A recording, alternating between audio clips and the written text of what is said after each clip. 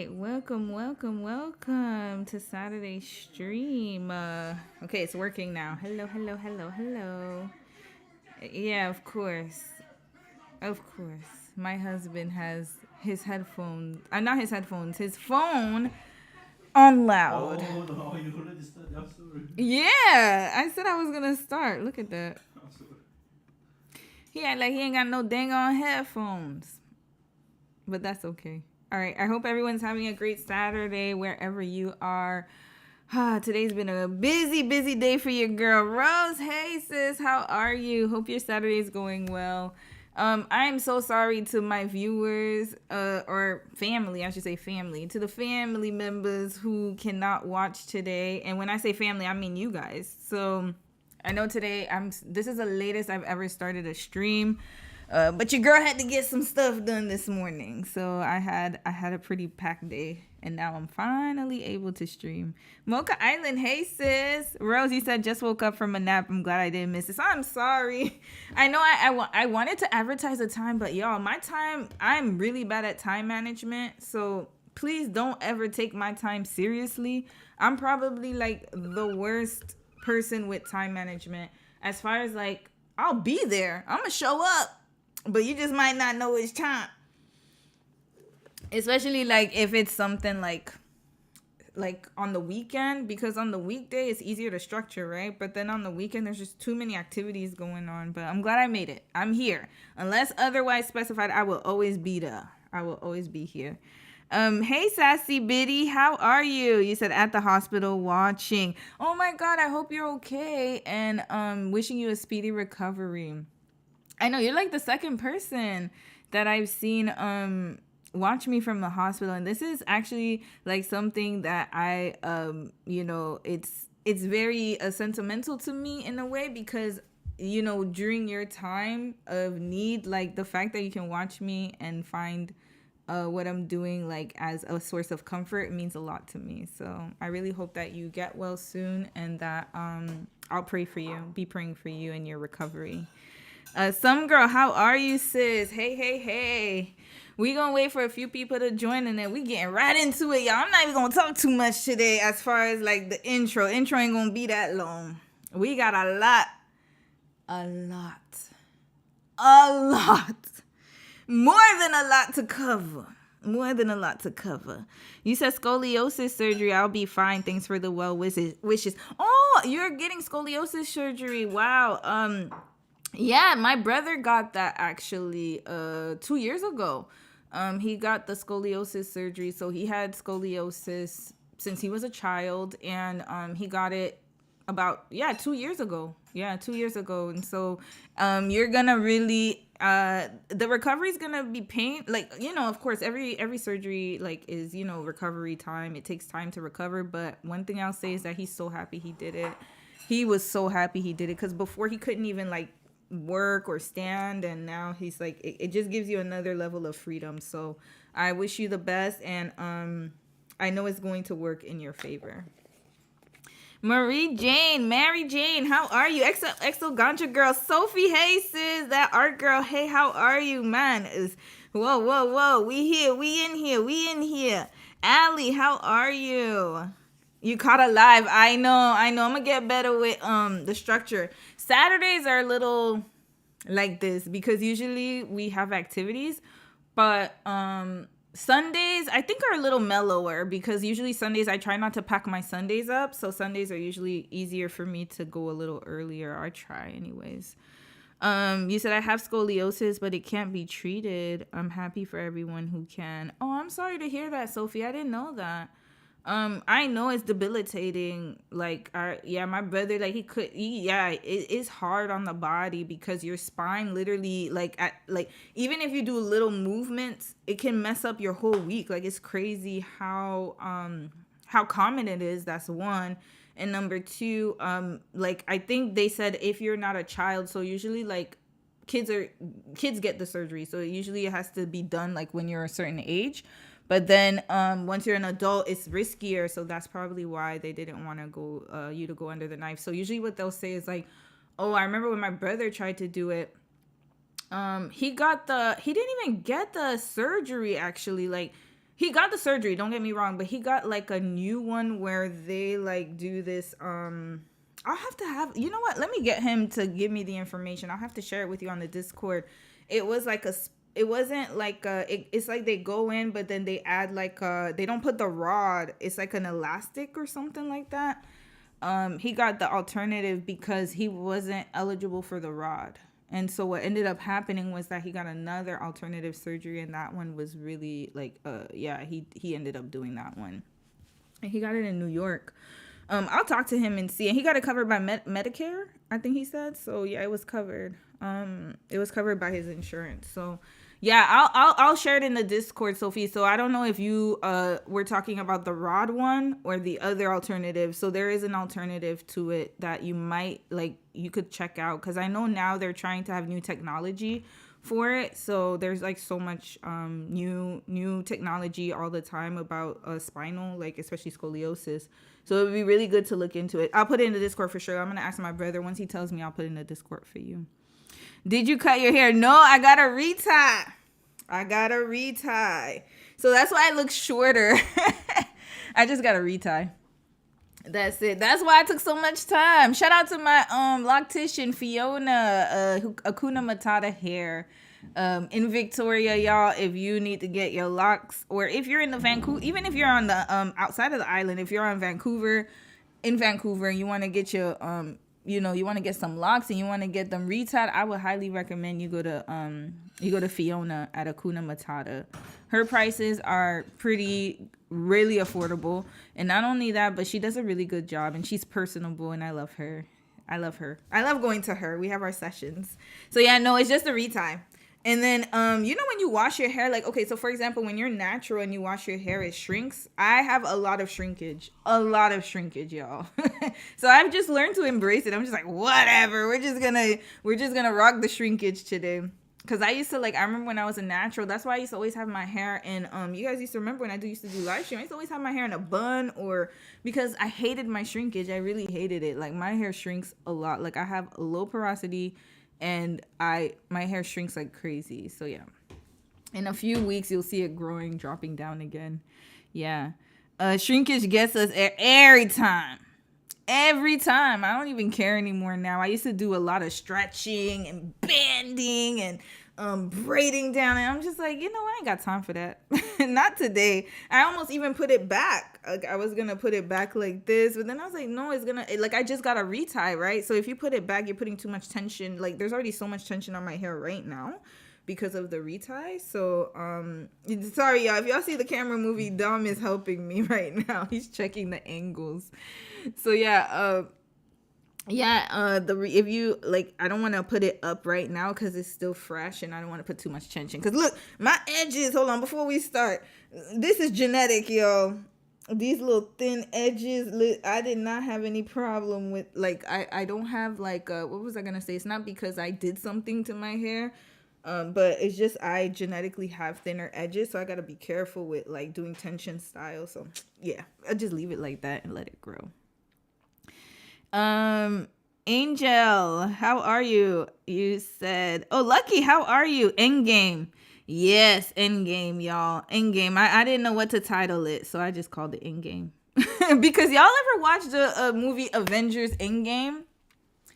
I think that's the one where Cap. It sounds like you're gonna end your game. It sounds like you're gonna finish. No, Endgame, because I'm gonna talk about the situation, the situation with the Middle East, meaning I know, but it actually sounds like you're gonna finish. No, I'm not finishing my YouTube. I just called it Endgame because of Avengers. Y'all ever saw the Avengers movie Endgame when Thanos tried to what's his name? Thanos tried to eliminate 50% of the population, and then everybody thought hope was gone, and then all of a sudden the Avengers were able to save the world. That's literally why I called it Endgame. But no Endgame. Angel, you said I started my testing for ADHD because of you bringing awareness to it. Thank you. You look beautiful. Oh, thank you so much. And that means a lot to me, y'all. It means a lot to me.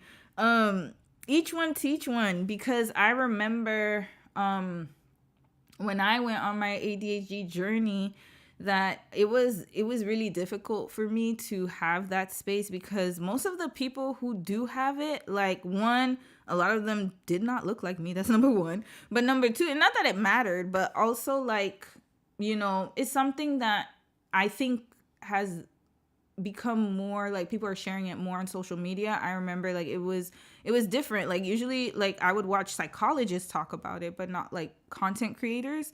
And so when my sister, and that was way back in the day, and then my sister, when she got diagnosed, and then after that, like, I think, to be honest with you, what really pushed me was just getting married and having, somebody in your house all day long, and being, knowing that something was off, but not really realizing it, and just going through that internal process. But anyways, the point is that I'm glad that it inspired you to go get tested, and you're going to notice, like, I don't know why I took so long, but I'm just so happy I did it. And you'll probably notice, like, once you start going through the process, I know some people are against medication. I personally think that I could not survive without the medication, to be honest with you. One day I forgot my medication, and Dom noticed the difference right away. Like, it's like you don't really realize how different your brain works until you start, like, really medicating yourself. And imagine, like, all of the progress that you've been able to do without the meds, and then now when you take the meds, it's like, like, you're gonna skyrocket, man. Like, I was able to graduate university, go through master's program, work different jobs, deal with a lot of bad relationships, unmedicated. And I don't know how I did it. I seriously, maybe that's why those relationships didn't work out. I don't know how. Y'all, when I tell you, I don't know how I survived this long without medication, but it was the Lord. Lord, yes, Lord, because there's no way on this earth that I could think, like, now that I'm in my medicated state, I'm like, how did I do this without medication? Like, where was my brain? I don't know. I just learned how to function. But anyways, it's going to be life-changing for you. I'm so happy you're doing it. And not only will it change your life, but it's going to change the life of people around you. You're going to realize how much of a menace you were when you start taking medication. You're like, damn, I said that? Oh, damn, I did that? Like, you don't remember because you have the ADHD. You just do a whole bunch of stuff with no reason, no rhyme or reason, right? But the North remembers, and they remember everything. And they're going to be so happy that, and even if you don't end up getting medication, just even getting therapy for it, like, people are going to notice the difference. Trust me and believe me. Trust me and believe me. Mary, how are you, sis? You said, hey, Romers, I washed my hair today and got approved for some anti-dandruff medication. I hope that it will help with my irritated scalp. I don't want to lose my hair, LMBO. No, you're not going to lose your hair, sis, and I'm glad you're doing it. You probably have to take care of it more. Fun fact, look at me sharing my family tea. I know my family, but you told people I got scoliosis. It's public. I mean, he's a comedian. He probably talks about it anyways. My sister, she has a sensitive scalp, and she has, what was the one, what's it called? Psoriasis? No, wait. It's the one where you get the itchy scalp and the white stuff on your scalp. It's not dandruff. It's something else. It's even more, what's it called again? I forgot that condition where it's like your scalp flares up or your body flares up and you get hives and you get, like, stuff on your hair. Oh my God, I don't know why I can't remember it right now. She'll let me know. But she has very sensitive scalp as well. And her hair is long. Her hair is super long like this. So you just got to take care of it a little extra. Even if you take medication, it's just about taking care of it. You're just going to have to do, like, basically, you can't just leave your hair and not take care of it. You're going to have to really, really, like, take care of it all the time, like a plant. Not like this dead plant behind us, but, like, you just got to take care of it extra. Yeah, that's what I would say. You said, I try not to style it too often and give it some air, but my mom is always contentious about it because it looks nappy. Like, girl. Oh, we going to talk about that one day. Yup. Nappy, edges not done, not laid. A lot of people have strong opinions about those things, but don't let it deter you. Your scalp is the most important part. Your scalp is more important than anything, so that needs to be taken care of first. And it doesn't matter if your hair looks natural in its natural state. That's how I grew out your head.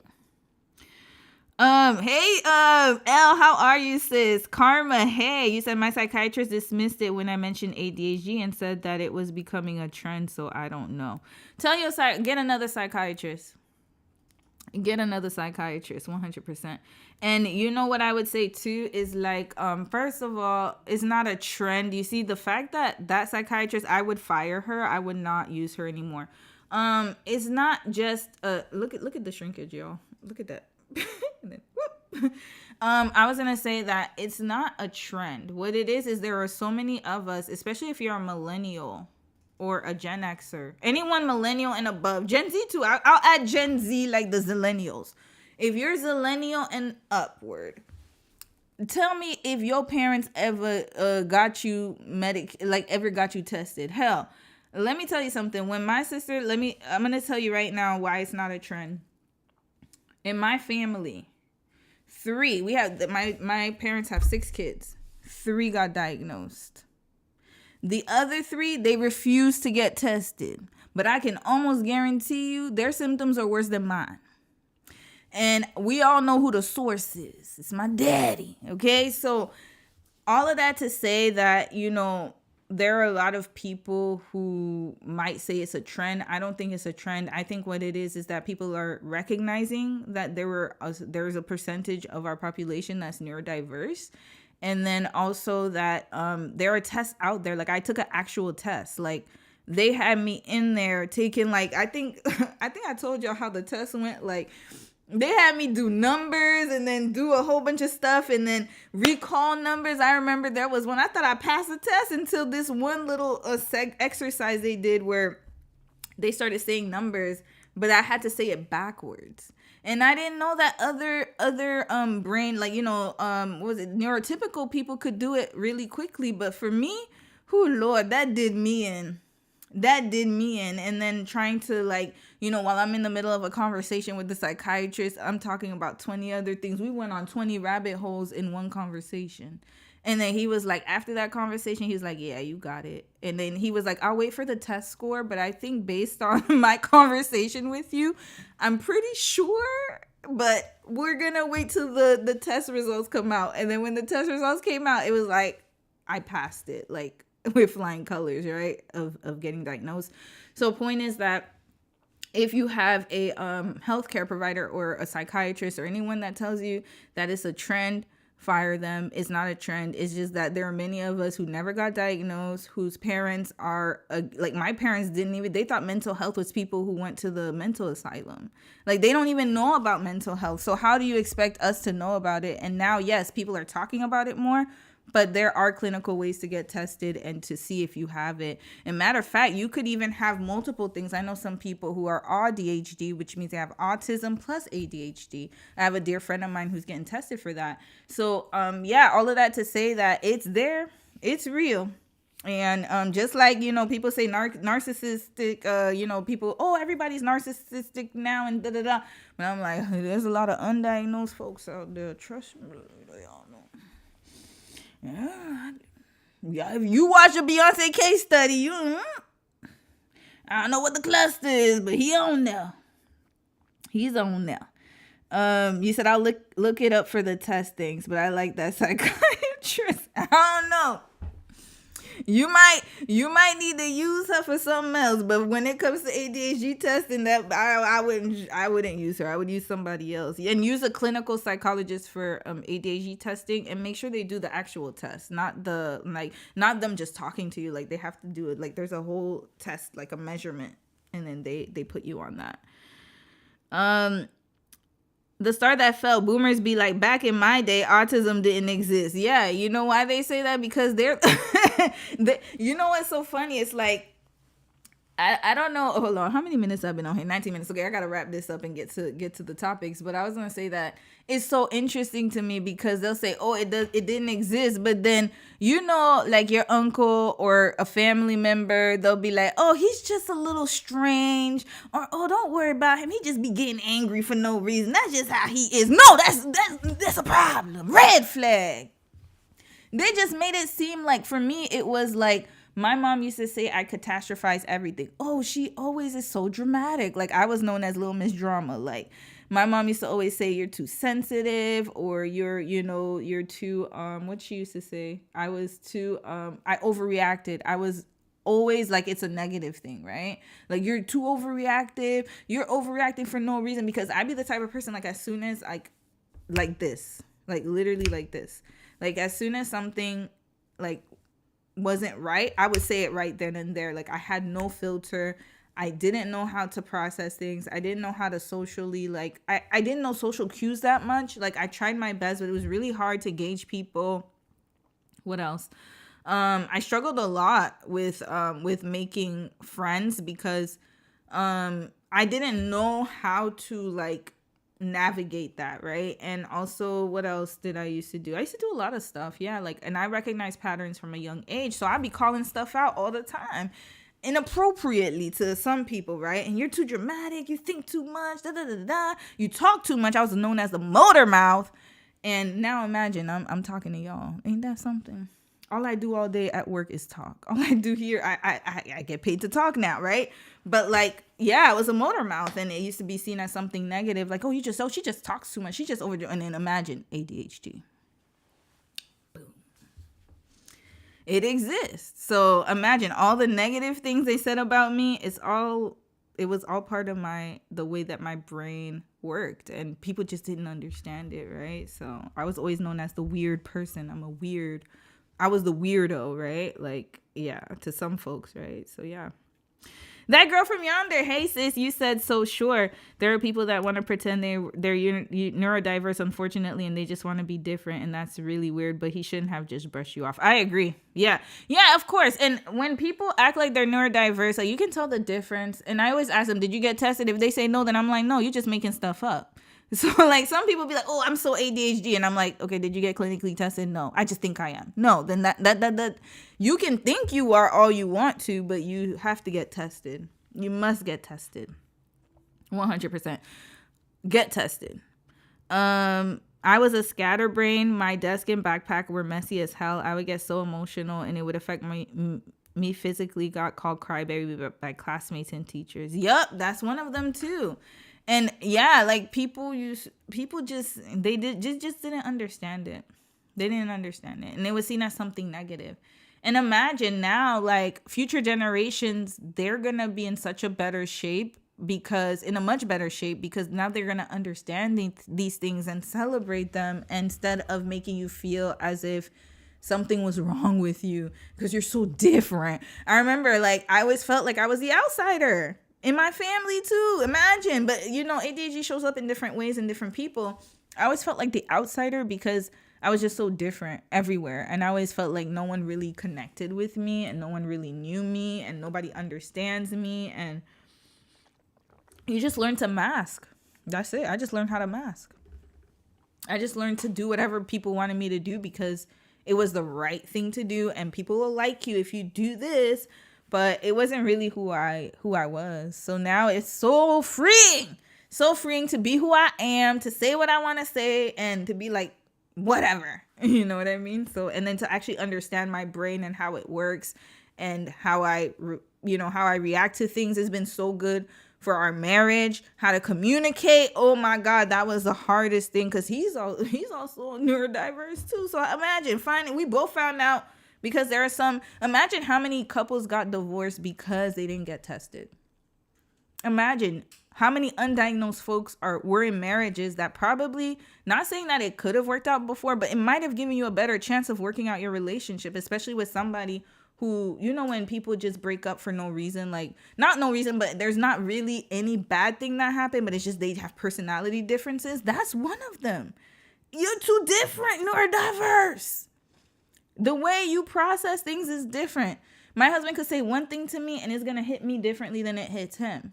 It's just how it is. And to me, I'm like, I didn't mean it that way, but no, that's how, you see what I'm saying? Like, but then now he knows, because he knows I have ADHD, and because he knows that I have a certain, like, my mind works differently.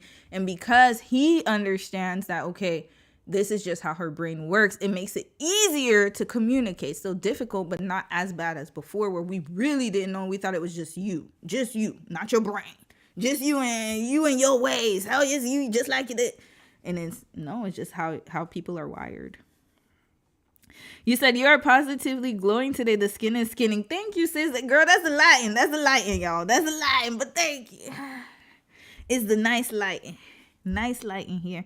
Devonda, hey sis Sylvie, you said, hey Sylvie sis, you said we found out that my son had odd DHD when he was 4. It made everything make sense. I'm glad we found out when he was young so he can be himself. Amen. That's amazing. And it's good to get kids tested while they're young, because then, yeah, like what you said, they can grow up and understand who they are and not feel like they're too different, or not feel ashamed or embarrassed. And there are a lot of kids who get diagnosed at a young age, and it all depends on how the parents accept it. Some parents, they don't want that. They don't like their kids having that stigma. But to me, it's like, it's better to get them help while they're young so they can thrive and be better as adults, instead of like holding all that in. And a lot of neurodiverse folks, they get into life of crime, promiscuity. There's a lot of like, because especially if it's not handled in the proper way and they don't get the proper care they need, then it can cause a lot of issues. I'm gonna read one more comment and then I got to start. Mary, you wrote that the ex said that he suspected that he was neurodivergent but never thought getting a test was important. He was like, what will that do for me now? Well, it would help you be less of an a-hole. Exactly. Red flag. He should want to get tested. Yeah, and some people, they know. Oh, trust me, they know. Their parents know. They just don't want that stigma. Like, especially if you come from a culture where mental health is seen as negative and it's not seen as normal, then, people don't want to be labeled as crazy. So they would rather just not, get the help and then terrorize everybody around them, or make everyone understand. Oh, just understand. That's just how he is. That's just how your daddy. That's just how they. Whole time, they could have gotten help for it. Ain't that something? And imagine, it's how their brain works, right? So I can't really say like, it's just really, it's so deep, y'all. It's very, very deep. All right, y'all. Let's start. Mary's here. Hold on, where's she at? Hey, Mary. Hi, sis. I didn't even see you. Mary, how are you, sis? How are you? I hope you're feeling good today. And yeah, I saw Mary was the one who sent me all the Russian guy stuff last week. That Russian guy who was with the Ghanaian women. Yeah. So yeah. Also getting tested. Hold on. One more comment. Also getting tested as an adult, especially in Canada, is really expensive, and a lot of private insurance don't cover it. Really? I didn't know that. Hold up. It's expensive. Oh, you know what? Maybe I should share just quickly, briefly, how I got it. My insurance covered it. How come it didn't cover it? Your insurance didn't cover it. You got to check your insurance plan. That sucks. I ain't gonna lie. Like, I am blessed. I will say we're both blessed because we are covered under each other's insurance. And so he was able to use his and use mine, and I was able to use mine and use his. And for testing, yeah, they covered it, which is sad. Yeah, it's sad. It is expensive. I think mine was like 1,000 something. I don't remember. And that's on the cheaper side. I think my test was like 1,000. I think I gotta check. I don't remember. It came out to like almost 1,000, I believe, or something like that. No, probably less than that. I think it was like 800. No, it was like 700, 800, around that mark. And then my insurance covered it. Yeah, because I get covered for testing 80/20. So I only paid like 20%. Yeah. And then they covered the rest. But then I didn't pay anything because his insurance covered the rest. So it was like 80/20 and then his insurance. So it's coordination of benefits. I would say that, yeah, it depends on your employer. I can't lie. It is very expensive. That is very true. And that's probably why people don't want to do it. So hopefully they start to cover it in a lot of insurances because it's something that is needed. And hell, like I believe there's a lot of people who need to go get tested. Let's just keep it that way. But we were blessed. I'm not gonna lie about that. It's around 2K to 5K Canadian. Like it's expensive. Hold on, you know what? Let me go check my receipt, y'all. I'm gonna check right now in real time. I'll tell you how much it cost me. I'm not even gonna lie to y'all. Hold on, give me a second. Let me go into my benefits portal. Just give me one moment. Let me see if I can find it. I'm gonna tell y'all how much it cost. I can literally go into my portal right now. Let's see, it was last year. I'm gonna check right now. Hold on, y'all. I'm going in right now. I could even check my email, but I'm in there right now. Okay, so let's check. View claims. I got all my claims history. Let me see if I can see 2025. I'm gonna tell you how much it costs total. Yeah, there's a lot of them online too.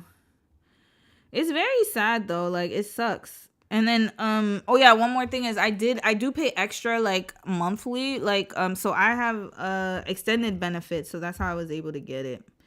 So let's see, last year, hold on a second, give me my history for last year. This is why it's very important to get like insurance. Like you got to check your job's benefits because yeah, it gets really, really expensive, especially when you're doing like any type of like testing, dental, all that stuff adds up. That's why when people be thinking, they say, oh, you're going to quit your job to do YouTube. I'm like, for what? I got good benefits, y'all. I'm good, man. Listen, I know we went through job action with my job. I was a little pissed at them last time. I know I'm still mad at them sometimes, but hell, you know, I can admit when I got something good. I can admit that. I will say that. And what I will say is that, like, you know, when worse comes to worse, like, yeah, them benefits will keep you tied down. Them benefits will keep you tied down. Hold on. It's not even giving me. Let me check my emails. I'll tell y'all right now. What was the place called again? Hold on. What was his name again, honey? That guy, your doctor. Oh, yeah, Barry. Michael Barry. I found it. Okay, give me a second. I'm going to find it. It was Ryan. Dr. Ryan was my doctor. Okay, I'm going to find it right now. I think I put it in my receipts. Why does it always takes me forever to find stuff?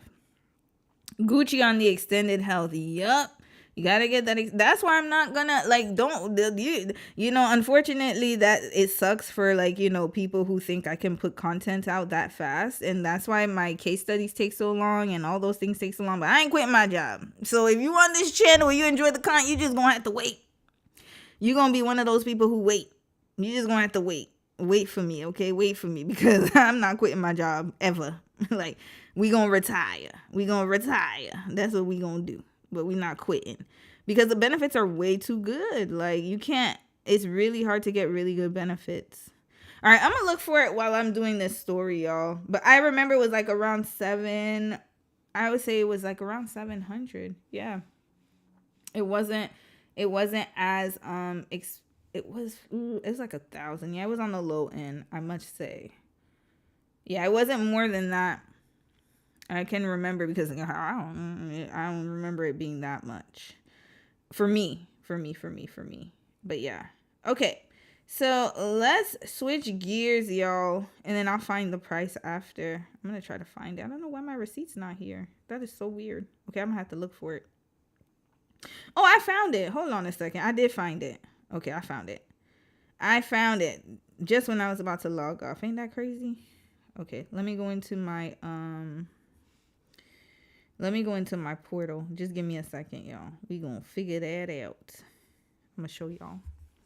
Angel, you said your channel is awesome and we will wait. What are we talking about today? Good segue. We're gonna talk about a lot of things, but let's start with the war. Now that this intro is done, this is usually my intro. Oh yeah, it's are you new to the channel? Probably. Okay, welcome. My live streams are very chaotic. So do not ever expect like a streamlined live stream, because I talk about everything. But today we're going to talk about a lot of different things. We're going to start with the trending topics first and then get to the other topics afterwards, because I know a lot of people come for the trending topics. Mary, you said, was Diana pregnant when she married Kyungho? Her nose started spreading in her wedding video. Mary, that's for the members only. We gonna find out. I'm gonna research that. I didn't get to research it last video that I posted, but I'm gonna see if I could find it, because it's hard to find that information, to be honest with you, but we gonna find it. We're gonna find it. Okay, what I will say is this, that what's going on in the world today? Let's focus. Yeah, it was 800. I was right. It was like, I'm gonna tell y'all, 462.38. I was completely correct. Yeah. And then the second receipt was 460. Yep, 462.38 twice. So times 2. I paid $924, almost $1,000. Yeah, that's how much it costs. So if it costs too much in Toronto, you can always come to BC. Come over here. Come over this way and see if it'll get covered. I doubt it though. I don't know. Okay, let's get to the topic at hand. So we're gonna talk about first topic we're gonna talk about is what's going on globally. We'll start with that first. All right, y'all. Let's, before we start watching the videos, because I'm gonna play a lot of videos you guys sent over in the Discord, and shout out to Queen, aka Devonda, L, and aka the star that fell. Mary also sent me stories last time, I believe. Audrey, Sophie, I remember the top ones that kept sending me stories this week. And one of those stories was concerning what's going on politically. Now, in case it's your first time watching the channel, I do have a degree in political science, and my specialization was international relations. However, I can give some aspects as to what's going on. So, I may be rusty with the dates. I'm not a historian, okay? So I don't remember everything, but I remember the details. And another thing I will say is that living abroad really taught me a lot of different things, but one of it is that we're very privileged here in North America. I'll just say that, right?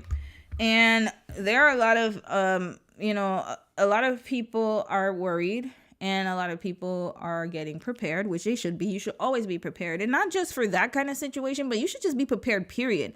If you live, for example, I live on the West Coast. If there's an earthquake or tsunami, because we are prone to that, I got to be prepared for that. We got to be prepared for that, I should say, our household.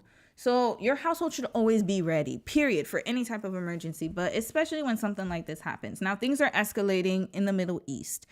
And you guys all know that what the U.S. president did a few weeks ago was actually against international law. You're not supposed to just go into a country and do what he did.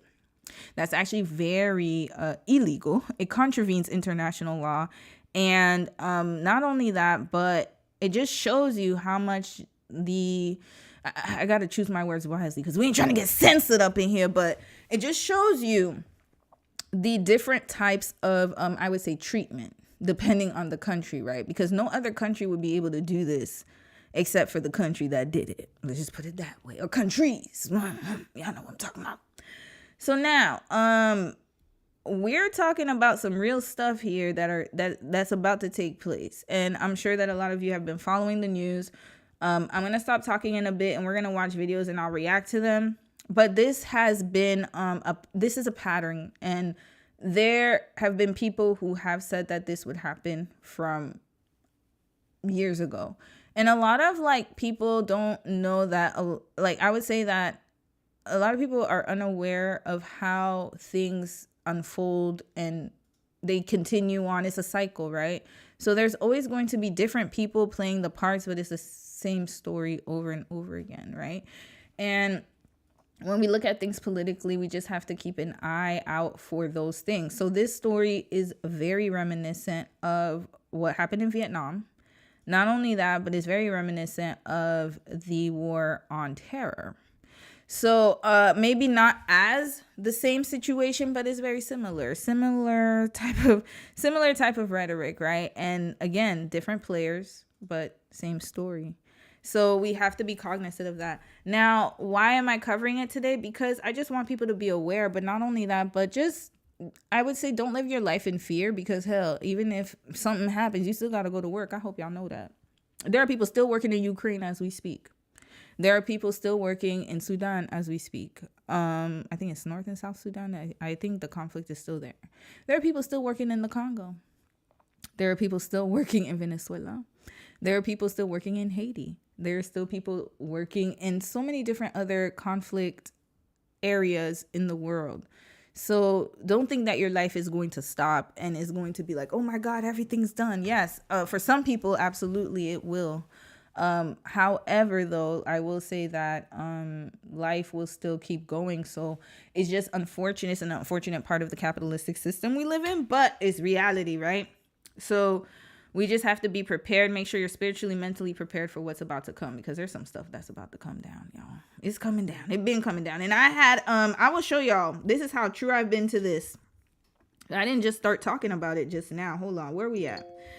We're gonna go to my page here. Let me put up my browser. I'm gonna show y'all my my YouTube page, because I know I got a lot of new folks because of the Beyonce case study. So hello guys, if you're here from the new case study that I just published, welcome to the channel. But yeah, I've been talking about this for a minute. Hold up, let me pull this up. I'm gonna show you guys some live streams that I did before. And we're not going to spend too much time talking about this, but I just want to show you. Let's go. We're going to do that guy tomorrow. Here.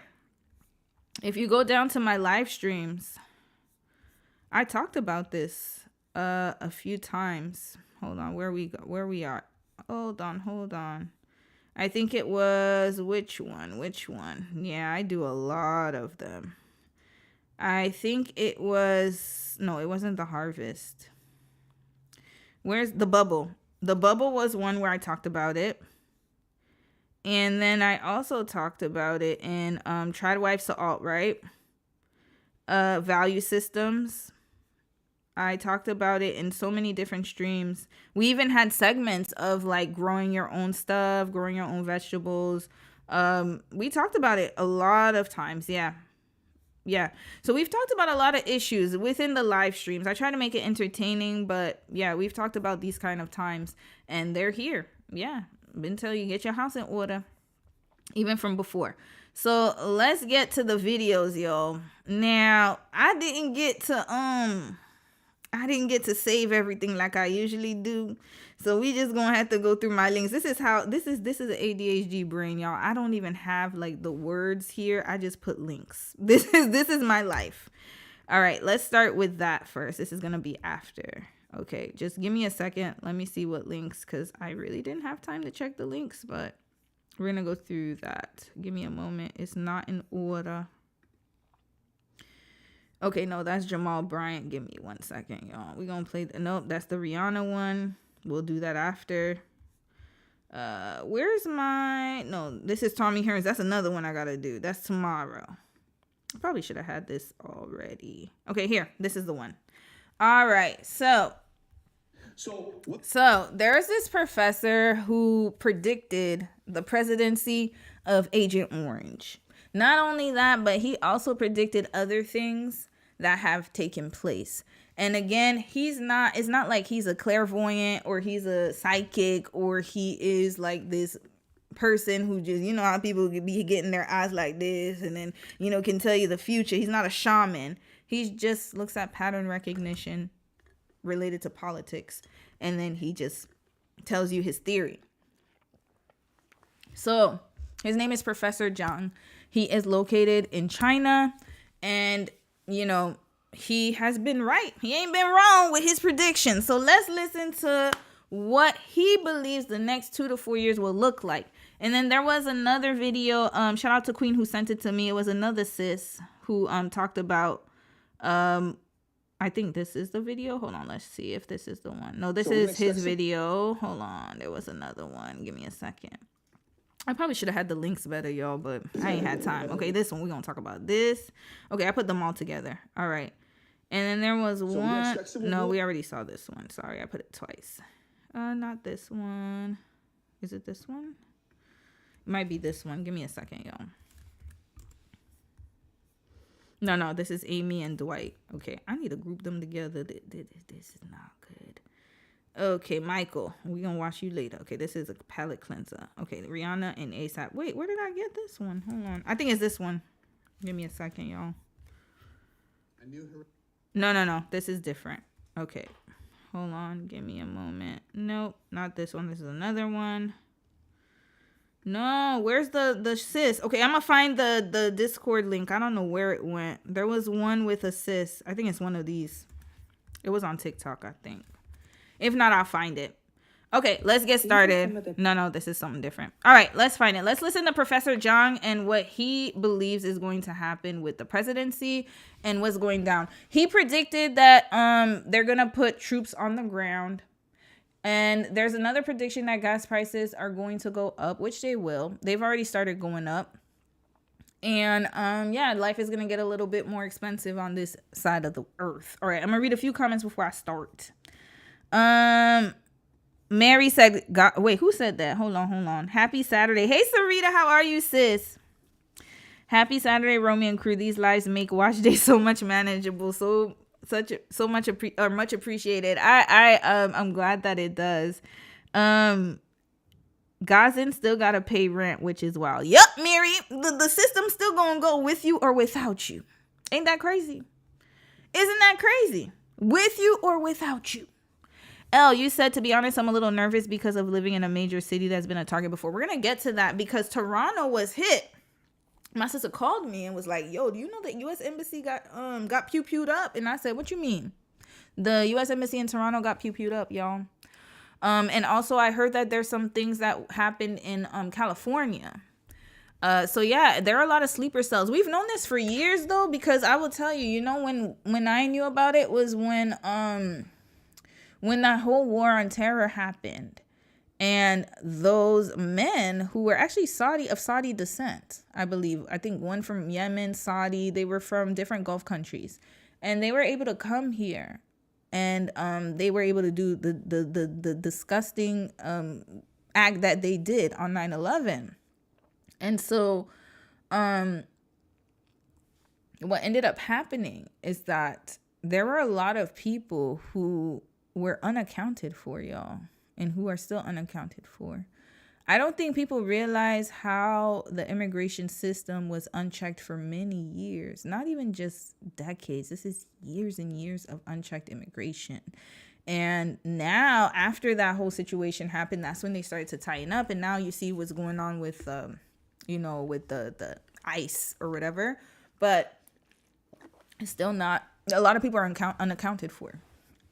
There are a lot of sleeper cells. We knew about them from the Al Qaeda times, right? So it's always a rebrand, but it's the same ideal. So you had ISIS, you had Al Qaeda, you had ISIS, and now there's probably going to be another group that's going to come and take over that whole thing. And so, there's always going to be this kind of situation where people are willing to DIE for their country and for the cause.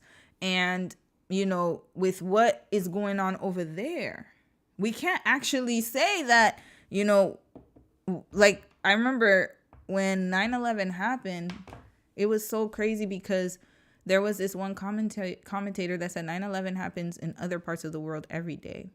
And we don't even realize it, which is wild, right?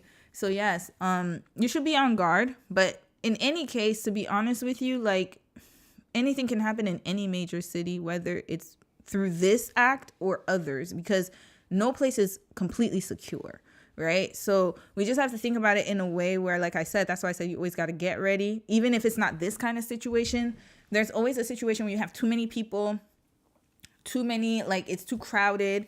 And it's even domestically, there's a lot of things that happen. Remember what happened in New Orleans, at that, was it New Year's? I don't remember which day it was. And the guy just plowed through the crowd.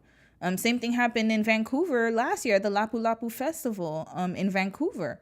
All of a sudden, somebody just drove into the crowd. So it's not just those kind of situations you have to worry about. It's also domestically too, right? So it's just more being aware of your surroundings and, yeah, trying to stay safe. I actually don't go into crowds anymore because of that. It's too uncertain for me. And I know that, there's no place that's ever 100% secure, especially when you're dealing with crowds of people. It's like the easiest way to target people, right? So, yeah. Normal Americans have to think twice about traveling abroad. We're a walking target. Been, sis, been. I hate to tell you, but you been. But now, yeah, it's even worse, especially with what's going on. Especially, and also if you have the passport that starts with an I. Y'all know which country I'm talking about. And I'm not talking about IN. I'm talking about IS. RAEL. All right, let's listen to Professor John, y'all. It's only 11-minute video, so we're going to listen to him quickly. I'll probably put him in 2 times speed. Let's do that. And then we'll move on to the next video. I'm going to find the other video in the Discord. What does it mean? So given this convergence, we can actually predict certain events that will happen over the next 2 to 4 years, okay? Because they all want these things to happen together, all right? So let's look at some quick predictions. Okay? First prediction, of course, is that the U.S. will use ground troops. Because using ground troops will create a national draft. And what does a national draft do? It creates a civil war, right? A lot of young people are going to refuse to fight in this war. And this is going to create protests. Then America will have no choice but to deploy the National Guard. And this will create the recipe for a lot of civil conflict in America. Okay? Another thing that will happen is because you use ground troops, you will lose the war, and then CENTCOM, which is the American military in the Middle East, will then transfer over to Israel. Okay? What's happening in this war is that the economies of the GCC are being destroyed. And that's GCC is Gulf Council, I think. Hold on. We're going to find out. I learned about it too. GCC meaning Gulf something. Gulf Cooperation Council. Okay, I missed the cooperation here. And that's the countries in the Gulf. So Saudi Arabia, I believe, who else is part of it? Is Yemen part of it? Dubai, UAE's part of it. Yeah, Kuwait, Oman, Bahrain, Kuwait, Oman, Qatar, Saudi Arabia, and UAE. Yeah. And and y'all know that there's a Strait of Hormuz, which is a canal. So, oh my God, this has been going on for a while. So I remember Lovely T talked about it a few years ago about when the Suez Canal or something got stuck, shipping got stuck, and trade stopped for like a few days, right? And that like cost a lot of companies billions of dollars. Now with this war, the Strait of Hormuz, I believe Iran has blocked it. And so, or Iran has blocked it. And so now this is where all the prices are going to go up. And there's going to be this kind of like situation where they want to clear it. And which means this is probably one of the reasons why they want troops on the ground. So they can get that stuff done. So people can still make their money. Ain't that crazy? Part of the plan. Okay? Because for Israel to achieve the Greater Israel Project, it needs to absorb the GCC and parts of Turkey and parts of Egypt. Okay? So another way of saying this is that the GCC is basically finished. The intention is to collapse their economies and make them irrelevant. Right? The third thing we can expect is that Turkey will enter this war, and Saudi Arabia actually will enter the war. Because you want to use this war to weaken opposition to these eschatologies as much as possible. Okay? So Turkey and Saudi Arabia will enter this war, and they will suffer tremendously because of their participation. All right. Again, the Al-Aqsa Mosque will be destroyed. Okay? And then you have the rise of Persia. Okay? The rise of Persia. Why is this important?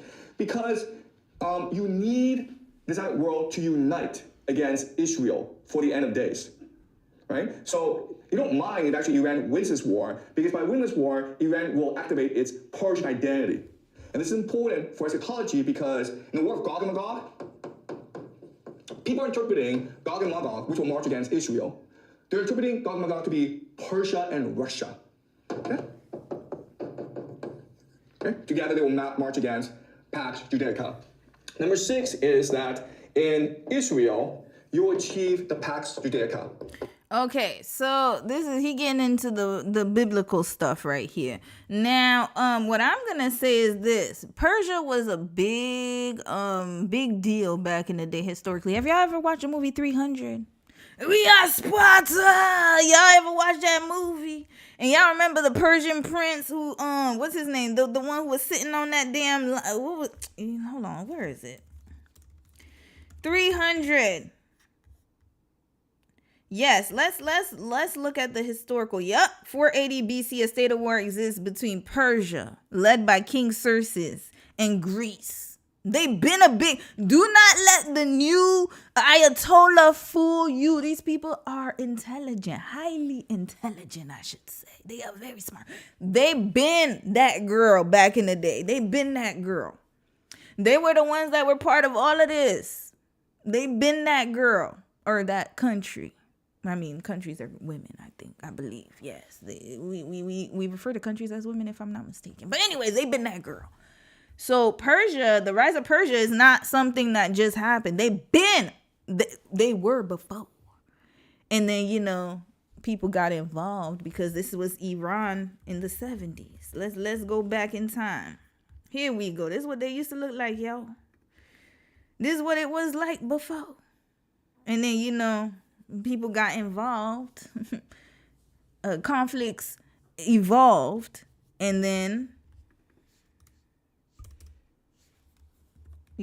people were put in place. And then you got this. That's where it is, right? Listen, I gotta use the condensed form because, YouTube likes to censor people. So, yeah, they been that girl, y'all. They been that girl. So now, when he says the rise is just the re-rise because it's not like they were just sleeping. They were dormant for many, many centuries. Not many centuries. Was it centuries? I don't know. Yeah, no. They were dormant for a minute and now they're going to come back. They've been planning for this. All right. Let's not forget that. And the Great Israel Project. Now, somebody brought up a good point on TikTok. I wish I could find. Damn, I should have saved her video. She said that a lot of Christians are waiting for this moment because it is part of the Bible. Correct. It is about all of this happening. However, how it plays out, we'll see. Okay. So the Greater Israel Project and Pax Judaica are not the same thing, guys. Greater Israel is just basically the territory that the Israelis believe that God had promised their ancestor Abraham. Pax Judaica is a one-world government. Okay, based on AI surveillance and the mark of the beast. So what will happen is that Israel will use this war to expand its territory. And then what will happen is that capital, technology, will then sort of flow to Israel in order to create the great Pax Judaica. So remember, we talked about this with AI. If you were in my live streams from way back when, I feel like this is all coming full circle. Because I didn't understand why I was so focused on AI. But I was so focused on AI. Notice how I was focused on it for like a good minute. And then I stopped. I stopped because, I don't know, I was just like, I think I've said enough about AI for now. You guys get it. This is why. Remember when they were saving all that money and they were spending trillions of dollars? And then we were talking about, what was that? The crazy, what's his name? That Larry guy, Ellison. What's his ass name again? Larry Ellison. And what was his group again? We spoke about him, and I went over his narky behavior. This one right here, this demon.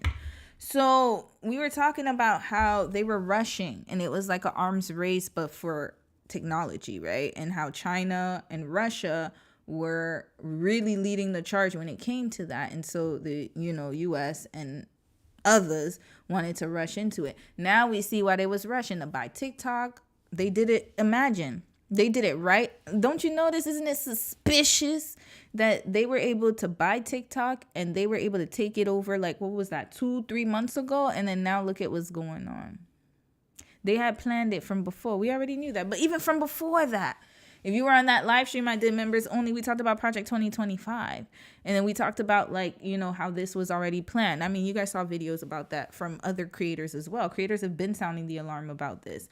And so now with AI, when we were talking about AI all those few months ago, this is coming full circle when we were trying to figure out why are they rushing to do this? Like people's data. Remember we were saying the water was getting ruined, environmental hazards. Look at what happened in Memphis. We went over all of that.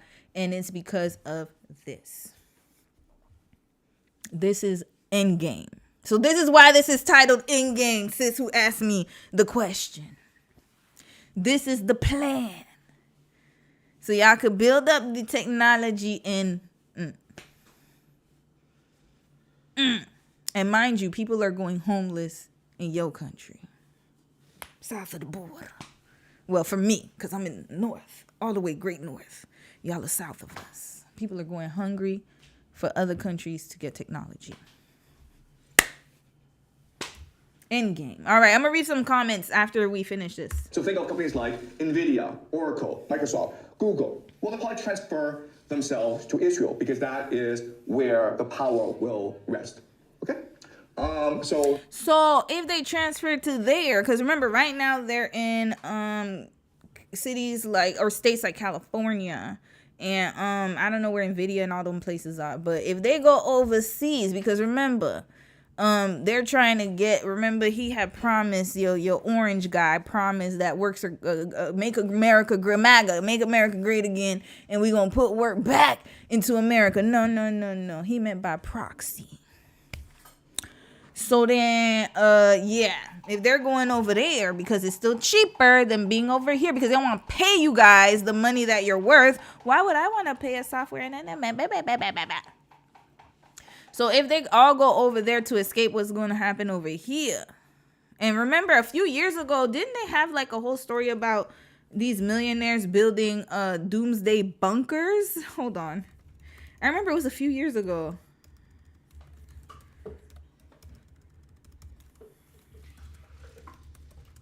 Yeah, it was building bunkers. It was years ago. It wasn't recently. It was years ago. I remember I saw it. Let's put like 20. It was like 2022.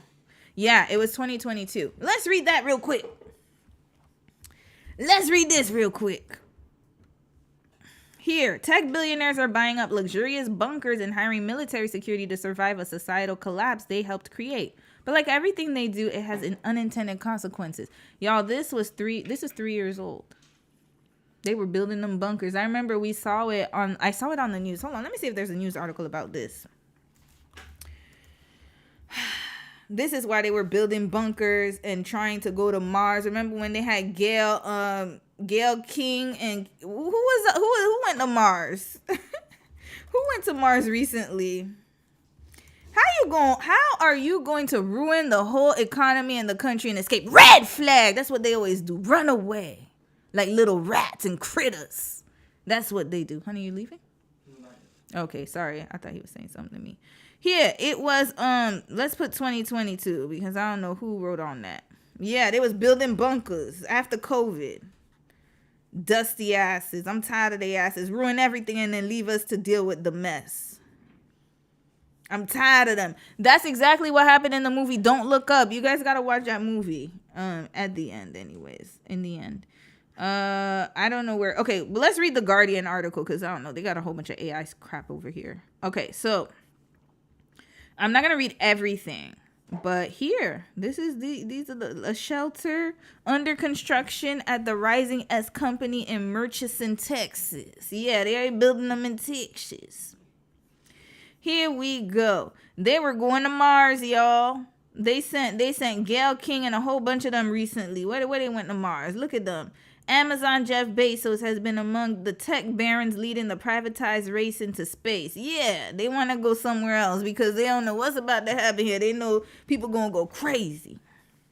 And they're like, y'all going to come after us. We ain't trying to get all that. We going to run away. Where you can't find us. We'll go to space. Here we go. Yeah, this is a long ass article, y'all. I might have to read it tomorrow because we don't have time today. I started too late, but I'll put this I'll put this for tomorrow. Yep, they've been doing this since 2022. Yeah, you can look it up. All right. So now, wait, what did that say? Zuckerberg buys billionaire bunker home for $170 million. That was recently. Wait, March 6th, red flag. Hold up. Shout out to the Miami Herald. I used to read that newspaper all the time. The physical paper, because we didn't have the online copy when I was a kid. And the Sun Sentinel. If you're from Florida, if you know, you know. All right. So Zuckerberg buys billionaire bunker home for $170 million. See what it looks like. Interesting. He bought that March 5th of 2026. When that just at the start of Pisces season. Oh, he knows something about to come up the pipeline. Yeah. Him and his meta glasses. Look at that. Ooh, yeah. Him and Priscilla living real large with that aquarium. Look at them right here. Yeah, you see, Mimi, her barking said, red flag. Bark again, Mimi, from Mark Zuckerberg. Okay. All right. So now let's continue watching Professor Jong, and then I'm going to read some of y'all comments. Don't worry, y'all. We getting there. Pax Judaica. Then you will have Russia winning the war in Ukraine, okay? And then return Greeks to Constantinople. Basically, another way of saying this is, it is possible that the Greeks go to war against Turkey, and then Russia supports the Greeks and return the Greeks to... And Greeks and Turkey, didn't they have a war before? This is like history repeating itself. What was formerly known as Greece? No, Greece. I think it was still Greece at the time. Greece and Turkey. They had a war before. I remember I learned about it. Yeah, the Greco-Turkish War, 1919 to 1922. They always been at odds. I remember one of my really good Greek friends, he can't talk to her about the Balkan folks, like the Turkish folks. It's like there's always this beef, this unsaid beef. Kind of like Haitians and Dominicans. It's similar. It's like there's always this little beef going on. Yeah, this is again history repeating. The same players, just a different time. Patterns. You guys need to also read. I want to read this book, but I have to study because I'm studying for an exam, a certification. But I really want to read The Parable of the Sower. I have that book right there by Octavia Butler. She literally predicted this whole situation in her book. The Parable of the Sower and The Parable of the Talents, I think, are the two books. It's simple, okay? But then you're like, wait a minute. Turkey is a NATO member. Well, we can also expect destruction of Europe, okay? The end of NATO, basically. So, this war in Ukraine, it's not just about Russia protecting its borders. This war in Ukraine is also meant to achieve Orthodox eschatology, to destroy Europe, to destroy NATO, so that Russia can achieve the third Rome prophecy. That means the destruction of Europe. So I'll discuss the Russia-Ukraine war later on as we go along, okay? But what I'm trying to show you is that just by, okay, analyzing the most extreme eschatologies of different religious traditions, you can then, from this analysis, pick out points in which they agree, okay? And at these points, you can figure out then how they will affect current geopolitics to make certain predictions about how the war will progress, about how the world will transform itself in the next 2 to 4 years. Okay? So this is called the law of eschatology. Hold up. He's using a board like this. Do we have those boards? I ain't never seen a professor use a board like this. Red flag to our system. What are we missing out on? Hold up. Let me ask Dom. Honey, do they have boards like this in Korea? I'm pretty sure they do. The boards that you could just flip like this. What is going on here? They got these boards in Korea, right? How the world will transform. Hold on, you're gonna see how. Next 2 to 4 years. No, he's Chinese. Honey. Oh, he's Chinese. Yeah. Okay, look. It gives a tremendous closer insight now. You guys are cool. You guys are why neighbors. things What does are it turning out the mean? way they are. Wait, you're gonna Okay? see. Because Wait. again, I keep on saying this, but Look how he purely flips from a the board. Perspective, Hold purely up. from a real political perspective, this war in That's Iran blackboard. makes no sense. No, but he flips It's it. like If you look from an it's like eschatological an iPad? perspective, Yeah, That makes perfect but it's a sense. board. I ain't never seen this questions? before. Hold up. Wait. I fast forward a little bit. Where he start flipping the board? Right here. Look at this. Y'all got that, right? You guys have that? Okay. No. Yeah, you see? Oh, hell no. Oh, damn, I need to go to China. Oh, What's going on, China? China is a different level right Yeah, now. okay, am I tripping? Or Oh. I've never seen that, Oh, right? shoot. That looks cool. That looks cool, right? Oh, it looks like iPad. I thought it, because at first I was like, wait, hold up. Oh, it looks Is he like- flipping the board? What the hell? Yo, no. Oh. No, we're getting scammed. Oh. We're getting scammed. What does it mean? They just did everything well. I mean, Why don't we have? I've never seen a blackboard like this. how about America's school? We now? still go check the comments. Americans, he wants to check y'all out. What y'all doing in America? Y'all got he writes cursive print. Yup, I still know how to write in cursive, y'all. Don doesn't know though. In Korea, they never learned how to write in cursive, so I had to teach him how to write his signature. It's like a lost art. Yep, he writing in cursive, y'all. Yeah. Oh, y'all don't. The Gen Zers don't understand. My bad, y'all. We gotta read it for y'all. Y'all don't get it. Oh, my bad, y'all. I didn't know that. I forgot. I thought everybody knew how to write. CC said it was It's a digital one. Hold up. Where's CC at? What CC said? Hold on. Where's CC at? Karina, red flag. You haven't subscribed to the.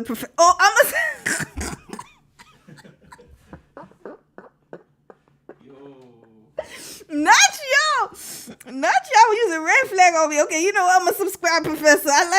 Okay, listen. My bad. Shout out to Professor Jung. I'm so sorry. I'm gonna subscribe to you, sir. I'm gonna subscribe. Like and subscribe.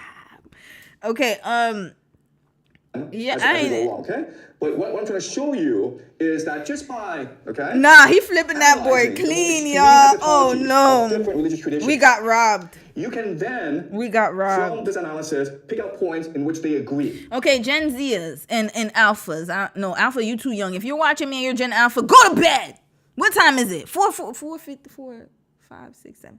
It's almost 8 o'clock bedtime for you if you're Gen Alpha. Now, if you're Gen Z, this says convergence, and then it says Great Israel Project, Pax Judea. Then to AI, I don't know what the hell that say because he scribbled Scrabble. He got a doctor's writing. Third Temple. And then we gonna move over. You know what? We gonna need to write stuff in cursive so people won't understand. That's our new Morse code. You guys do Gen Z Morse code. You guys come in here. We're gonna teach you some things. Us millennials are gonna teach you. Morse code is what they used to use, like symbols here, in order to communicate with each other, right? So some people still use it in the military. We're gonna use cursive from now on. I'm gonna try to figure out how to type in cursive, but it's gonna bamboozle everybody. All right, let's continue. Okay, and at these points, you can figure out then how they will affect current geopolitics to make certain predictions about how the war. I need will that progress, board. About how the world. Yo, does Temu sell that board? I'm gonna check. I need that board. Temu or what's the other one? Ali. Transform itself in the next 2 to 4 years. Okay, so this is called the law of eschatological convergence. It gives us tremendous insight into why things are turning out the way they are. Okay, because again, I keep on saying this, but purely from a geopolitical perspective, purely from a realpolitik perspective, this war in Iran makes no sense. But if you look at it from an eschatological perspective, then it makes perfect sense. Okay? Any questions? I got a question. Where that board from? But anyways, a serious talk though. Like, yeah, it doesn't make sense. Like, why did they go to great lengths to unalive him, the Iranian Ayatollah? Not only that, but remember, a few years back, they were I believe that Iran got in some hot water internationally for developing their own nuclear program, and they even like kind of what was I gonna say? They agreed to the terms and conditions that were set upon them by the international community. But also they have some internal stuff going on in their country. As we all know, I showed y'all the pictures of what they used to look like and what they look like now. So there's a lot of oppression going on over there too. So yeah, it's just a lot going on. But why them? Of all the countries they could have went after, to be honest with you, it makes more sense to go after this man's country right here. That should be actually one of the top ones, or Russia, right? Because Russia, Ukraine, and it would make more sense. But notice how they went to Iran, and that's why I believe him. The patterns, and if you think about the logistics of it, because I can't say the blue and white country. That's what I'm gonna call them, the blue and white country in the Bible blue and white. We're gonna call them something else. Izzy. We're gonna call them Izzy. So we all know that Izzy is the only country in that region, in that exact region, that's not that doesn't celebrate Ramadan. We're just gonna put it that way. They celebrate Hanukkah and other holidays, but not Ramadan. They do they do a 40-day fast like in the Moses time, but not that one. They celebrate something else, right, during the holy month. Yom Kippur, okay? Yom Kippur versus Ramadan. That's what we're gonna call them. Okay, that's how we're gonna clear ourselves. So Yom Kippur, they're the only one in that region that's not celebrating Ramadan. And so it makes sense. And also from a political standpoint, red, white, and blue Yankee, we're gonna call them Yankee. Yankees are aligned with Yom Kippur, and they have infiltrated the top spaces of your everything, even music, everything. If you look at entertainment, if you look at politics, if you look at all of that, they're there, and they have a high allegiance to Yom Kippur and not Yankee, even though most of them are from the Yankee state, Yankee country. I know I'm saying a whole bunch of stuff, y'all. I know. I could hold her. Just feel a cup. I'll hold her for a little bit. Yeah. Say hi to Mimi. So basically, point is that this is all by design for the greater good of Yankee and Yom Kippur. And in order for things to go, because remember, Yankee is in debt, y'all. Y'all in debt. Y'all in a lot of debt. Hell, even we are in debt too. We gonna call us what we gonna call us? Goose. Canada Goose. Okay. So Goose is in debt. Bad debt. We in bad debt, y'all. Yankees in bad debt too. Yankee owes Me, why you spitting on me? Yankee owes, what we gonna call them? The Great Wall. Yankee owes the Great Wall. Oh, no, Great Wall. Yankee owes the Great Wall many trillions and trillions of dollars. And then, what's the other damn, I can't keep up with these names. What should I call Russia? What should I call Russia? I don't know. I'll figure out something with them. I know something from Russia. I gotta remember what that damn movie is. But anyways, Russia. We just gonna call them Russia for now. Russia and the Great Wall. They're in alliance, obviously, and y'all saw what happened in Venezuela. So bye, honey. See you later. So anyways, point is that they need money for that AI, y'all. That's all this is. Red flagging to escape the EpiPen files. But to be honest with y'all, I think it's more about AI. Because now it's making sense. Because if they do not win the race of AI, then they're going to be behind. Which means that the other countries, such as Great Wall, y'all saw the digital board? And Russia, they're going to hold the power to do a lot. And AI, y'all, I told y'all, please watch Mission Impossible 3. The last one that Tom Cruise did. It literally explains everything that's going on right now. Literally to the T. They fighting for it. So this is not just about, in my opinion, these are all my opinions, y'all. It's not just about trying to do this whole like re-election, like, because it doesn't make sense. You already know people don't want this. It has more to do with money. This is all about money. That's it. That's all. Money and greed. Yes. But I think, like, if we look into the war between America and Iran, I think Trump is trying to destroy Iran as the same way that he destroys Venezuela, but it fails, which led Iran to fight back. So I think this could also explain in a political way, but not religious. Okay. All right, that's a great point in that, listen, there's an explanation, which is that Trump is just stupid. He's arrogant. They had too much success in Venezuela. They go into Iran, and they think it's the same thing. And now they're losing, okay? And because they're losing, they are just panicking. Okay, that's true. And if this explanation is true, then what will happen, what we can expect to happen is that Trump declares victory and goes home. Okay? That's what we can expect. And if the US does go home, then you're right, okay? So we can expect, the question then is what happens in the next few months? All right. What you need to understand is this. War is not simple. Once you start a war, you can't end the war. All right, so let me explain. It's up and stuck forever. That's what that is. Red flag. Oh, sorry. Red flag. Sorry, y'all. Sorry about the mic. Y'all could tell my meds been ran out because I took them. I took the meds when I woke up. This when I woke up at early 6 o'clock. The meds ran out. I should have taken my boosters, but whatever. The show must go on. Let me tell y'all something. This right here, facts.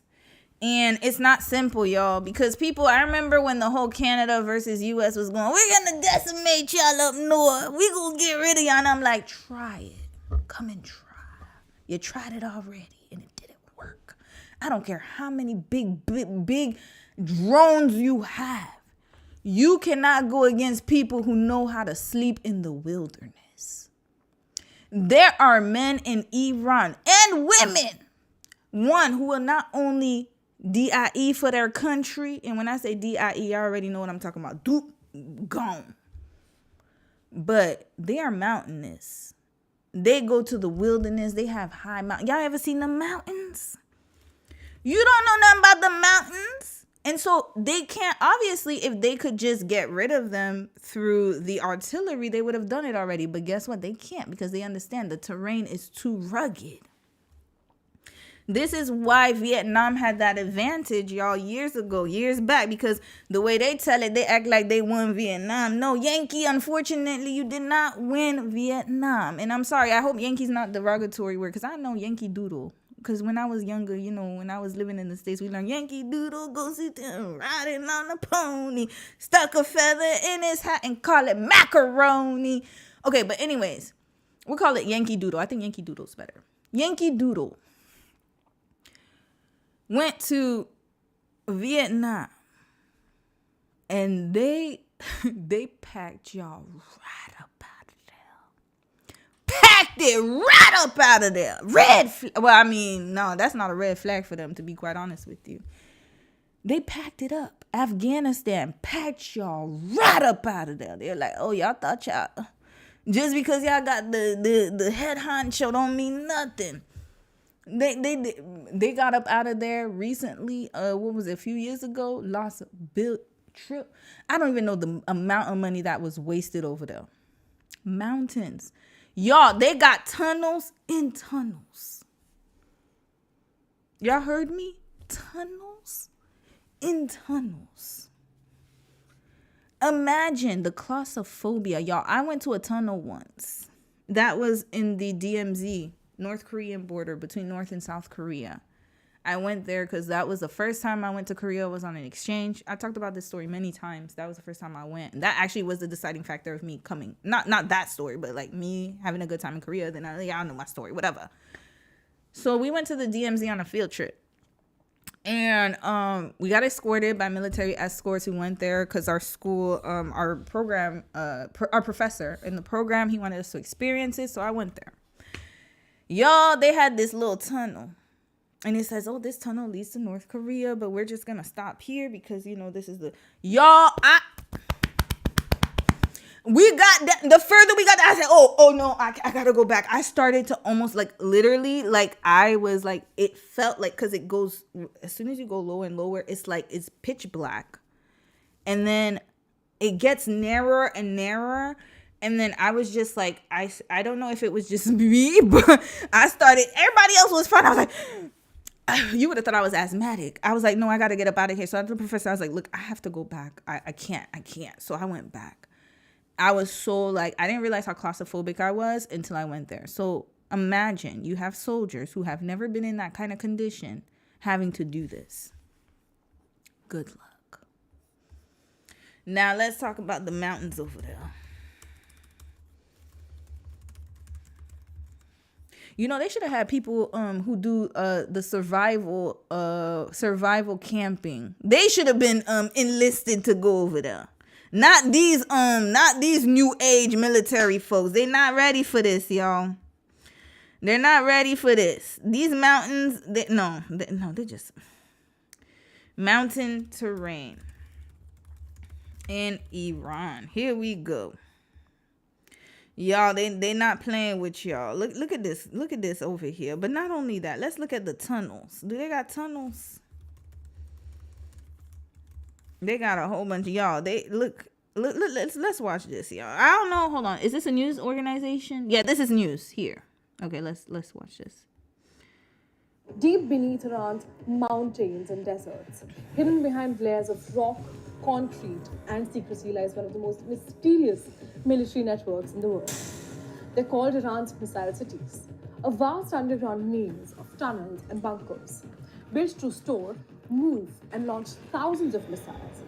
For years, Iran portrayed them as untouchable fortresses, a weapon of deterrence against Israel, United States, and of course, the West. But in the current war, those same bunkers... Oh, wait, can y'all see this? Oh, I hope y'all not censored over there. Wait, maybe... Let me know if y'all get censored with this stuff. Maybe turning into if y'all are censored. I don't think you guys are censored Iran with this. spent decades building these underground bases. Military engineers carved tunnels into mountains, buried launch sites beneath hills, and then created hidden depots stretching for kilometers. Inside them sit ballistic missiles, cruise missiles, drones, launch vehicles, and everything else. Rows of weapons, waiting to be rolled out and fired. The IRGC calls them the backbone of Iran's missile strategy. They've been ready for this, y'all. They're very confident.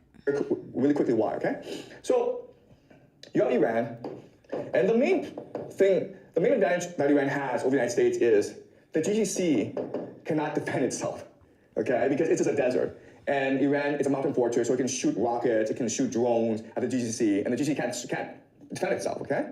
Before they thought these US bases could defend against Iran, but now you recognize these US bases can't defend themselves either, okay? All right, so the other thing that Iran did was close off the Strait of Hormuz. Okay, they closed off the Strait of Hormuz. And this is important because the GCC then exports oil to Asia and gets back food, okay? So the GCC basically requires the Strait of Hormuz in order just to survive, okay? Now, let's just say the US, Donald Trump's like, you know what, screw this. This is a stupid war. The Middle East is stupid. We're going to go home, okay? What happens now? What happens is that Iran says to GCC, hey, man, you attacked us. You destroyed our infrastructure. You destroyed our economy. You have to pay compensation, okay? Right? Also, hey, man, now we control the Strait of Hormuz, so if you want to use Strait of Hormuz, you have to pay us a toll. You have to pay us a tax. Right? So all this money of the GCC before it's going to the United States to fuel the US economy. Now where does it go? It goes to Iran. Right? That's a lot of money, man. We're talking about trillions and trillions of dollars. And what will Iran use with this money? It will use this money to repair its economy. So in 5 to 10 years, this is going to be an economic miracle. Where now Iran is able to industrialize really fast. And as a result, what's going to happen? What's going to happen is that if the United States leaves the Middle East, Iran becomes the superpower and controls the entire Middle East. Right? Yeah. Now Israel has nuclear weapons. And so what's going to happen is that Israel and Iran will sign a peace treaty. Okay? But the United States won't be involved. The United States goes home, doesn't get any money from the GCC. What's going to happen to the US economy? It's going to collapse. Why? Because the entire US economy is based on the stock market, on finance, on AI, on investment from the GCC, right? And it's backed by what? Fiat currency, which means that it's not backed by gold. You just printing paper. Red flag. So the question then is, can Americans go home? The answer is no, they can't. Because if they go home, the economy's going to collapse, and the people are going to have a revolution anyway. So you're better off sending people. Did his shirt color change?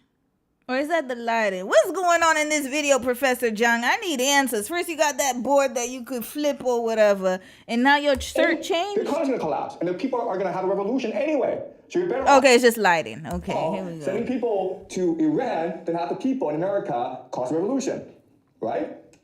Okay? So you're right in that it's possible that Donald Trump made a mistake. It doesn't matter if it was intentional or accidental. You have the same outcome. And strangely enough, this outcome that you have matches that, aligns with these different eschatologies in the world. All right, Professor Jung, I love your predictions, but there's one thing I disagree with him on. Y'all let me know in the comments. I'm about to read a few comments. I don't think the revolution is what you think it's going to be, Professor Jung. I don't think so. Because I don't know. I don't know. I could be wrong. I feel like people are sleeping. People been sleeping. They still sleeping. They are sleeping. And there's still some supporters out there. They still believing in Agent Orange. I don't know though. It might happen, but I don't know if the revolution is what, I mean, maybe it's what Kendrick was talking about. That revolution, I don't know what revolution he talking about. But the way I see people right now that can barely have a 5th grade education level, it's going to be hard to get them in line. I'm just being honest. There's too much rogueness going on. I think he's just like the AI. Remember that robot? The one guy who built that, and I'm being honest, I said it's not going to work in the USA. It's not going to work in Canada either. They need to pack that up in Asia. They're going to take care of that. The robot, was it the robot that was delivering food or whatever? I don't remember. But yeah, Professor Jung, so I appreciate you. For everything else, I agree. But with that part, I don't. And I could tell, I don't think he spent enough time in North America to have this observation. Because first of all, we are slow as hell. And when I say slow, I don't just mean physically slow. We're physically slow. A lot of us are overweight, myself included. We ain't running nowhere. Half of us can't even run a mile. Remember they did that military training. Didn't they do that a few years ago? The U.S. military was sounding the alarm because too many people weren't fit to be in the military.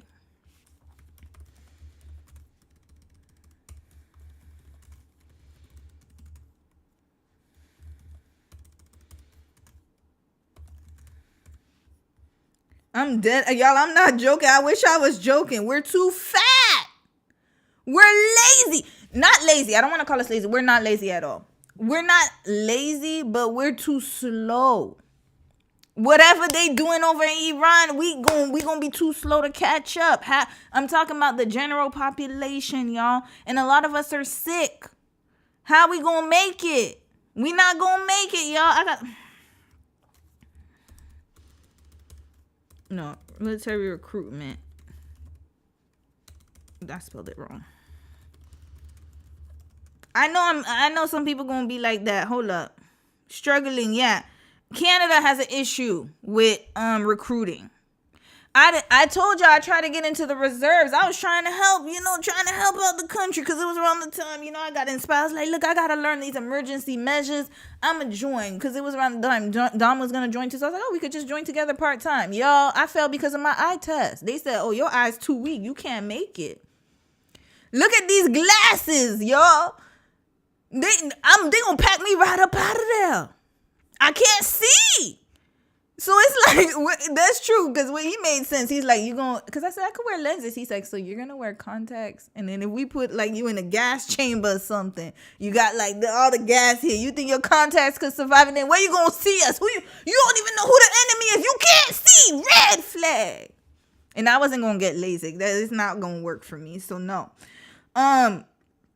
It was recruitment issues, obesity. We gonna find, y'all think I'm joking. It was a few years ago. It was here, 2024. Obesity is costly, growing problem for U.S. readiness report. This is the real deal, Professor John. So don't believe the hype. Don't believe the movies where you see the, oh yes sir, yeah. No. Major pain And what's that other movie? They had Major Payne and all those military movies, like, you know, those forces. Oh yeah, God bless them. And no, they don't look like Dom, y'all. Most service people, yeah, maybe yesteryears, but now they have a problem, y'all. People couldn't even fight. They couldn't even pass the test. Here, only 3% of the people in the military can successfully lose 5% of their body weight and keep it off longer than 12 months. And I'm not going to lie to y'all. I'm going to be a little too honest right here, but I got to be honest. When I was going through my test, I got mad. You know why? I failed because of my eye, right? But then I looked at the person who tested me and I said, I don't think she passed that test. If they tested that person, it's not just one. I saw a whole bunch of people in that office. I was like, if they tested you right now, I don't think you could pass that test they put me through. They made me lift a whole bunch of sandbags. I had to run back and forth. I passed. I failed the first time, but then I passed the second time. Ooh, that test did me, and I proved myself, and then I lost out on it because of my eye. But then again, you know, it's a blessing because without that happening, I would have never done case studies. Here we go. So maybe that did happen. One eye, y'all. One eye. Anyways, point is that Professor John, you need to reassess. We're not ready. There's no revolution. Where the couch one, there's gonna be a revolution on the couch for most people. I gotta be honest. I could look outside right now and I'm gonna tell you, 1/3 of us. No, I even put it higher. We're not ready. We're not ready at all. None. I say like maybe a small percentage. Like I got one of my ED. He does wilderness training. He's very fit, so he could survive. Dom could survive too. He one of them. You know, he built strong, built tough. But look at his wife, y'all. No chance. My brothers, my cousins in America, please. Where? We got to be honest, man. What revolution? People just want to survive, go to work. We just want to eat our food, watch our shows, and chill. Why can't y'all leave us alone? Damn, red flag. We don't want this. Nobody wants this. We don't care. We're trying to do self-care. I'm trying to grow this out. I'm trying to have my skin glowing. Thank you, sis, who told me that girl from Rihanna. I'm trying to do that. I don't want to be out here sitting thinking about a revolution.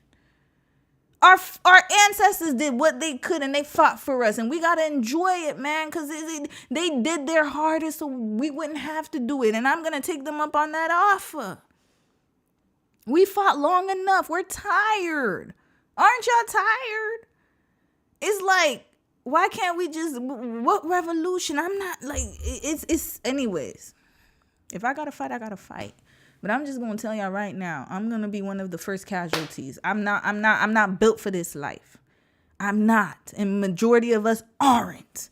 Okay? So Professor John, get your facts right. And I'm not just talking about US, Canada, too, all of the Western countries. We all potatoes, man. We can't make it. A lot of us cannot make it out there, y'all. You know what they're going to do to us? They're going to take us as the, I don't want to say it like that, but it's the truth. We're going to be held for ransom.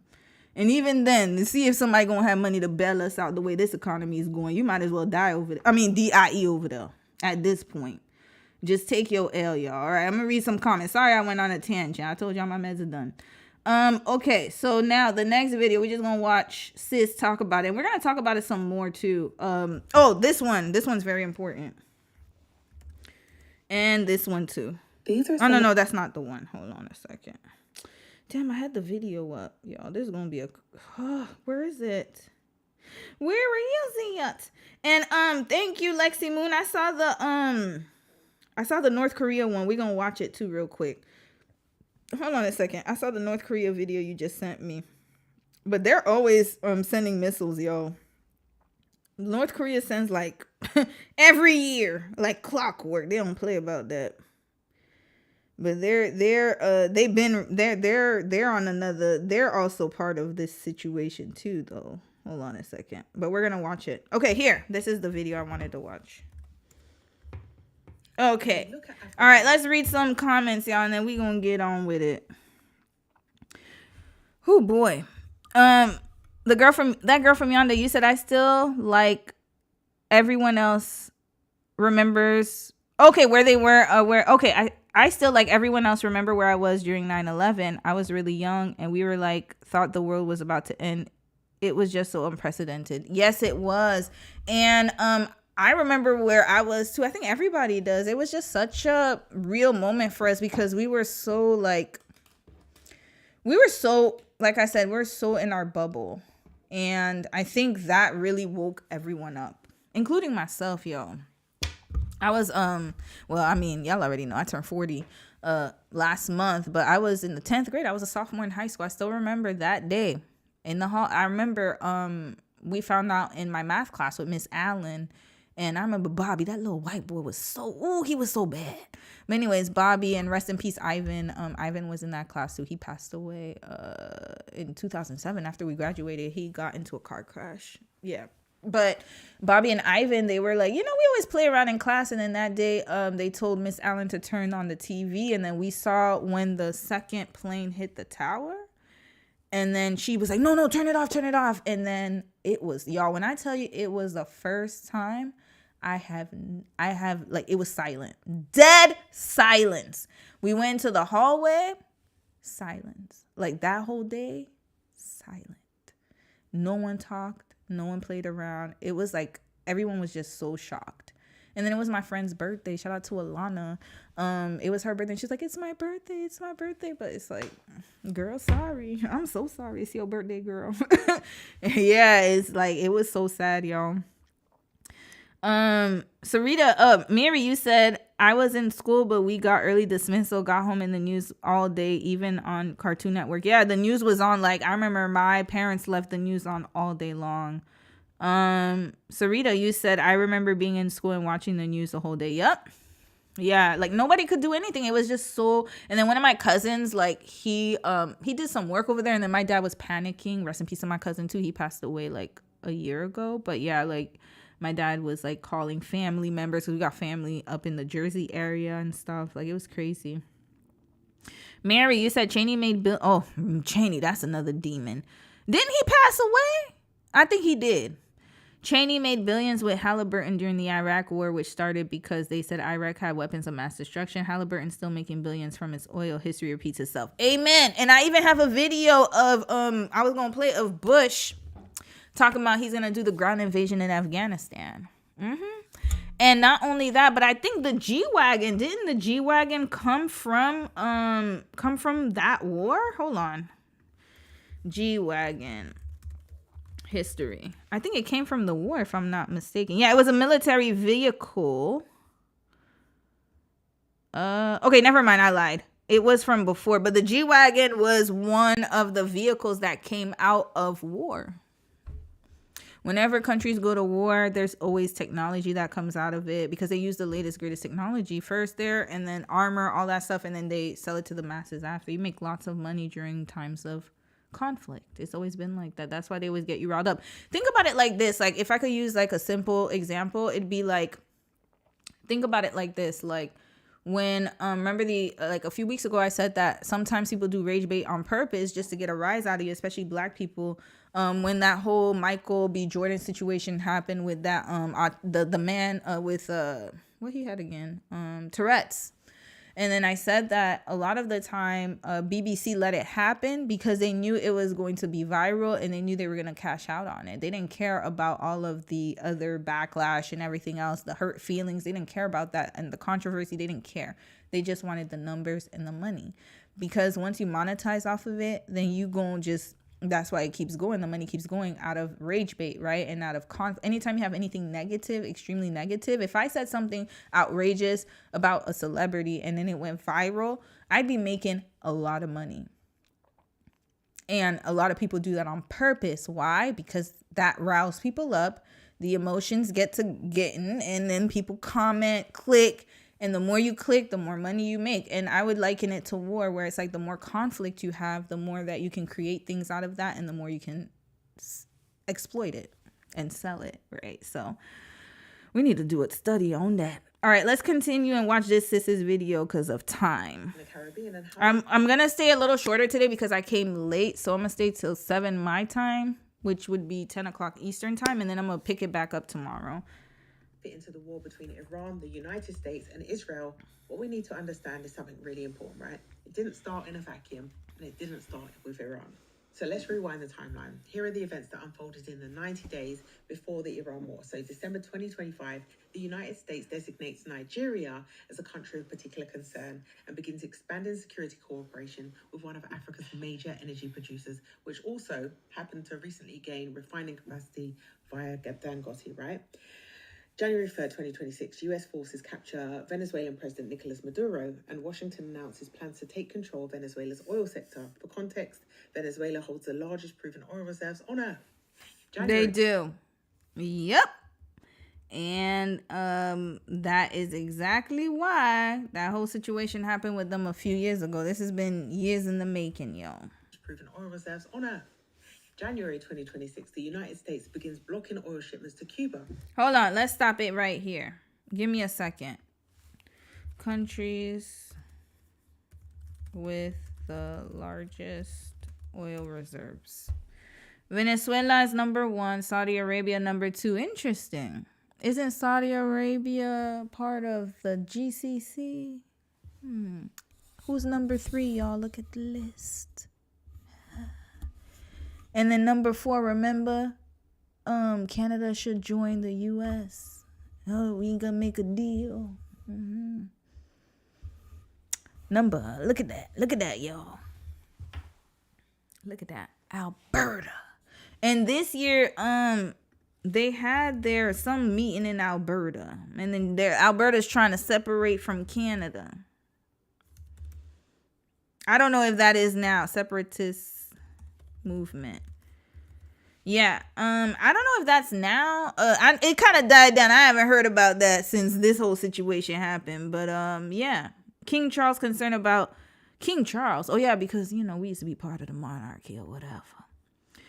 Yeah, what is going on, Guardian? Okay, I'll donate later. King Charles concerned about Alberta separatist movement. First Nation chief said. Okay, look at him. Did he fix his teeth yet? You know what? Let me stop. This is not the time for that. All right, let's continue, y'all. So notice the countries that he targeted. Here we go. All on the list. All on the list. So he hitting them, knocking them one by one. So Canada, what's going on, y'all? We need to have a group meeting. We might invite some of y'all over, but y'all you gotta let us know. You gotta prove your alliance a little bit, your allegiance. Let me stop. But on the real note though, like this reminds me of y'all remember the Simpsons episode when they had that secret society when Homer joined, and then he had to do all of this crazy Illuminati type of crap. Yeah, that reminds me of that. But anyways, predictive programming. I'm sure they already predicted this whole situation happening, but it's very interesting here. So yeah, here we go. Where's the U.S. on the list? Where are you guys? Damn, hold up. Let's go down this whole list. Iraq. Oh, didn't they go there? Oh yeah. It's starting to ring a bell, y'all. Starting to ring a bell. UAE. Oh, aren't they part of? Didn't we just go over the? Okay. Kuwait. Oh, aren't they? Yeah, they are part of that. And then U.S. is number 8. Y'all not even in the top 5. Damn. This is crazy. I thought Texas had all the oil. Russia. Interesting. Libya. Oh, didn't that thing happen with Gaddafi a few years ago during the Arab Spring? Oh, yeah. Nigeria. Didn't we just hear sis talk about Nigeria? Oh. Okay. Kazakhstan. I haven't heard about them yet, but they're part of the region of wouldn't they be considered? So yeah, I don't want to get the region wrong. It's near Uzbekistan. It's around there, y'all. I forgot what they would be considered. What region? Check on it later. Then China. Professor John, you got to get yourself ready. Qatar, Brazil, Algeria, Guyana, Ecuador, Azerbaijan, Norway. I'm shocked. Mexico, Sudan, India, Oman, Vietnam, Egypt, Yemen, and the list goes on and on and on and on. What's the last one? Damn, Ethiopia. Poor Ethiopia, man. Y'all gonna have to import a lot. Okay. Yeah, there we are, y'all. Damn, South Korea is not even on this list. Oh, Lord. I gotta tell Dom. Are they? Or maybe I missed it. Yeah, South Korea ain't. Damn, yeah. Woo. Oh, yeah, South Korea is not even here. Okay. Benin's on there?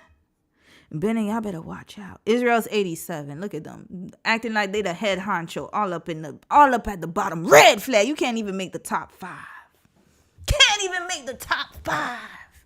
All right, let's continue, y'all. January 2026, the United States begins blocking oil shipments to Cuba, cutting off the Oh, yeah, put your volumes up because she speaks very softly. Venezuelan supply that had helped sustain much of the Caribbean energy system for decades and deepening pressure on one of Washington's longest standing adversaries, right? January 28. Political meetings begin over Libya's future and its oil sector. Libya holds Africa's largest proven oil reserves, right? February 3rd, Saif al-Islam Gaddafi's son, one of the few figures analysts believe might have been able to finally unify Libya, is assassinated. Within weeks, he was? Oh, I missed that. Wait, what's his name? Future and its oil sector. Libya holds Africa's largest I didn't know that. Reserves, right? February 3rd, Saif al-Islam Gaddafi. Saif, what's his name? Saif al-Islam? Saif al-Islam. Okay. I'm learning something new. Thanks, sis, for this video. Let me go subscribe to her. Where's she at? Charmaine Hayden. Sis, thank you for this information. I did not know. This wasn't even publicized. Nobody talked about it. And I'm deep in the trenches all the time. But I missed this one. February 3rd. Interesting.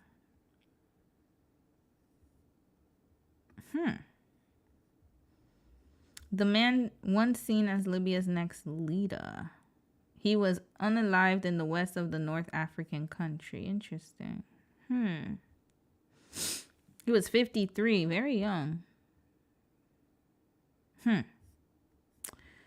Okay. Yep. So and this is the thing, they play the same tricks. They can't even evolve. I'm not talking about Libya, I'm talking about Yankee Doodle and the cronies. They can't even evolve their whole tactics, y'all. They do this all the time. This is all connected, y'all. All them civil rights leaders, all of everybody, every African leader you seen trying to overthrow the system and the colonization, trying to make a free market, gone. Gaddafi's son, one of the few figures analysts believe might have been able to finally unify Libya, is assassinated. Within weeks, Western oil companies moved quickly back into Libya, signing multi-billion-dollar deals to develop Africa's largest proven oil reserves. February 28. The United States and Israel strike Iran, one of the largest oil producers in the world, and the Strait of Hormuz collapses into crisis. Now, if we pause for a moment and look at the calendar again, right? Nigeria, Venezuela, Cuba, Libya, Iran, some of the most strategically important nodes in the global energy system today. And when you look at those events together, the pattern becomes a little bit difficult to ignore. And this already matters for Africa and the Caribbean. When energy systems tighten, the first effects appear in shipping and insurance, right? Yep. Costs within days are spiking. Fuel prices usually follow within weeks. And within a few months, those pressures begin to show up in transport costs, electricity prices, and food prices. And by the way, let me go find the video of the TikToker who talked about the electricity, because electricity is not just to keep your house warm, but that's very important because you're going to have a winter, the cold winter. Winter is coming.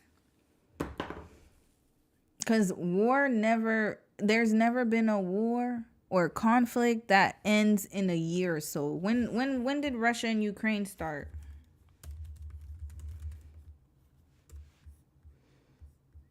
When did that start?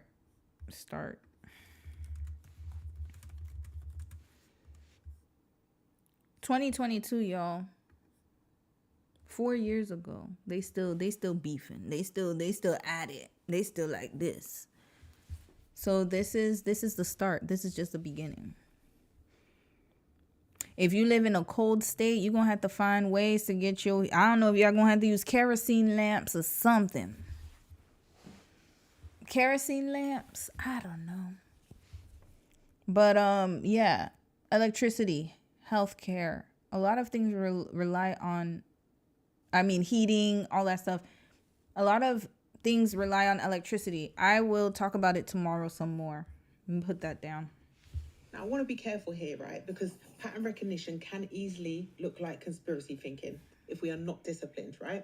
I am not saying that there is a single master plan laying around somewhere, right? And history shows that when major powers intervene, the decisions are rarely driven by one country alone. They're usually shaped by how that country fits into the wider strategic system that connects regions like Africa and the Caribbean to global energy and trade. What I'm saying is that major powers think in resource terms. They think in energy systems. And when those systems move, oil prices move, shipping costs move, currencies move, and food prices move with them all, right? And across the series, I'm going to be breaking down how those shifts... Oh, she got a whole series? Thank you, sis. ...currencies and food prices, and what it means for African and Caribbean economies. Episodes are now live on my YouTube. The link is in my bio. There's also a Spotify link.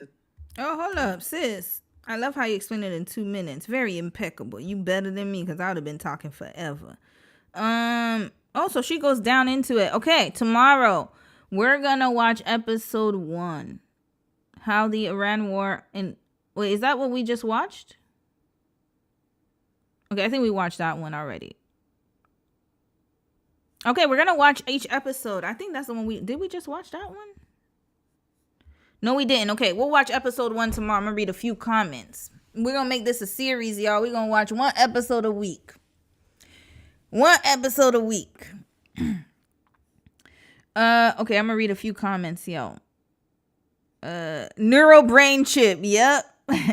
Yep. That girl, we gotta talk about that. We'll write that down. That girl from yonder, you wrote, girl, don't say his full name. It's like summoning. Mary in the mirror. Oh, you remember Bloody Mary once? Bloody Mary twice? Bloody Mary 3 times? You're right. Oh, yeah, we used to do that. We were crazy. Crazy kids. Paradise. What's Paradise?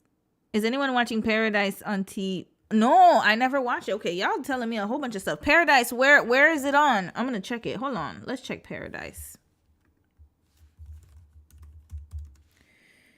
Oh, this show. Okay, we might need to. It's on Hulu, Disney Plus. Oh, I can't watch it on them no more. I forgot what they did. They pissed me off, and then what did Disney Plus do? They pissed me off where I took away my subscription.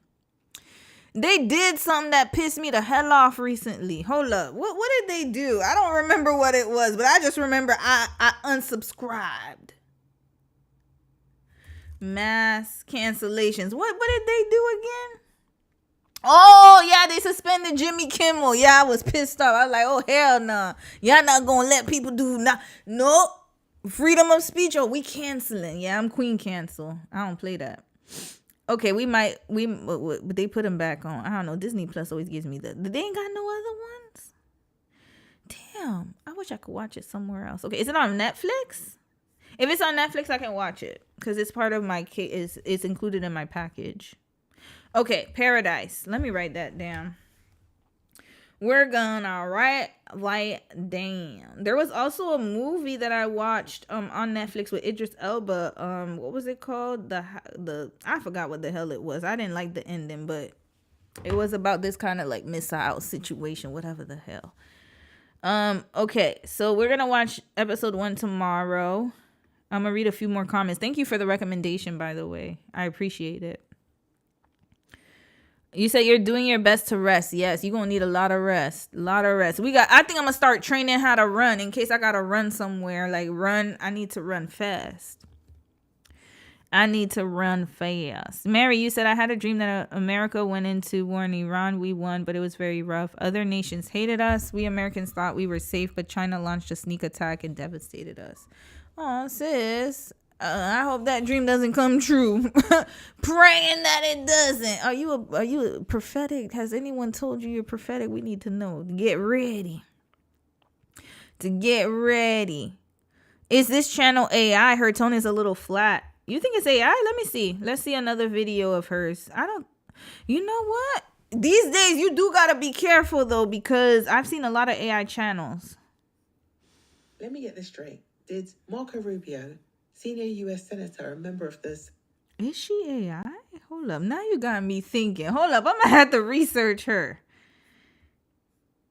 Can we see you moving? You see, y'all know I'm not AI. I am anything but AI. I'm too dynamic.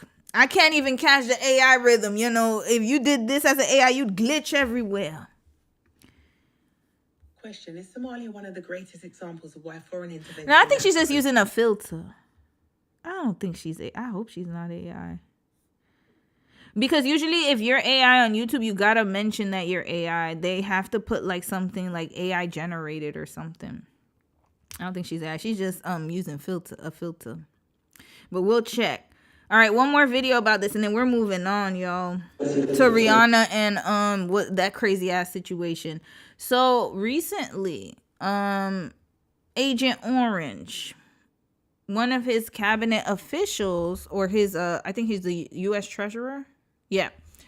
He got pulled away from an interview by Agent Orange and he came back visibly shaken. And we're going to watch this. We're going to watch this because it went viral. Oh, okay. No problem at all. See you shortly, Mr. Secretary. You can work that in. Mr. Secretary, I have to say, it's a first, I'm sure, a loss as well, that an interviewee's been pulled away to go to the Situation Room. How's the president? Was he? In case you guys do not know, Situation Room is the war room. So that's where, you know, the leaders, you know, in the you know, they have something pressing to talk about. Y'all ever watch Game of Thrones? When Rob used to have, you know, rest in peace, Rob. I'm still mad about the Red Wedding. But anyways, when Rob used to have this whole strategy meeting behind the curtains with his troops or whatever, that's literally what this is. Was he stressed? No, the president is in great spirits. The Iranian mission is proceeding well ahead of schedule. And, you know, I have to tell you, Wolf, that I have a teenager who's considering military service. And I can give this team my highest compliment, from President Trump to the head of the Joint Chiefs to the Secretary of War. I would say that I would trust my child's life in their hands. Can we run this back? Are you in distress, Mr. Scott Bassett? Red flag. I know he told you to say something. He did the same thing he did to Nancy Gautry's mom to you, didn't he? Where's Savannah's mom? What happened to Savannah's mom? Did they find her? Where is she? I have a feeling she's going to come out of nowhere soon. Oh, okay. We're going to run it back one more time. Okay. No problem at all. See you shortly, Mr. Secretary. You can work that in. Mr. Secretary, I have to say, it's a first, I'm sure, a loss as well, that an interviewee's been pulled away to go to the Situation Room. How's the president? Was he stressed? No, the president is in great spirits. The Iranian mission. First of all, when you hear somebody say somebody's in great spirits, you know something's wrong. You know, let me tell y'all something, because in case you haven't been watching this channel for a long time, my daddy got locked up a few years ago in Haiti. It's a big story. I can't go over it right now, but it involved him, some other folks in the seminary school, ransom money, because it was around the time, you know, people had to get kidnapped and ransom and whatever. But whatever. Anyways, I had a family member who shall remain nameless until I get pissed off enough to say names, but I'm not there yet. We're going to keep it cute. So every time we would ask about my dad, because, you know, that family member was in Haiti, they were on the ground, they would say, oh, he's in good spirits. Red flag. I don't want to hear that. I want to hear the truth. Good spirits. He's in good spirits. What that mean? I don't like it when people say that. Now, ever since that happened, I don't like to hear that word. That's a red flag to me. It's a lie. He's in good spirits. What's in good? Something's off. Look at his voice shaking and trembling. Great spirits. The Iranian mission is proceeding well ahead of schedule. And, I have to tell you, well, Hold on. Oh, that sorry. Let's I have finish. a teenager who's considering military service, and I can give this team my highest compliment, from President Trump to the head of the Joint Chiefs to the Secretary of War. They say that I would trust my child's life in their hands.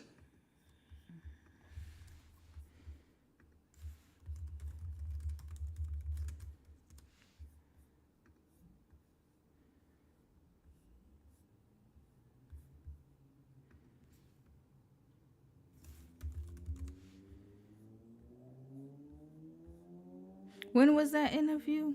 A day ago. I need something recent. YouTube, you gonna give us? You know what? YouTube be on some BS.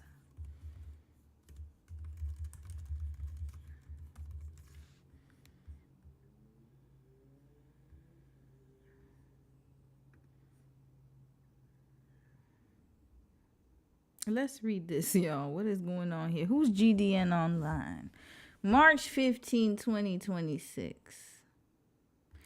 Did Bahrain get the memo? Did they get the memo? Here. Did they get the memo on this? Iran targets, let me use names, my bad. Iron targets, what did we call them again? The Rosh Hashanah folks. Rosh Hashanah embassy in Bahrain. Okay, this was okay. Once again, the Middle East has been plunged into war. Okay, that's not what I want to hear. Okay, what's this? Gulf Daily News. Okay, we gonna have to believe y'all because y'all on the gram. Bahrain slams Iranian strikes in letter to the UN. They want to get out of this. They're like, look, I'm assuming they want to get out of this if they're going to the UN. Bahrain's permanent mission to the UN has submitted identical letters to the UN Secretary General and the Security Council President. And y'all want to know who's on the Security Council? Fun fact. All the countries, no, not all of them. I think it's US, Russia, China, of course. And I forgot the other two countries. And guess who has veto power? You guessed it. I'm a Yankee Doodle Dandy. There we go. So nothing could get through. And if something goes through, they could say, nope, we don't want to do it. And then done. Finished. Who's part of the Security Council again? We had to learn that in school.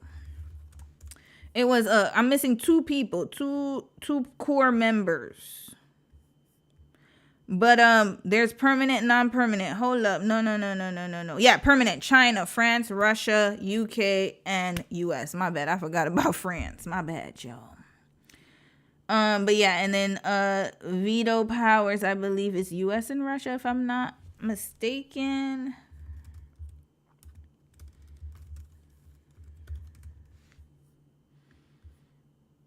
Yeah, the power of 5. But hold on. Oh yeah, they can veto. My bad. They can veto those 5 countries. So they never gonna get along. They're already in conflict with each other. Then you have the other non-permanent members. So Bahrain is one of them. So yeah, they're doing what they can. Hold on, let me find this letter on the Security Council website because I gotta make sure this is a legit letter. We gotta make sure that this is legitimate.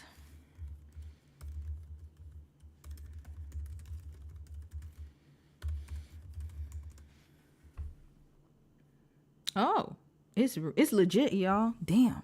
It's in the United Nations Digital Library. Hold up. Wait a minute. This was on March 2nd. Is this the same letter? Hold on. We're going to read the letter, y'all.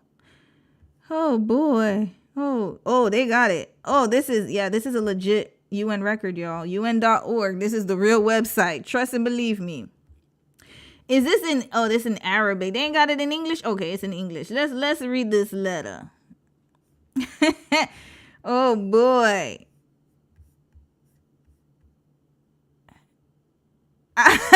Okay, let's read it. Maybe it's not going to say much. I have the honor. I'm not reading all of it. I'm just going to skim through it. I have the honor on behalf of the states members of the court. Oh, by the way, my Americans, we add OU. Yeah, this is the British way of spelling. On behalf of member states of the Cooperation Council for the Arab States of the Gulf, the UAE, the Kingdom of Saudi Arabia, the Sultanate of Oman. I didn't know that's their full name. Okay, interesting. The state of Qatar and the state of Kuwait and the state of Kuwait and the Kingdom of Bahrain. And in the capacity of Bahrain. Sorry, I gotta say it properly. Bahrain. We'll call it Bahrain. As president of the 46th session of the Supreme Council of the Gulf Cooperation GCC, to transmit herewith a statement of the Ministerial Council. Damn, he talking about the ministers. That's when you know it's real.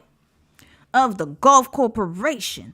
I would be grateful if you could have the present letter and its annex brought to the attention of the members of the Security Council and circulated as a document of the Security Council. Please and thank you. And Jamal, okay, my brother, Jamal Faraz Al-Rawai. I'm sorry if I mispronounced your name in the holy month, my guy. Ambassador. Permanent representative. Okay, how many pages? Oh, this is only 3 pages. Okay, let's skim through this. Very important, and we moving on. This is going to be a continuation, y'all, because we're going to talk about this. Annex to the letter. Okay. Statement of the Ministerial Council of the Cooperation Council of the Arab States of the Gulf on Iranian attacks against its member states, issued as at its 50th extraordinary meeting held on Sunday, March 1st. Okay, on Dom's birthday. Lord, Pisces season. Oh, it's going to be emotional. The Secretariat, Rydia. Okay, they say a whole bunch of stuff here. The meeting was held to discuss, you know what, let's make it larger so y'all could see. It was held to discuss Iranian missile and drone attacks on the Kingdom of Bahrain and the state of Kuwait. Okay, all of them. Which began on February 28th of 2026. The Ministerial Council took stock of the extensive damage caused by the treacherous attacks by Iran against those countries. Civilian facilities, service sites, and residential areas had been targeted. Significant material damage had been caused. The security, safety, and lives of civilians was under threat, and peaceful citizens and residents were being terrorized. The council discussed measures and steps to coordinate efforts to restore security and stability and bring about peace in the region. They didn't think Iran was going to do all this damage, y'all. That's what's going on right now. They're like, hold up. Y'all started all of this Yankee Doodle and Rosh Hashanah. Y'all better get up in here, because what's going on here? You know, Yankee Doodle's part of the council, so yeah. The Ministerial Council expressed its rejection and condemnation in the strongest terms of the criminal Iranian attacks against the GCC states. Because they're like, how we get in it? We ain't nothing to do with it. Go and hit them up. Tupac, why are you here? That's what they said. Because they're trying to figure out what we got to do with this. We didn't have no beef with y'all. But then remember, they're an alliance and they're sending money over there. And so Iran is doing what Iran has to do. Because, I mean, if you think about it from a strategic standpoint, do I agree with it? No, I think that I don't agree with any war. I think it's just pointless, in my opinion. It's just a bunch of men with egos. That's literally what war is. I gotta be honest. Who has the biggest weapons? It's like, who has the biggest pain? I feel like that's what it is. It's the war of the weapons. All because of ego and greed. So that's why I disagree with war. There's no good reason to have war, in my opinion. However, we're already in it. But with these countries, I have to agree. Like, we have nothing to do with this. We're just trying to live our lives. We got our civilians who are being attacked by this. And all because Yankee Doodle and his homeboy, they couldn't get it together. So now, continuing, there's serious violation of those countries' sovereignty and the principles of good neighborliness. But I'm sorry, Mr. Bahrain and Jordan as well, because he added Jordan to this. But red flag, where were you when they was going in Gaza? You were nowhere to be found. Where were you? Where were you? Or did you, what happened? Did you guys turn a blind eye? But now it's in your backyard and you're like, oh, what happened to brotherly love, brother? But when they was decimating all them people in Palestine, I don't remember y'all was doing that. I don't remember that. I remember Jordan did take in people reluctantly, But I don't remember that it was this big force of power. You didn't do anything. You stood silent while they were decimating that place. And then now that they're in your backyard, all of a sudden you want people to care. And I'm not saying we shouldn't, but I'm just saying. Continuing on. So basically, yes, they wrote the letter, y'all. Oh, Lord. Despite numerous diplomatic efforts by the GCC states to avoid escalation, there's no avoiding escalation. Y'all done took away their Ayatollah. They're not playing with y'all no more. You took away one of their head leader. At this point, it's up and stuck for them. They don't care about y'all. They're not going to try to be peaceful. I'm just letting y'all know that. Okay, so now they wrote this letter here. And then remember, this is what this man had to say. Hold on, let's go back. Remember what he said, y'all. One more time, and then we wrapping this up for today. Sorry, the president wants you. Okay. No problem at all. See you shortly, Mr. Secretary. You can work that in. Mr. Secretary, I have to say, it's a first, I'm sure a last as well, that an interviewee's been pulled away to go to the Situation Room. How's the president? Was he stressed? No, the president is in great spirits. The Iranian mission is proceeding well ahead of schedule. This was what, March 2nd? March 3rd. What day are we today? And then hold up. When was hold on. When was the next one? Is this the same letter? We gotta figure this out. Was this the same? Oh no, this is a new one. So here, they submitted identical letters. So the first one was the one I read. Now they done sent a fifth official communication. Fifth. They sent 1, 2, 3, 4, 5 letters. So the one I read was probably the first one. And it provides information and statistics on the attack that Bahrain has been facing since February 28th. And then they noted that the attacks form part of successive waves of missile and drone strikes. Since the beginning of the attacks, Bahrain Force Air Defense have continued to respond to incoming threats. Okay, And then continuing targeting of civilian facilities and infrastructure.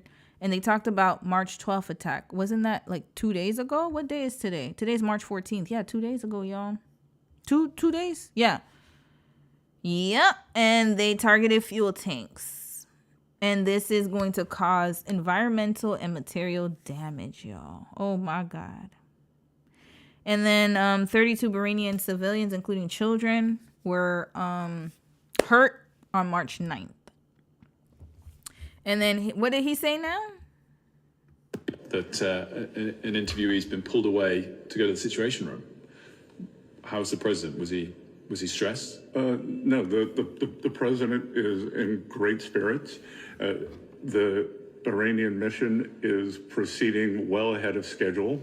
And I have to tell you, Wolf, that I have a teenager who's considering military service, and I could give this team my highest compliment from President. Okay, bye. Goodbye. Wrapping you right up. You and your son. I'm sorry to your son, but good luck and Godspeed. We'll wrap this up right now.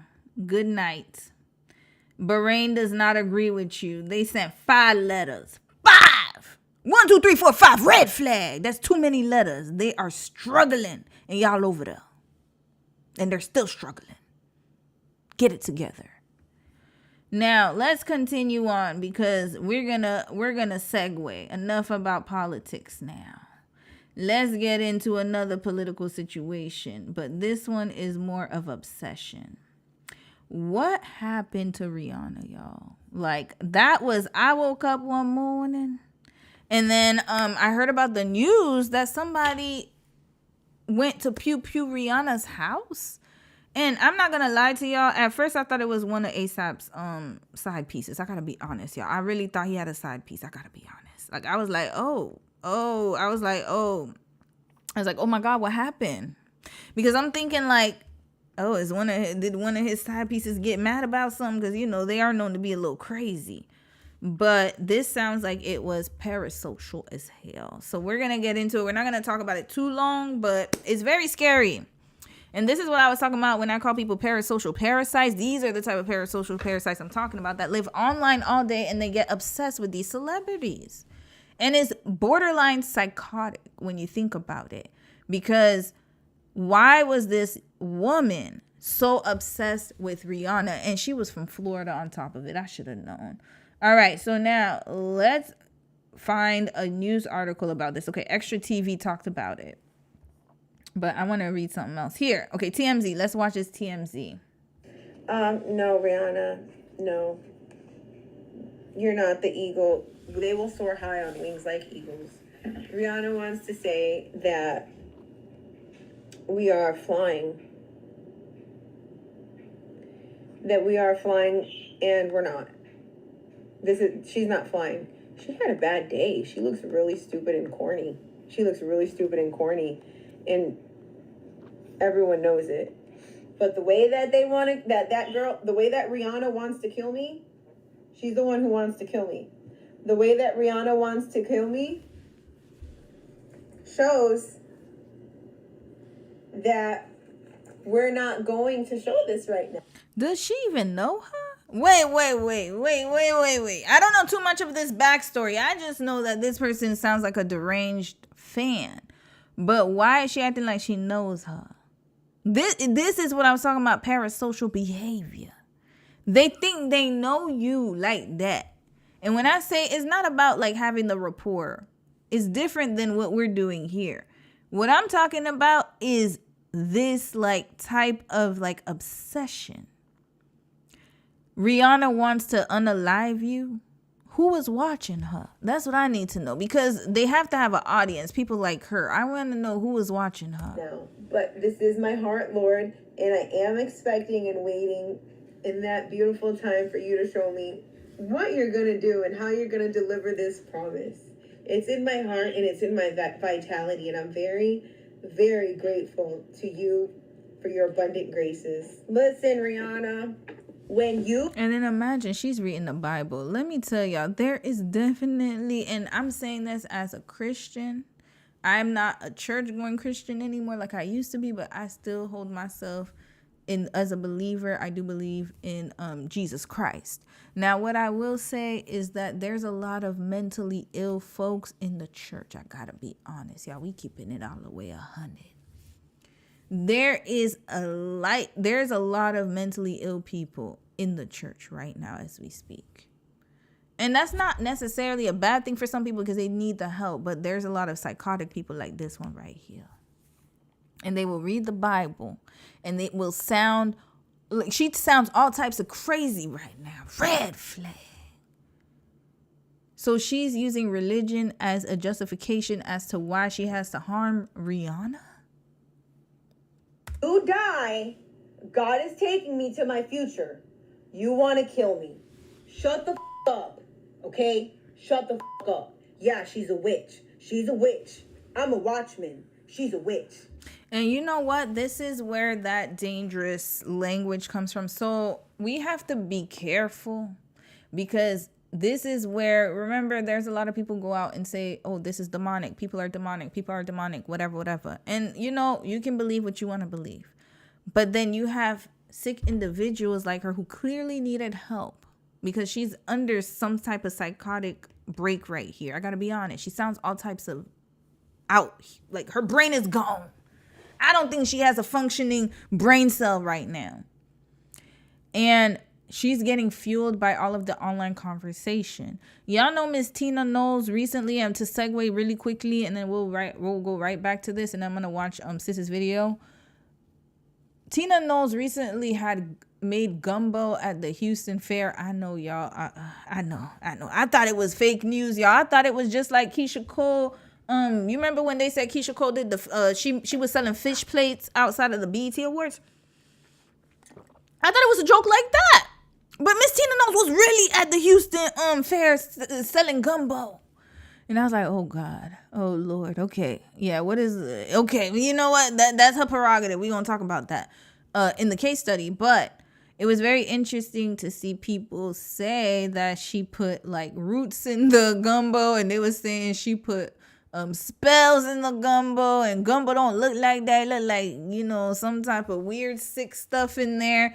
And I was like, you see, this is where that conversation is coming from, like this. And then people get amped up about it, and then they find people, like-minded people like them, and then they keep talking about it. And again, do I believe in demons? Absolutely. 100%. But at the same time, like, not everything is demonic. Like, that's what I'm saying. Like, there's no break from reality and, you know, fiction. It's like everybody thinks everything is reality. And this is the problem that we have. Like, people don't know how to separate online with real life. And she's talking as if she needs to be the one to, God sent her on a mission. You see, that's what I'm saying. That's how it starts.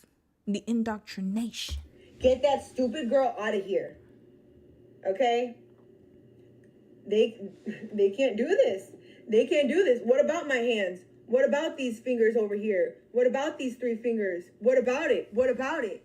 No, you're not here. You're rebuked. And even if you're here, there are many in this realm. There are many in this realm, and you are rebuked, and Jesus is the king, and you're just kicking and screaming on your way out and perishing.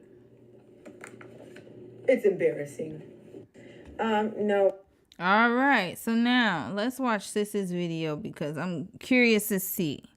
A therapist analyzed what happened with the Rihanna situation. So this woman, again, give a backstory. She went outside of Rihanna's house and she shot like 10 rounds. First of all, how did she get a pew-pew? How? You see, that's why I said there's no type of regulation. There's no way it can be, because half of these folks shouldn't even own one. Red flag. But somehow she was able to get one. And somehow she knew where Rihanna lived. I don't even know where she lives, and I don't care, because I have a job. Who was funding this woman? How was she employed? Who? There's no way she could be employed and do all of these activities. And this is why I say there's some enablers here. There gotta be some enablers, because how is she employed? She definitely cannot be employed in doing these activities. This is unemployed type of activities. There's no way. So I need to know who was funding her. How is she living? Who was taking care of her? That's what I need to know. The woman who allegedly fired shots at Rihanna's Beverly Hills mansion posted a string of unhinged videos that appeared to offer a bizarre motive for the attack. Ivana Ortiz claimed the pop megastar was stealing from her, was jealous of her, and was a witch with a devil's face in a series of clips on her YouTube channel. Stealing from her and jealous of her. Why? Because you are a preference? Like, what's going on here? Jealous of you for what? You sound crazy. The 35-year-old was arrested Sunday night after shots were fired at the pop megastar's sprawling property while she was at home. She was at home? Red flag! I'm glad they charged your ass. She was at home, y'all. Ooh. This could have not, and mind you, she has 2 children. 3? They got 3 kids. 3 or 2? I think they got 3 kids. Yeah, they have 3 kids. Didn't she just have the 3rd one, if I'm not mistaken? Her rambling social media posts depicted an obsessed stalker who held a vicious grudge against the singer for a raft of bizarre reasons. Yeah, she needed to get help. In one, she says, got Rihanna over there all jealous because how am I? Because her face is the devil. Rihanna's face is the devil. I don't like her, and she's always trying to steal from me. And she has not ever put out any music to reach people. She only put out her little music so she could do witchcraft. And so that she can steal from people. So everybody, please stop. Don't listen to her. Don't follow her because she's stealing from you. And even if that were true, let's say that Rihanna was doing that. Why is it any of your concern, miss? You are not the vigilante. You're not the justice warrior. Don't you believe in God? Don't you believe that he could handle it? But nope, you think you're sent from him? This is why when that pastor was saying, when we did the whole spiritual psychosis video, and the pastor was saying, God needs to use you. Like what he said, he was like, what he said? He said, hold on, I'm trying to remember. He said, God needs you. You're missing your blessing. If you don't take the call, nobody else is going to do it. God is going to be disappointed. Some rhetoric like that. And I said red flag for a reason because of this. She thinks that she's the one to do this because God needs his people. God needs you. And I said, God doesn't need you. You need him. Let's get that right. Stop it. This is where they're getting all this rhetoric from. We got to do a whole church series, y'all. Break it down. This is where that is coming from. So now she thinks she was sent by the Lord. She's his special messenger to go unalive Rihanna. That's her calling, the calling on her life. And she probably thinks she's doing a good thing, y'all. Even though which one? Thou shalt not kill. Is that the first commandment or the second? Make it make sense. Continuing. So you guys need to wake up and don't give that girl any attention. She can't come over here and steal my thoughts. She continued into another video. Even though the devil and Rihanna are really loud, God and Jesus Christ are doing something and myself. Here we go. Because the devil, he doesn't want it to be me, doesn't want me to be a Christian woman of God because that's what it is. I'm indifferent to Rihanna. I'm indifferent to a lot of you girls, devil. Rihanna and the devil may be loud. Hold up. They may be very loud, but that's not power. That's not power. Me and Jesus Christ are good.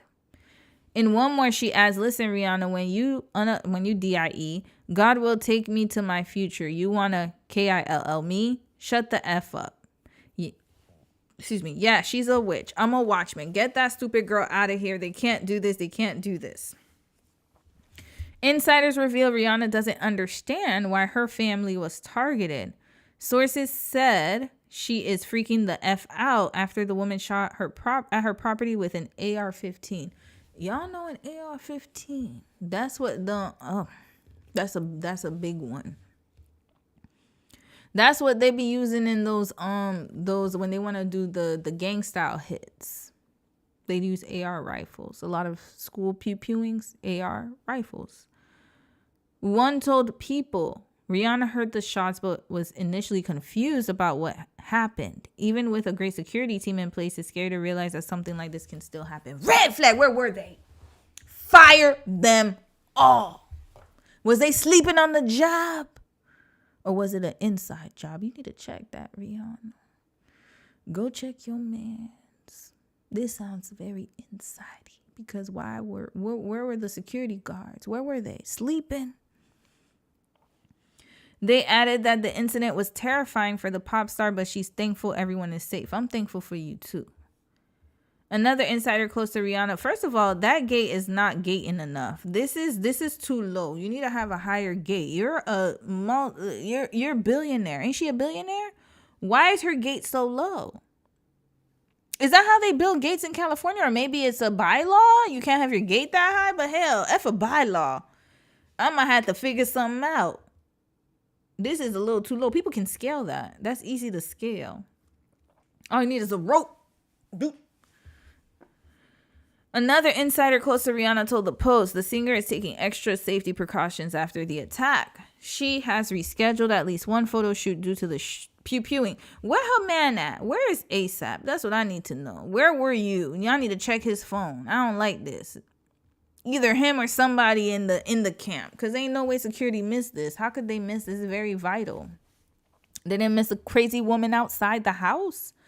And how was she able to pew-pew? Did she climb on a wall? Actually, I have more questions than answers. How was she able to do that with this structure here? She must have been able to climb. But then they don't have no infrared or something that goes off or no, something's off. Fire them all, Rihanna. I wouldn't trust nobody either. Sell your house, sis, and fire them. Get out of LA. Get out of California. Details about Ortiz's turbulent life began to seep out Monday morning, with it emerging that she was previously arrested for attacking her ex in front of their child. I'm not surprised. She was detained in June 2023 and charged with battery, domestic B or DV, following an incident from her ex-husband, whom Page 6 will refer to as John Doe, outside her apartment in Orlando, Florida. I told y'all she's from Florida. I knew it. Cuckoo. Was state known to be crazy. Cuckoo. I don't want to say that. Whatever. According to the police report obtained by the Post, Doe told a responding officer he and his ex-wife had agreed via text for him to drop their daughter off at her apartment. Is this where you're getting your funding from, alimony? That could be it, y'all. Ortiz allegedly told Doe not to be late, and an argument via text ensued. According to the officer who looked through Doe's phone, Ortiz texted her ex, you'll be getting socked on the nose tonight. I wonder if she has a history of mental health. We need to find that out. Does she have a history of mental illness? Is she undiagnosed? This is why I said it's important to get diagnosed earlier. The officer noted that at no point during the conversation did Doe threaten to do any harm to Ortiz. Instead, he said he wanted them to raise their daughter in peace. Okay, but why don't we have your face, Mr. Ortiz? Well, I guess it doesn't really matter, actually. Okay, this was her. She looked better here. I don't know what happened to her. Was it after you know what? Sometimes there needs to be a study done because she had a baby. I mean, I'm wondering if there's a certain type of psychosis that came out after the relationship. You know, some women go a little cuckoo after they end a relationship or marriage, right? But I feel like this was always the case. I think she was always she always had I don't know if she's diagnosed or not, but I'm pretty sure she always had signs of having a mental illness. I can almost guarantee that, but people just brush it off. Oh, he's just crazy. She's just wild. That's just her. She's just hot-tempered. That's just her personality. She's fiery. You know, she's a Latina. She's a fiery Latina. Whatever happened to what's her name? That girl that used to say it, Paris Milan used to say that. What happened to her? When Doe arrived at Ortiz's apartment, he said he began filming on his cell phone. When Ortiz opened the door, she allegedly called him a whatever, which led to a verbal dispute. So I'm assuming she said a slur here because that looks like a slur. Doe said he then instructed their daughter to leave with him. As he turned and began walking away, Ortiz allegedly lunged at him and attempted to grab his phone. He claimed she missed and lunged at him again, prompting him to push her away.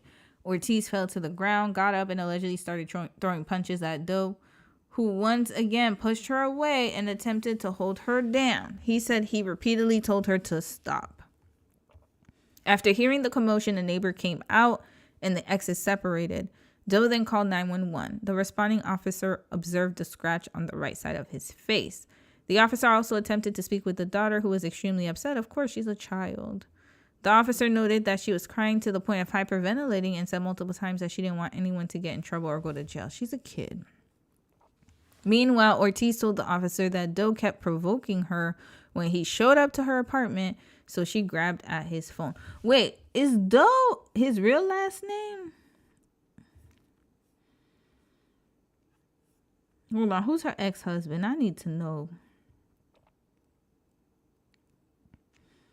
Okay, they refer to him as John Doe. I'm wondering if he's a brother, because she seemed mildly obsessed with Rihanna and Rihanna in particular. I think it was a brother, y'all. Okay, when she did, she allegedly... Okay, did we see that part? Yeah. Meanwhile, Ortiz told the officer that Doe kept provoking her when he showed up to her apartment, so she grabbed his phone, blah, blah, blah. Okay, we already read that part somehow. Ortiz admitted... Why do they keep doing that? Ortiz admitted that Doe used his hand to subdue her and not choke her, adding that she began punching at him to defend herself. I find Ivana Ortiz to be the primary aggressor of the above incident, the officer wrote in the police report, noting that the daughter was left in Doe's custody. Ortiz was arrested 3 months later. Okay. So it ramped up. So something was off, y'all. She was starting to go through it mentally. I can tell y'all right now. Not that it's an excuse, but it kind of gives us an indication as to where her mental state was. She sounds like she wasn't all the way there. And it could be the end. I need to know. They need to piece things together. But I guess we'll know when the case comes out, because I'm sure that she's not getting bond and they're going to throw her behind in jail forever. They're going to pack her right up. She was arrested 3 months later for allegedly violating pretrial release conditions associated with the domestic battery case. I'll just say it. She was also nabbed for careless driving in September of 2021 during COVID. Red flag. You weren't quarantining like everybody else. And it was Florida. Remember, they went maskless. In the weeks leading up to the pew-pewing, Ortiz posted a series of erratic messages. Yeah, that's how it starts. And videos on social media that reference several celebrities, most notably Rihanna. So who else did she mention? Parasocial, because she's unemployed. She has nothing to do. So this is why when people get too invested in celebrities, I know you don't have a job. And I know that you have nothing better to do with your time, which is very scary. And when I say obsessed, I mean like every day they track everything, who they're following, unfollowing, and then they do messages like that. They spend more time investing in that celebrity and riding for them. Riding. Add bad girl Riri, are you there? She wrote, because I was waiting for your AIDS 5-head self to say something to me directly instead of sneaking around like you're talking to me where I'm not at. Okay. There is no evidence to support the claim made in the social media post. In another date of February 17, Ortiz shared an image of Drake, rapper Drake, with the caption, when Drake found out Rihanna has AIDS, adding the hashtag champagne pappy. Several other posts also mentioned Rihanna in hostile terms. In a December 20th post, Ortiz wrote that she was already through with Rihanna while also referencing reality star Kim Kardashian. Wow, you see? Notice. I restricted that stupid B Kim Kardashian. You're hiding. Your turn hiding, B. Stop begging for a look. So notice how her aggression towards Rihanna was totally different than Kim. Y'all peeping, right? Okay. Ortiz continued referencing Rihanna in later posts. In a January 19 video tied to Martin Luther King Jr. Day, she claimed she was with at Bad Girl Riri, though it was unclear what she meant. Yeah, so she seems like she has racial issues. Are you also on that, ma'am? You sound like you're mighty mad and upset at Rihanna for unknown reasons, but notice how she stigmatized her with AIDS, so a disease. She called her 5-head, said a whole bunch of negative, derogatory things towards her. But yeah, I'm noticing, I'm peeping. What's going on here? So again, Lord, continue. Oh man, this is a long ass article. Oh Lord. Okay. In one of her most recent videos, she appeared to address rapper Cardi B while filming herself speaking into a mirror.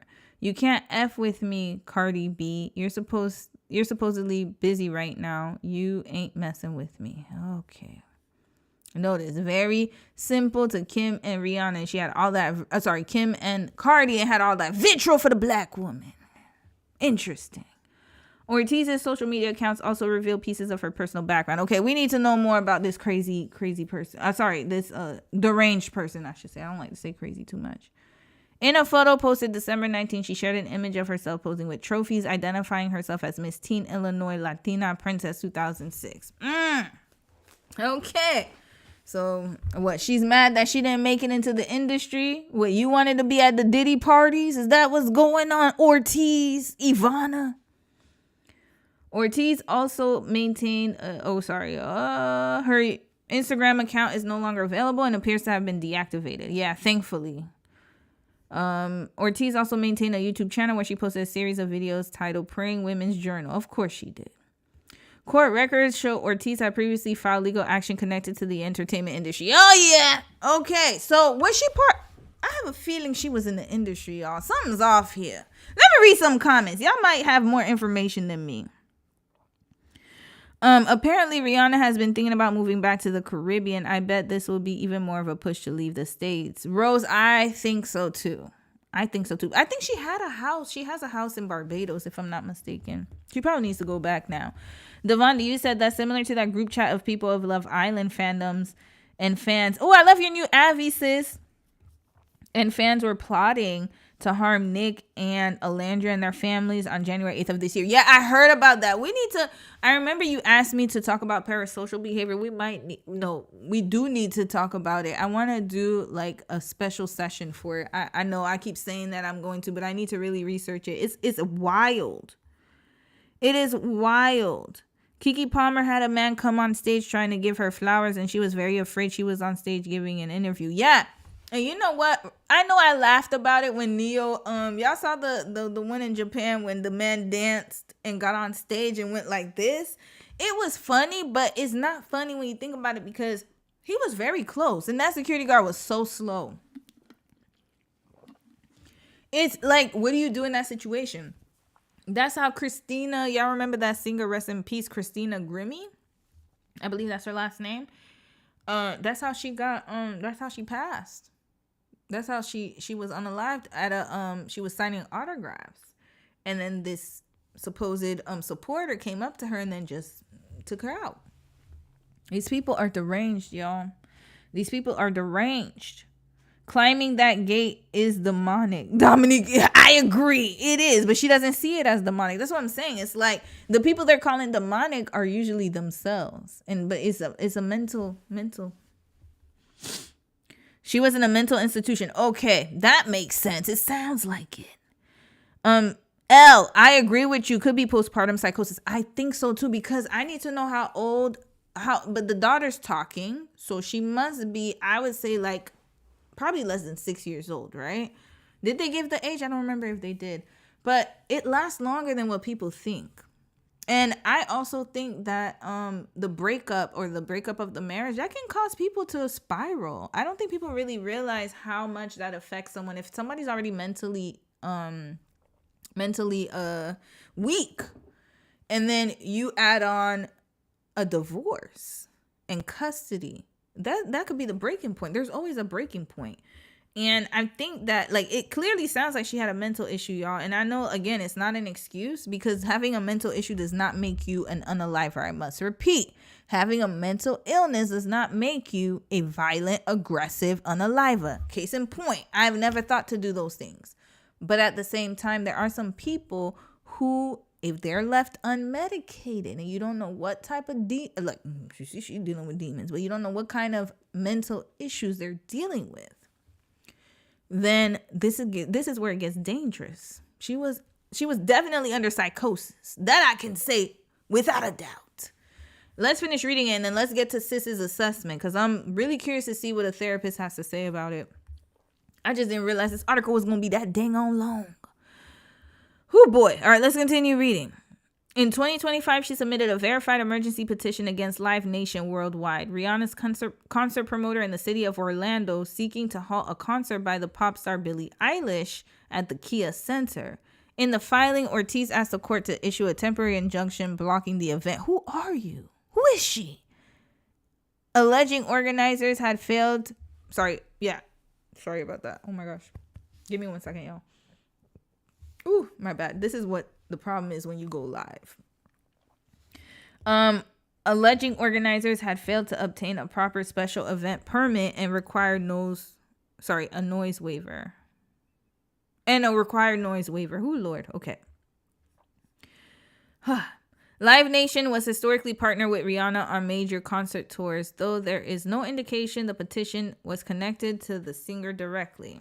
Rihanna bought the $13.8 million mansion in 2021. Sell it! The 5-bedroom, 7-bathroom estate stands at 7,600 square feet in the same neighborhood as homes belonging to the likes of Mariah Carey, Madonna, and Paul McCartney. And you know what I think too? They need to stop publicly releasing people's addresses. This is very dangerous. I don't know why America does that. Or the U.S., I should say. This is not the first time the Grammy-winning superstar has endured a scare at home. Yeah, because your information is public records. This is craziness. Red flag. Why is that? This is ridiculous. Back in 2018, a 27-year-old man broke into Rihanna's Hollywood Hills residence after hopping a fence. Of course, it's easy. That gate does not look secure, according to the LA District Attorney's Office. Oh boy. So the man's name, Eduardo Leon. What is going on with, okay, my Hispanic folks, y'all gonna need to come to the front. What is going on here? We got 2 Hispanic folks. Slipped inside the property while the singer was away and camped out the house for roughly 12 hours before being discovered by one of her assistants. Does Rihanna have a security team? This sounds very alarming, y'all. Where his mug at? Okay, we don't see his face. This is very alarming. So the assistant, he was able to stay there for 12 hours? Where was security? Red flag. wrap this up. Rihanna, you don't need a mansion, sis. You don't need a mansion. You know what you need to do? You need to live, you need a smaller mansion or something, because I don't know what's going on here. You don't have any security, or you need somebody like Jeezy. Remember Jeezy was walking around with that pew pew all the damn time. Now I see why he was paranoid. There's some crazies out there. Leon later pleaded no contest to stalking, was slapped with a 10-year stay away order, barring him from going anywhere near the pop. They think that's going to help? The justice system needs a whole new revamp. This is craziness. A 10-year stay away order? As if that's going to stop anybody? Red flag. It never does. That's a piece of paper. Continuing. Since welcoming her firstborn, Rihanna has confessed she would not play when it comes to her kids, saying she took a page from the Real Housewives of New Jersey star Teresa Giudice. She will flatten you about these kids, she told Teen Vogue in 2022, and that resonates with me a lot because I feel like that's the type of mom I'm gonna be. That's the inspiration, Teresa Giudice? Rihanna. Rihanna's brain is alone. Okay. That's it. All right. Whew, the article's done. My goodness. All right, let's watch what the therapist has to say. How long is this? 19 minutes. Not that long. Okay, we gonna speed this right up. Speed it right up. Okay, I think we could do 1.5. Imagine you are so obsessed with celebrity. You believe you have a connection. Maybe you're in love. Maybe you're best friends. And you show up with a weapon. Something about your connection makes you feel like you have the right to show up at their front door, and shots were fired. Now, from a therapist perspective, I really want to talk about this Rihanna case. What is the psychology of a stalker? How does this happen? Let's get into it. But if you are new here, I'm Denise Brady, and I'm a licensed marriage and family therapist. And I need y'all to hit that like button, subscribe to the channel, do all the things to, support me. But let's get into the details of the case. Come on into the... Yeah, I got to like and subscribe ever since y'all said I was a red flag for not subscribing. This is a pre-recorded video. We are not live, y'all. So let's get into it. Assault rifle attack on Rihanna's mansion as we're learning more about the woman police say opened fire on the Grammy winner's home. Eyewitness News reporter Liz Nagy live outside the Beverly Glen home with new revelations tonight. Liz. Mark, tonight investigators are looking into new videos posted online long before they say Ivana Ortiz showed up here outside Rihanna's home with a gun. Now tonight what investigators are really trying to figure out is if Ortiz traveled from her home in Orlando here to LA with the intention of shooting. Orlando. Charlamagne always says some of the craziest people come out of Florida. Yeah. And shit, you know what? He ain't lying. I'm not gonna lie to you. As somebody who was, I can say that for those out there who do not know, I was raised in Florida. Not born, but raised. I was raised in Florida from the age of 4 until I left at 18 years old.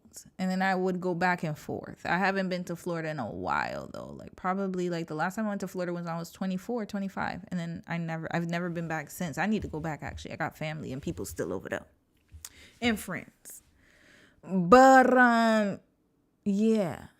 4 to 18, my most formative years were spent in Florida, in Broward County, in the Broward County educational system. Okay? So if somebody knows about crazy ass Florida, that's your girl right here. And yes, Florida is crazy as hell. Red flag, it been crazy since forever. And I want to know, did she drive all the way from Florida with the reporter said, with the intention? What came into her mind when thinking about, you know what? I'm tired of being ignored. I'm tired of feeling like we have this distance between us in our relationship. Was it a psychotic break? Is it psychosis? We're going to get into it. Let's learn a little bit more about the woman herself. Yeah, that's good to know because I did call it a psychotic break. So I'm glad she said psychosis. So, Elle, you were right on the money. And also, that's not far-fetched for her to drive all the way to Florida. Y'all remember sis who flew... Oh, I don't want to even call her sis. That wicked-ass woman who flew from New York to Florida to unalive that the beautiful young girl Kayla in Tampa, Florida. Y'all remember that story? I covered it a little bit. And I said when I was talking about some people are so jealous of you, they want to be you. And they think that by getting rid of you, they're going to take your energy. That's what I was talking about. And this is same mindset. Don't let the race fool you. It's the same archetype. Now, I believe in jail for a $10.2 million bail. So I don't think she can out. Ever. Or her home. Locked in LA County Jail for a second night on a multi-million-dollar bond, investigators are now digging into the criminal history and online musings of Ivana Ortiz, this Florida woman arrested and charged with trying to kill Rihanna. The R&B singer had apparently been on Ortiz's mind for some time. Wow. Listen, Rihanna, when you die, God is taking me to my future. You want to kill me. Shut up. Investigators are now looking at this rambling talk-to-camera video posted on January 4th and many others like it on Ortiz's social media profiles. Strapped with a semi-automatic rifle, LA investigators say Ortiz rolled up outside Rihanna's Beverly Glen home and fired multiple rounds at the house. Tape on the front gate now covers roughly half a dozen bullet holes. Wesley unit shooting just occurred. Not them covering it with tape. This is, y'all. Listen, yeah, you know what? I'm not gonna say nothing. Carry on, news. Carry on. Strapped with a semi-automatic rifle, LA investigators say Ortiz rolled up outside Rihanna's Beverly Glen home and fired multiple rounds at the house. Tape on the front gate now covers roughly half a dozen bullet holes. Wesley unit shooting just occurred. 10 gunshots. What makes you think that you could show up with an AK-47? Okay, like it's not security. Oh yeah, psychosis. Okay, it's these parasocial relationships that people feel like, I know them, I'm connected, I want to be seen, I want the attention. And you add that with mental health, and you come into a situation where a person is lonely, they have their own trauma, they're not stable. That parasocial bond at times is so strong that you can't see anything outside of it. And there are a lot of these cases where celebrities don't make it out. Yolanda Saldivar, she was a supporter. Started a fan club for Selena, and then Selena was trusting and was like, hey, you can handle my business, da da da da. And then years later, here we are. At the age of 23, she was gone. Whole life ahead of her, y'all. She did a lot at 23, I must admit. Selena was a GOAT. Her and Aaliyah, I would say they did a lot for youngins. Aaliyah was 23, I believe it, when she passed as well. If I'm not mistaken, I believe she was 23, yeah. So there's that. There's so many countless stories about this type of parasocial. It started first with stalking. That's how it starts first. And then they gain your trust and then boom. Because the person has such a grip and loss on reality, but a grip on that relationship that they think they have with the celebrity, that nothing else really matters. I have to get to my person. Okay. And sometimes fandom, the connection that people have, these parasocial relationships are not that intense as this, but I feel like this obsession turned into stalking. Okay. Why do you guys believe that this person felt like she had a connection so deep to Rihanna that she showed up? Okay. I believe, let's also look at the videos that she posted on her social media. It shows a clear decline of reality. And her obsession with Rihanna escalated. Yeah. Okay. She started probably monitoring her online. And that's the thing, when people post things on social media, people can find out where you are, where you're not. You're not at home. I can go break in. We've seen more break-ins in California. And this is exactly why I do not post on social media. But I'm surprised because Rihanna doesn't really post. I don't know. I don't follow people on Twitter and Instagram and stuff like that. When I say follow, I mean I don't follow celebrities' whereabouts. I could care less. But it's very interesting that how would they know where but you know what? It's work because she has to go on tour. She goes to different places. She has to do press runs. Now she got to be careful about what she does and what she shares. That's crazy, right? But I'm sure this shook her because she could hear the pew pew shots. It's very sad. She can't even work. But notice how this has never happened to Beyonce and Jay-Z. Why? They got that security on lock. I think Rihanna, unfortunately, I don't know. I'm not really into ASAP, to be honest with y'all. I don't really like him for her. I feel like there's definitely I don't know. For me, the security not being there is that's a red flag. That's a problem. And then the guy who was able to sit outside her house for 12 hours, she's too accessible. That's a problem. This woman, to me, it felt like she knew Rihanna was at home. Okay. She felt emotionally attached to her. Sometimes you belong to me. I own you. And with this woman's mental health clearly declining, it escalates. Okay. And I do have a video of her. Okay, Oh yeah, we saw this one. So we're going to fast forward through this. We saw this.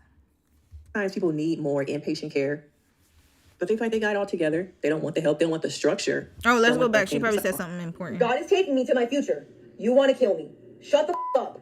Okay, who is she talking to? Herself. Her brain. This is sad. This to me looks like some psychosis. Now, of course, I'm not her therapist, but I think we all can agree we may not be playing on the same field. And I think it's sad because sometimes people need more inpatient care, but they feel like they got it all together. They don't want the help. They don't want the structure. They don't want the discipline that comes with being in a facility. Not to mention also, a lot of these boarding cares, these facilities, there's different things. Some of it's that there's not enough access. Some of it, honestly, is that some of these boarding cares don't really take care of the patients. They don't. Some of it's affordability. But to be fair, I can't even blame them. They don't get paid enough to deal with this. Like, nurses are already overworked. Psychiatric and non-psychiatric. They're just overworked. It's an industry where they mule people. They mule service workers. And so the people who actually have a heart to do it, they don't care anymore, because it's like, how I have a heart for it, but I can't even survive. I can't even pay my bills. So hell, whatever.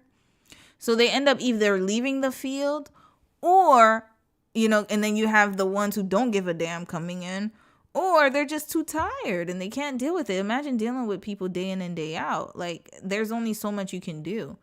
Unfortunately, I remember they used to have mental institutions, big ones, but they were problematic as hell.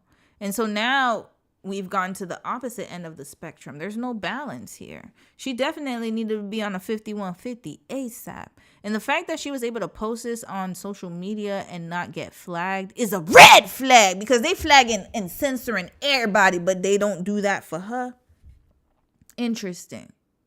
I have to watch what I say all the time. I get blocked every other week just for posting videos from not other creators, because usually creators are fine. But like, I remember I did a K-pop video the other day, anything KBS or whatever, blocked in territories, blocked everywhere. But then this heifer can have her videos out and she talking about unaliving people. Imagine. You have people out there who are truth tellers, who are giving the news, who are giving information. They get censored up the wazoo. But then you have her putting this clearly psychotic video, or what they call it again? What y'all said it was? It wasn't a psychotic break. It was psychosis. Yeah, this psychosis-induced video, and yet it stays up and it's still on the internet, and she has no problem keeping it up. Interesting. And some of it's just nobody really is, maybe it's something deeper. Sometimes people make excuses about, she always been like that. We knew she was a little bit, not all there. Yup, and I never watched this video, mind you. I knew it. Yup, that's what they be doing. Oh, it's just her. She just crazy. You know her. She just a little ratty. That's her. She gonna calm down. They always want to dismiss everything. No, she needs to go get help. Institutionally. But that's just who Lizette is. That's who she's always been. We just kind of ignore it. And I'm sure people have people like this in their family. Oh, that's just Uncle Ricky. He always, he been talking to himself ever since I can remember.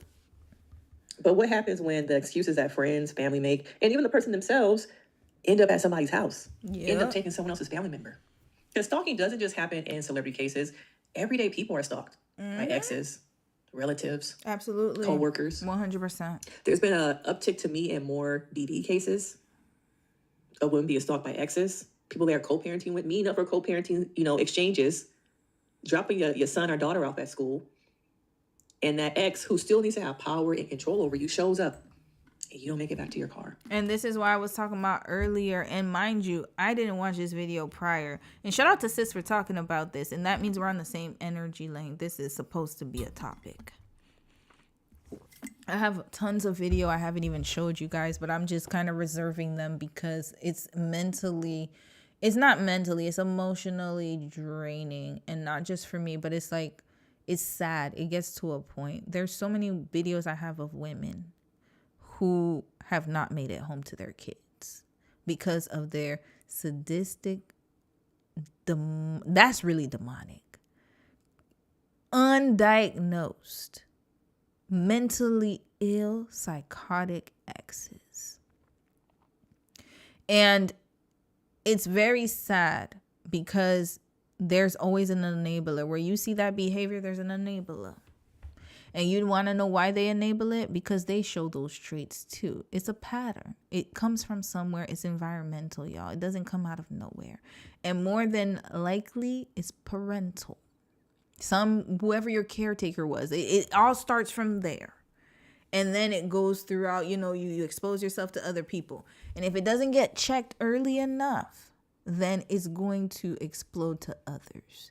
And so when they try to contain it in the house to try to have this good image, and she comes from a Hispanic family, so I can only imagine how much they try to sweep it under the rug. And now look at years later. This is what happens when you do not check your family members, when parents do not hold their children accountable, when they don't try to get their kids help and they just brush it off. This is what happens. Now you're facing years of jail time. And hell, we don't even know. Rihanna might come out and do a civil lawsuit against her. Because I see that coming down too. She's done. Done. And her child will not be with her. And she shouldn't be, but I mean, if she had gotten the help that she needed when she should have gotten it, then it would have been a different story. But whoever's in her life, that's why I said, who's funding her? How is she able to look like this in that house? Who is supporting? Somebody did. So I think that there's a clear escalation, hallucination, distorted thinking when it comes to Lizette. And it shows to me how there are probably so many people out here who develop these delusions. Some of them are erotic. You think you're in love. You think the person is your husband, your wife. But these are irrational beliefs. God told me he's my husband. Hello. God told me she's my wife. Hello. And then if it doesn't happen, that go untreated. And I wonder how long had she been having mental health issues. Okay. I also wonder in the past, how much she had been tracking Rihanna. Okay. And let's talk about the role of social media. Going deeper into that. The mystique, the unknown, not really knowing where your favorite is at, what they doing is gone. You know, the 90s, they just popped up on a red carpet, and that's how you knew where they were, what they was doing. Now we got to Get Ready With Me. We got the vlogs. We got the Oh, You in a PJ. Social media gives people who are not stable the ability to know your routines. Know who you staying with, where you staying, what your kids' routine is. People need to stop posting so much of their lives on social media in real time. I know for some celebrities, they want to stay so connected. They're being pushed by record companies, AR, to give their fans more and more. I agree. But what comes with the more?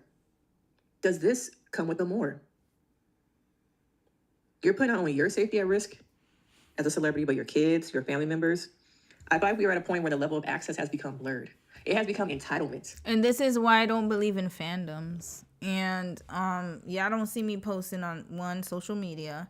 And number two, I try to balance real life with what I'm doing on what I'm doing on my socials because of this situation. You don't know who's watching. You don't know what they want.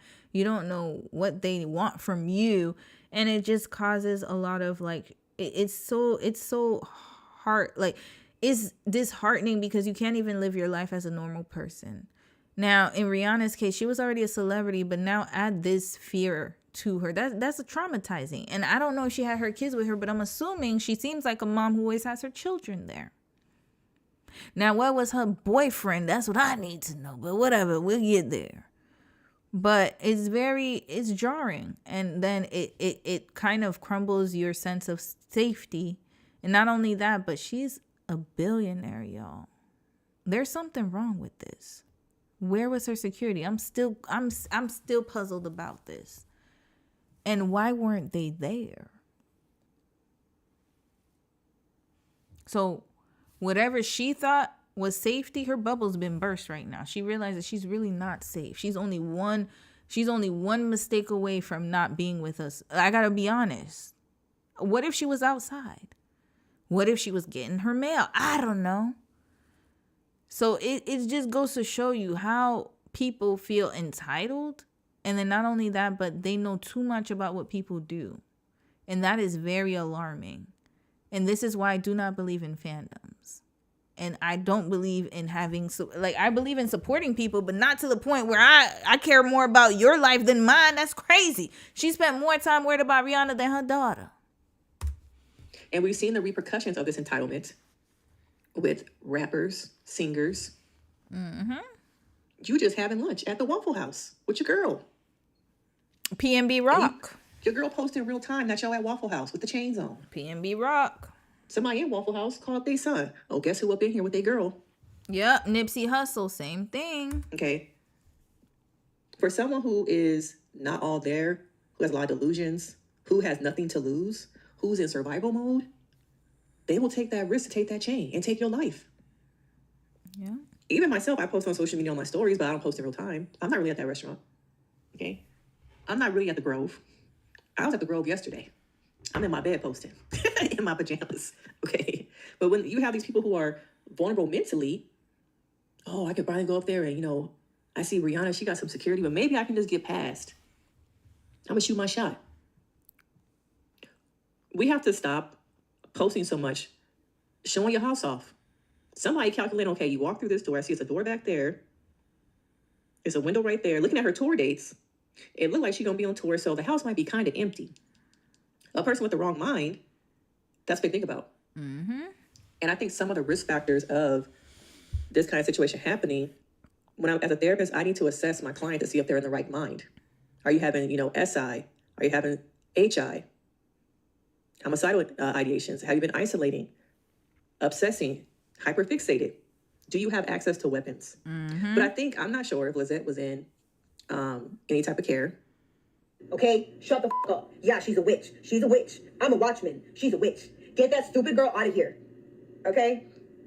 They can't do this. They can't do this. What about my hands? What about these fingers over here? What about these 3 fingers? What about it? What about it? No, you're not here. You're rebuked. And even if you're here, there are many in this realm. There are many in this realm, and you are rebuked, and Jesus is the king, and you're just kicking and screaming on your way out and perishing. Not us having the same reaction in glasses. Green flag, sis. Denise Brady. Why we look similar? I was like, wait, hold on a minute. We look way too similar with the glasses. There's a lot of religious psychosis happening there. A lot of religious psychosis that we really don't talk about. Yeah. And I'm going to talk about it. We going to talk about that. Oh, we will. And that's another thing that I've always noticed. It's like, it's praise to be anarchy in the church. Just letting y'all know. God blessed me, even though somebody's suffering off of your blessing. But that, God chose me. I'm favored over everybody else. Interesting. I remember one time I read a story and it rubbed me the wrong way. And I know she meant no harm. But there was a post from someone. It was a while back. And she said that, that morning she had prayed. She always prays for her son. And then he walked out the door. And he went instead of I think he usually takes the bus to school, but she decided to drive him to school that day. And then usually he takes drives the bus to school. And then she took him to, I think they ran late. And then she ended up driving him to school. And on the way to school, she saw police cars. And then there was a bus, in front of the bus, a police car. And then she saw tape around or whatever. So a kid got hit by a car, I guess, while they were, when you get off the bus and people do not yield to the bus or stop when the stop sign is out, and the rest. And the kid was unfortunately gone, I guess, afterwards, but he was gravely injured. And then she said that she thanks God it wasn't her son. And in my mind, she's like, it could have been him, God blessed me, da-da-da. And in my mind, I'm like, yeah, but somebody else's child was gone. And their mother is in mourning. So while you're doing all of this praising, somebody else's mom is mourning. People don't connect that, though. It kind of makes you into anarchy. It does, because you think that your blessing is more important than other people's, and you're favored more than other people, and you have a special calling, and you can. Don't get me wrong. You should feel like you are special in the kingdom, but not at the expense of other people. It's kind of like gloating, in my opinion, in a weird way. And it's very sickening behavior, but then again, it's celebrated. And it's something that is in our psyche. That's how you were raised. If something happened to them, then they didn't pray hard enough. The devil came to them. Oh, they didn't have God's blessing. Think about it. To drive, I wonder if she flew or if she drove, that's deeper. Okay? If she drove, that's deeper to me. But imagine being in your home with your kids and your space is violated. How do you come back from that? How do you feel safe? You can't. Knowing that somebody is where was security at? Because somebody was able to walk up to my gate and let off some shots. Was so much exposed and, posted online that she knew no one would be around. Was security on a break?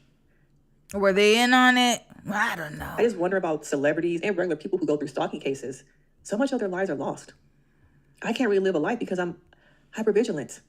I gotta look over my shoulder. And they stalk you like prey. It's very predatory, y'all. We gonna wrap it right up. Thank you, sis, for your words. We got one more story today, and then we wrapping this up to tomorrow. The rest of the stories I have to cover tomorrow because it's getting late.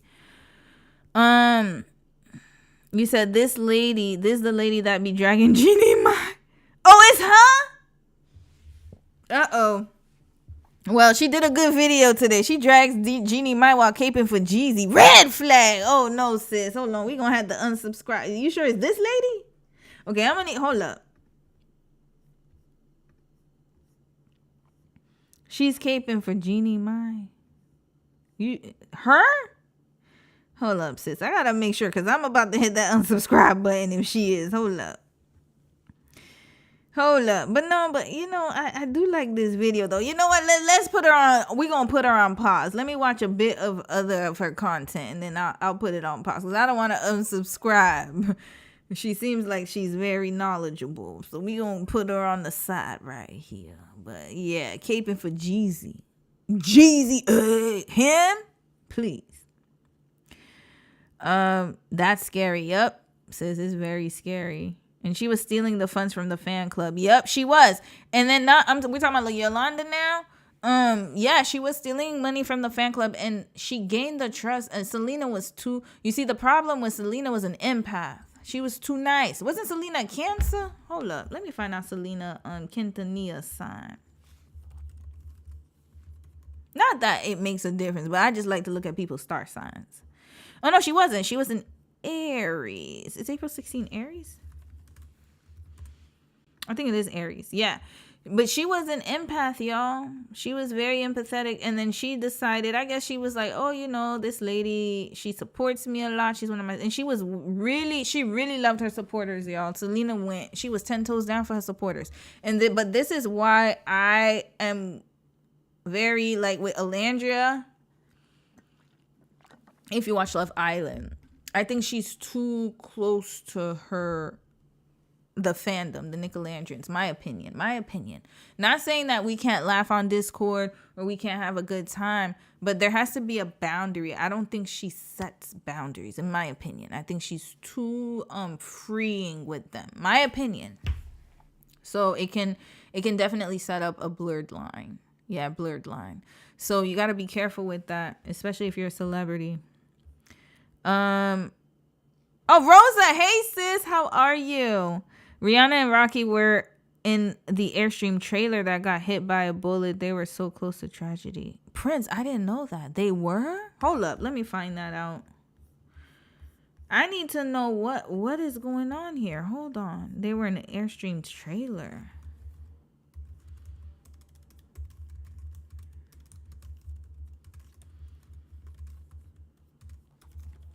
And how are you, brother? I didn't even see you join the stream. Hey, brother. Airstream trailer. Okay, thank you for telling me this. I didn't even know that. They didn't even say that in the news article. Okay, we gonna watch this, y'all. This is the last video we're watching. What? Oh, I think somebody did send me this.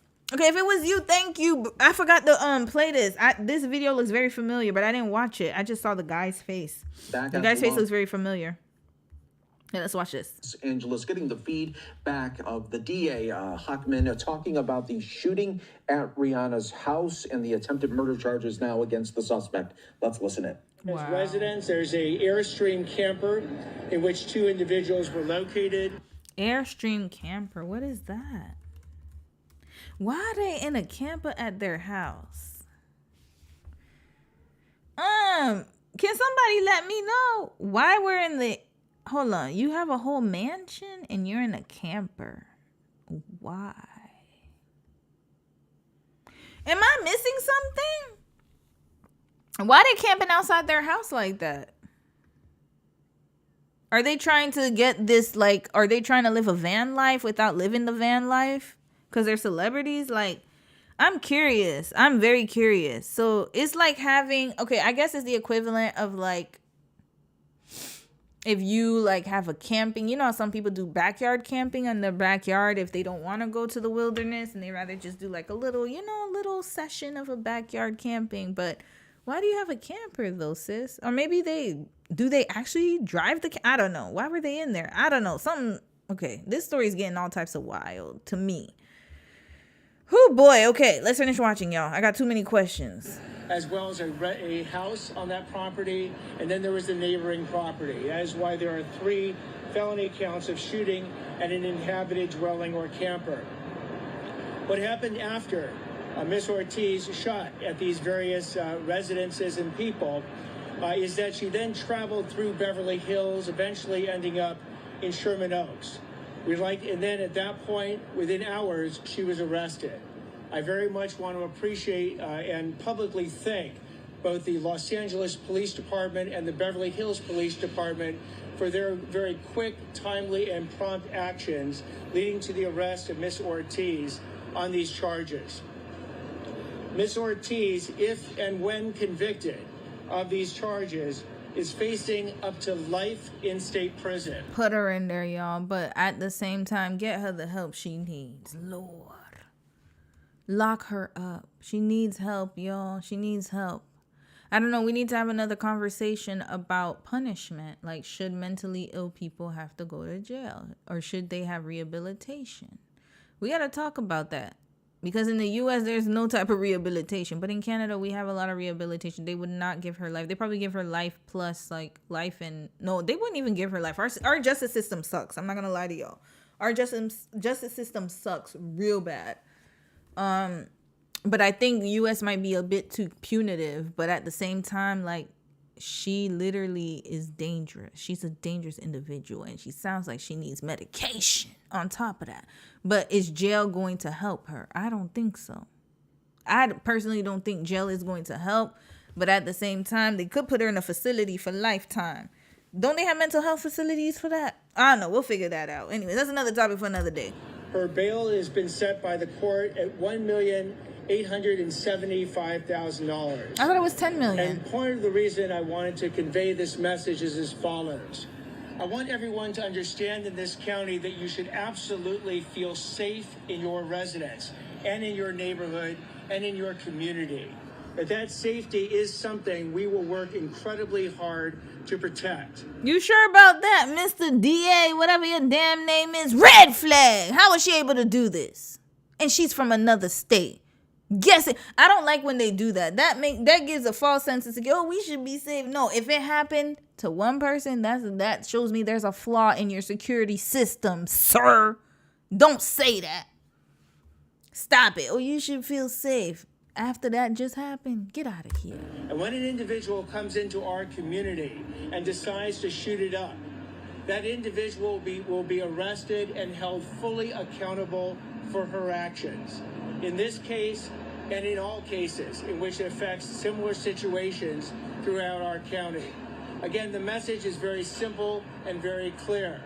Come into this county from Florida, come into this county from anywhere in this county, and we will arrest you, we will prosecute you, and we will punish you if you want to engage in shooting at inhabited dwellings, at people, or in any similar circumstance. You ain't gonna do nothing, sir. Because it could have ended badly. Thank God for provision. So she was talking about God and she's the watchman. God had something over Rihanna's life, clearly.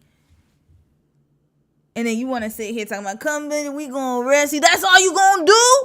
What if they end up doing damage? Like more damage. They done hit up other people's houses. And we just gonna arrest you and put your shit. You know what? Wrap this man right up. Bye. Goodbye and good riddance. I'm gonna read some more comments and we doing one more story. We out of here. You can't be subscribing all willy-nilly. I know, man, you know what? You right.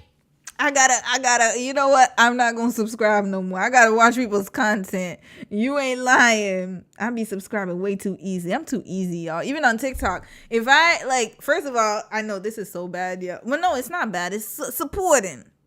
If I see a sister, follow. No questions asked. You gonna get followed. But then if your content starts being riff-raff, unfollow with the quickness. If I see somebody who has, so I have certain tiers. If I see somebody is saying some real stuff, spitting real things, and it doesn't have to be a sister. It could be anybody. You getting a follow. If I also love following like dog videos. That's automatic follow. And then if my favorite TikTok videos or YouTube videos, so probably mostly on TikTok I see this, is when people rant and cuss people out. I love it. That's an automatic follow. I'm like, oh, my innocent. I feel good. I feel like I cuss somebody out. That's great. You know when they start a video and you raggedy heifer, if you, oh yeah. Like, follow, automatic. You ain't even got to finish your sentence. I know they done took you to the breaking point. Continuing, you said the kids were with her mom in the house. Seriously? They were probably just getting away for a bit. Okay. Oh, they was having the but you know what? I don't know. The campus sounds like conjugal visit. Y'all know when people go don't ask me how I know. No, I never dated a felon, okay? Let's put that out there. But you know, when you have conjugal visits in jail, they put you in the trailer, in the camper. Is that what they were trying to recreate? Like they was doing some role play or something? Okay, anyways, that's none of my business. I'm glad they're safe. I'm glad they're safe. You said Auntie Romy probably falling on TikTok. Sure am. Y'all, I'm gonna play the corporate video that I liked the other day. Oh, she was dragging corporate. And I loved every second of it. I was like, hold up. I love when people start cussing people out. You raggedy ass. And I'm like, follow. Oh, yes. Automatically. I love it. My inner spirit. I love it. It does something to me. It does. I love when people get a good dragging, especially if they could cuss good. Oh, automatic follow. Automatic. Maybe it was his mom's. Probably, yeah. I don't know. It sounds like conjugal. Mary, you said same here. That's why I followed her. I was so sad to unfollow, but it needed to be done. I might unfollow her too. I need to see that Jeezy video. All right, y'all. Last video. We got to wrap this up, and I came late today. Jamal Bryant, we'll do you tomorrow for Sunday. You're crazy behind. What was I supposed to? What's the third story? The top 3 stories. It was Rihanna, the war. I'm missing. Oh my God. Dwight Howard. Oh, God. That's going to take a minute. Is anybody here to watch Dwight Howard? Okay, I got a few things on here. Hold on. Who I got on the thumbnail? Dwight Howard's story. Who is here for Dwight Howard and Amy? If you guys are here for them, then I could either do it tomorrow, because that might take me a minute. I want to wrap this up because it's getting late. Who else did I have on the thumbnail? I need to remember. How many stories did I have? Let me know if anybody's here for Dwight Howard and Amy Luciani, my bad. Oh, Mozzie was her ex. My bad. Oh, okay, let's talk about this one, the family one. Okay, we talked about Rihanna and ASAP. We saw the war stuff, okay. And then we have the Alpine divorce. That's another one, but we could probably save that for tomorrow. Jamal Bryant, you won't be saved for tomorrow. Good night. Let's do one last story. How much time? 7, 8, 9, 10. Yeah, it's probably gonna take a minute. Hold on, let me see. I just watched Keita's video on Dwight Howard. Who's Keita? Who is Keita?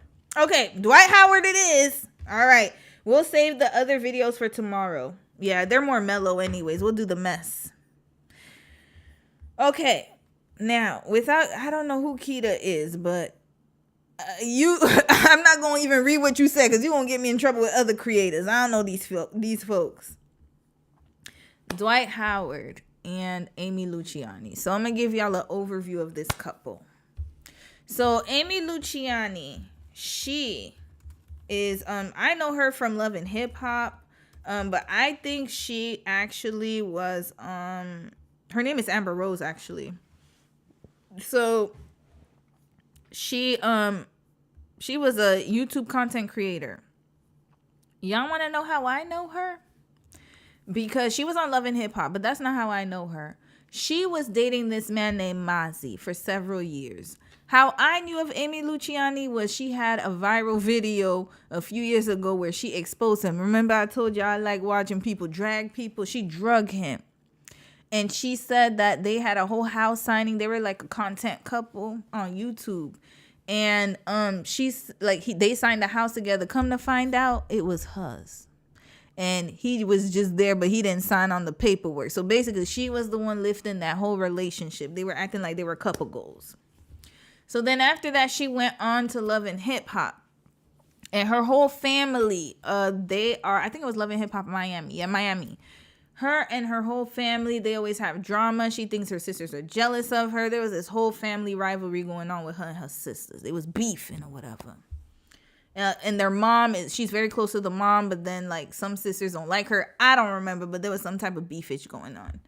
And then fast forward, she was with Dwight Howard, and I was like, how? What happened here? Because if you guys don't know who Dwight Howard is, he's an NBA star. He used to play for the Orlando Magics.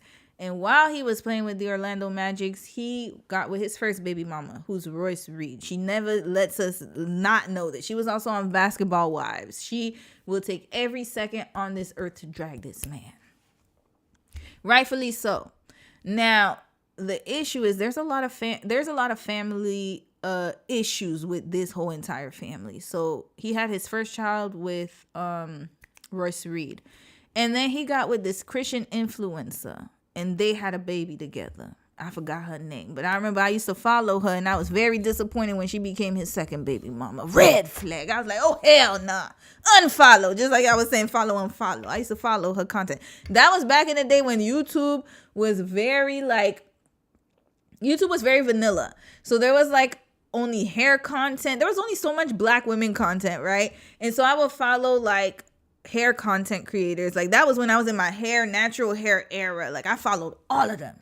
Kimmy Tube, Natural 85. I followed the other one, Naturally, the one with the Afro, her name was African Goddess. I followed so many of them, y'all. Taryn's old crazy behind, the one who became somebody's side chick / mistress. I followed all of them. Jade, I followed a whole bunch of them, y'all. We could also do, maybe in the members only case that we could do some old YouTube creators. Where are they now, y'all? Who? Speaking of which, Jade, this one right here, this story's a mess, y'all. She gets pregnant like every other business year. We might need to cover her for the next case. I will do that. And I also watched Sis, Ahmed, and what's her name? Diana, and Ahmed. I watched Alyssa Forever. Oh my God, I watched all of them. Anyways, not to go on a tangent. Point is that was Dwight Howard's second baby mama, y'all. I don't know how I got on this tangent, but yes, I used to follow her before she got with Dwight Howard. Red flag. And also the girl who got with Kyrie Irving, I followed her before that too. I followed her before she even had kids, before she even knew who Kyrie Irving was, when she was single and she was doing all those natural Dr. Sebi remedies. I followed her, and then all of a sudden she became his wife. Yes, I followed her. I forgot her name on YouTube, but yeah, I used to follow her. She was a content creator. So yeah, anyways, I'm in these streets, y'all. I've been in these YouTube streets for a minute. So Auntie been in these streets. Y'all remember my age. But anyways, point is that that was his second one. Then I think he got a third baby mama. I don't know. Anyways, he got a whole bunch of kids. He got a gaggle of kids, maybe. And then his son with Royce, oh my God, y'all. So Royce was dating someone, and then her son was accused of having that child, the child of her boyfriend, a son. So 2 boys. He was accused of making that little boy give him, whatever. Use your imagination. It's very disturbing. And that was part of the headlines as well. And people were saying that he was also getting touched inappropriately, because where did he learn that behavior? And so that was, this family has had so much controversy, y'all. It's not even, Dwight Howard has had a lot of controversies of being DL, of, messing with trans women, it's not, you could do whatever you want, but he does it in secret, basically, right? A whole bunch of allegations. It's like wild stuff. So now, here we go. Amy Luciani. She's a Gemini. Lord, Geminis, y'all gonna take the L today. I have yet to do an Aquarius, y'all, except for Kelly Rowland's ass in the Beyonce case study. Maybe Young Miami will be another one. And we need to do Meg Thee Stallion, but my goodness. All right, Geminis, y'all gotta come to the front. We got an air sign here. Fellow air sign here. So, she debuted on YouTube in 2018, where her boyfriend cut her dress. Okay, we're probably gonna watch that. Yeah, Love and Hip Hop Atlanta. I thought it was Miami. It was Atlanta. She runs a business called Pretty Kitty. She was with Mozzie, exactly, and they broke up in April 2022. She got engaged to Dwight Howard in December of 2024. Mind you, Amy Luciani also filed for divorce last year, like right when they got married. She went on the internet, said she wanted to get a divorce from him, and then she came back and said, I got to keep my marriage things under wraps because she was trying to make it seem as if like she was just being being too much, I guess I should say. Can't think for the right word. She was exaggerating. But that was her intuition screaming at her. She should have filed it. But again, she had people in her ear. Oh, it hasn't been that long. Give him another chance to do what? This is the problem. This is why I think we need to stop stigmatizing women who get a divorce or who are struggling in their relationships or marriage. You will never see me stigmatize them for it. Why? Because I don't know what you were dealing with. She was newly married, and it's not a newly married issue, y'all. You know when something is an issue, when it's minor, and when something is big. For her to go to the courthouse and file for divorce, it must have been major. Her intuition was saying, girl, no, run. Especially, like, why did she get with a Dwight Howard? We won't get into that. People were telling her he's a red flag from before. She ain't want to listen. But hell, at least she started to think about it when she filed. But guess what? People in her corner, people talking. Oh, yo, you got to give marriage a chance. That's your king. Stay with your king. And now here we are. Now, let's watch her live stream, y'all, because this is where we're headed to. She came out a few days ago with some allegations, y'all. But before we get to the live stream, let's watch the first one where she filed for divorce. Let me see if I can find that video. Because I remember seeing that on social media. First of all, I didn't even know she got with Dwight Howard. I was like, ew. And then somehow, and Dwight Howard. Wait, let's put divorce. Wait, Amy Luciani files for divorce.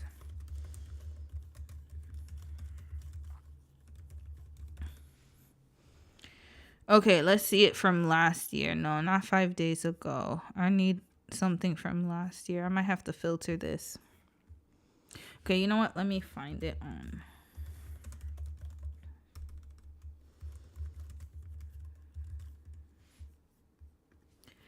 All right, so this was not this one. Y'all, they only been married a year. That's crazy. But she filed for divorce a year ago, 2025. Yeah, here. Dwight Howard wife files for divorce. I think they are missing the S. 6 months into marriage. So this was the first warning sign that something was off here. And mind you, Royce has been talking about this man for years, since Basketball Wives season 1. Again, I'm a reality show junkie. Get at me, y'all. We can get in the comments and powwow. Maybe in the Discord one day, too. I don't know. Patreon is still coming. Y'all, I got updates. I just haven't done it yet because I need to get my mind right. I need to really focus and do things properly. I'm the type of person, I want to do it properly before I announce it. But yeah, website, we're going to have to put that on hold. It's a little too expensive for you, girl, and a little too time consuming. But anywho, that's not what we're talking about here. Dwight Howard's wife, Amber Rose Howard. There's another Amber. There's like 3 Amber Roses that I know of. Has filed for divorce just 6 months after she tied the knot with the ex-NBA star. Oh, I thought he was still playing. Okay. Oops. I guess he's not. Court documents obtained by TMZ Sports show the rapper and reality star known widely as Amy Luciani requested the split from the basketball star at a Georgia courthouse on July 1st. 6 months, y'all, and now a year later, it's like a progression. The first 6 months she filed, the last 6 months he filed. Red flag. What is going on in that house? Amy wrote in the docs, the marriage is irretrievably broken, adding there are no prospects for reconciliation. And yet they got back together. We gonna watch that video before we get to her live stream. Amy asked that all marital assets and property be equitably divided by the courts. She also requested alimony. Howard and Amber went public with their relationship last December. When they announced on their Instagram pages they were engaged. Met you and ain't stopped smiling since Superman, Amber said in the now deleted IG post. And they look somebody said they look alike, and I can't unsee it. They do look very much alike. Amber's docs state the two were formally married on January 11th of last year. Howard, 39, is currently in the Big Three League after 18 seasons in the NBA. Amber was in seasons 11 and 12 of Love and Hip Hop Atlanta and released an album, Amy's World, in 2023. All right, now let's get to the when she retracted her divorce.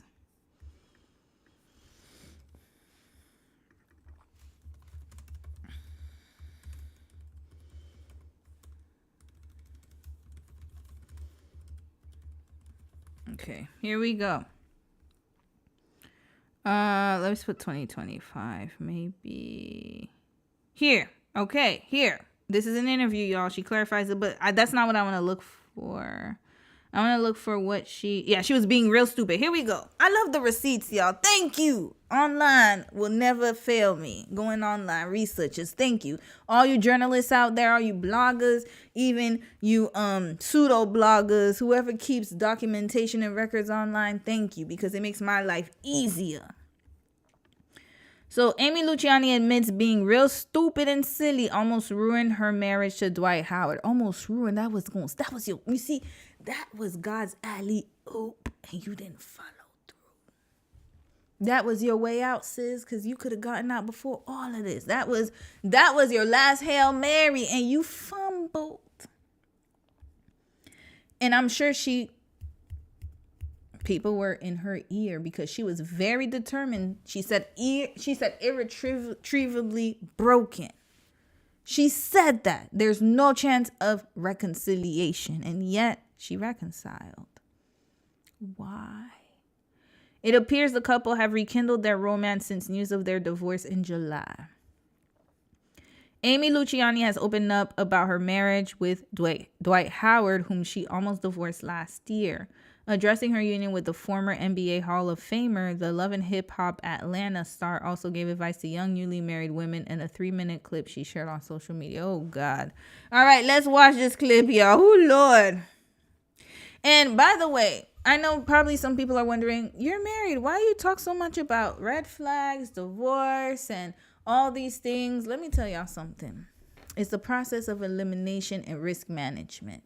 In risk management, you think of all the risks and then you assess them, and that'll set you up for success. I promise you. Do not ever think for 1 second that anything you do in life does not come with a risk. It does. And when you're, especially at the beginning of your marriage, I saved you guys a lot of time. I promise you. I promise by doing all these red flags, you're going to save way more time. If that's what you want. If you don't want it and you want to be single forever, I love it for you too, sis. Because I promise you, being single is also litty too. So the point is that when people ask why don't, like, and I know. I know some people probably wondering, why don't you talk about this or give advice? No, there's too many channels out there that talk about that stuff. We got to talk about the real stuff here. We got to talk about knowing how to pull the plug, knowing when to pull the plug when it needs to be pulled. There was something going on here that made her run for the hills. I don't think it was just no simple disagreement. I promise you that. Continuing. I met the love of my life, and I almost divorced his ass in 6 months, being real stupid and silly. Actually, we both filed for divorce. Let's talk about the struggles of being a new young wife. First thing I can tell you as a new wife, I know this is going to be a hard practice, but shut your mouth. Shut up. Now, I know some of y'all gonna say, oh, you gotta shut up because you married. What is he silencing you? No, sis, I'm not saying shut up. I'm saying pick your battles. Let's run that back. Hold up. What she said now? Oh, no. Not you, B2K. Stop. Okay. I met the love of my life, and I almost divorced his ass in 6 months, being real stupid and silly. Actually, we both filed for divorce. Let's talk about the struggles of being a new young wife. First thing I can tell you as a new wife, I know this is going to be a hard practice, but shut your mouth. Shut up. Now, I know some of y'all going to say, oh, you got to shut up because you married. What is he silencing you? No, sis, I'm not saying shut up. I'm saying pick your battles. And sometimes pick them quietly. Understand, when you became one with your husband, that means you became one. Y'all are one. You have to literally die to your old self. You don't want to do that yet. So she's speaking, this is religious, y'all. Die to yourself. And yes, I will say there's a lot of compromise that happens in marriage, but I'm never going to shut up. I still talk. It's how you say it. That's the difference. Do not ever shut your mouth, and don't keep your mouth shut. I will say what is more effective is learning effective ways to get your point across instead of being like, I don't like this. You could be like, hey, honey, or babe, I feel like this. That's communication. But don't be quiet, because now you're just going to be allowing whatever happens. Choose your battles. Why? I shouldn't have to choose my battles with my husband. This is not an outside or external person. This is a partner living in my home, in my comfort and safety around me. So you have to really put that into perspective. Do not ever shut up. Always let your opinions be known, but just learn how to do it effectively. And if he's not understanding that and he doesn't want to listen to your opinion and he gets upset and irate, well, then you got a bigger problem on your hands, because red flag, he needs to go see somebody. It's not normal to be that. It's not normal. Let me be nice. To be that. Let me stop saying crazy. It's not normal to be that incensed and angry over simple conversation. So, no, do not keep your mouth shut. I talk forever. I wish Don was here. He will never not hear my mouth. But this time I've learned effective ways to get my point across, because guess what? I was listening to people's advice like that when I first got married. And guess what happened? I would not say anything. And then when something happened, like, for example, if there was a decision that needed to be made, and then I'd be like, well, you're just going to do what you want to do. That's okay. And then I would get angry because I'd be like, what? Who told you to do that? I didn't want you to do that. And he'd be like, you said I could do whatever I want to do. And I'm like, no, not that. But I didn't say nothing. So I had to shut up and take my L. I'd be like, I could have told you that was a dumb decision. You'd be like, why didn't you tell me? I don't know. You seem like you wanted to really do it. That's not effectively communicating. That's just me just letting him do whatever he wants. And that's what our parents and mothers did. That's why they ended up in the situations that they did. Amy, where your mama at? Is your mama married still? I need to know what her relationship is with her husband, if she has one. I remember them on Love and Hip Hop. I think she was a single mom. I don't remember.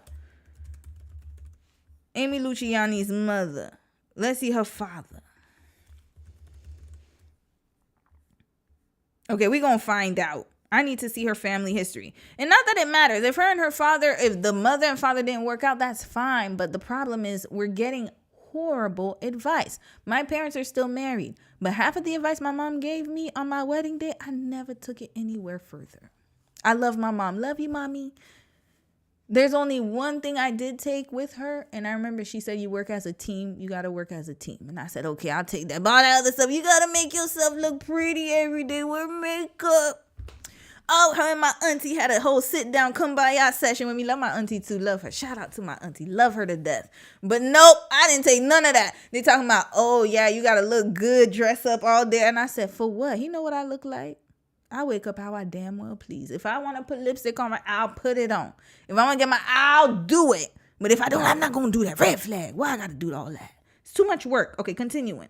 What does die to my old self mean? Because I'm very much still alive. Simply means adjustments. You got to make a lot of adjustments. Again, heavy on your one now. No, you don't. You really don't. Because then you're compromising too much. You're overly compromising. It sounds like she was doing too much to please him and his ego. It's not normal. You shouldn't have to do all of that. Now, what I will say, though, is like I said, there's an effective way to communicate and get your point across.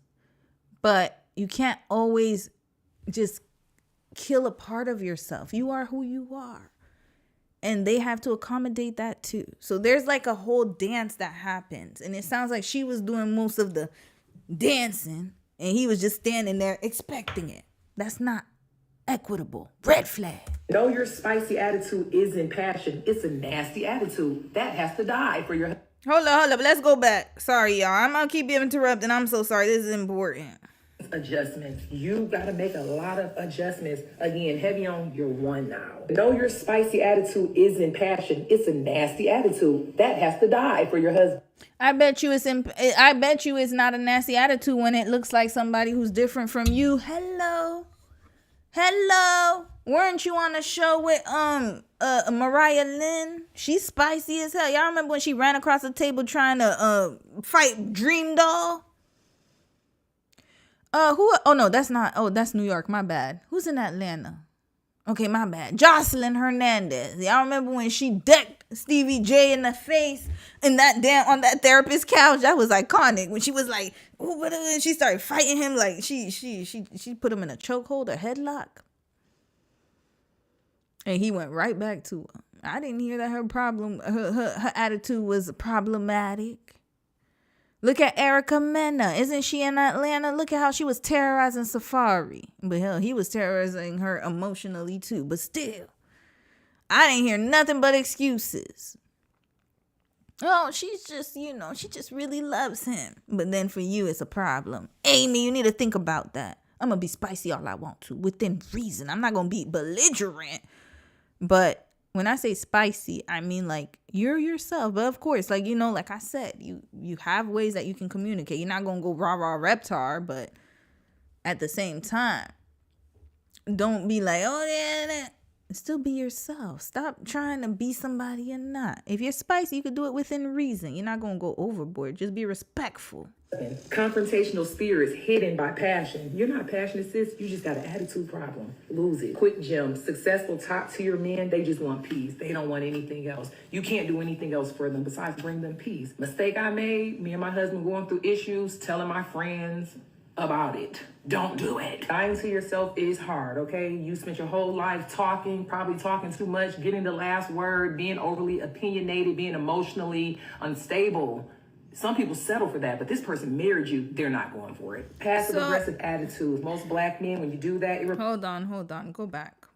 Sorry, y'all. I know she's just saying there's so many red flags in this. I can't keep up. Confrontational spirits hidden by passion. You're not passionate, sis. You just got an attitude problem. Confrontational spirit. What does that mean? Because you don't agree with his foolishness? You know what? Let me tell y'all something. I'm going to keep it real. Keep it 100. When I first got married, Dom and I used to we used to get into it. One, we were undiagnosed. That's number one. But number two, he's never been held accountable.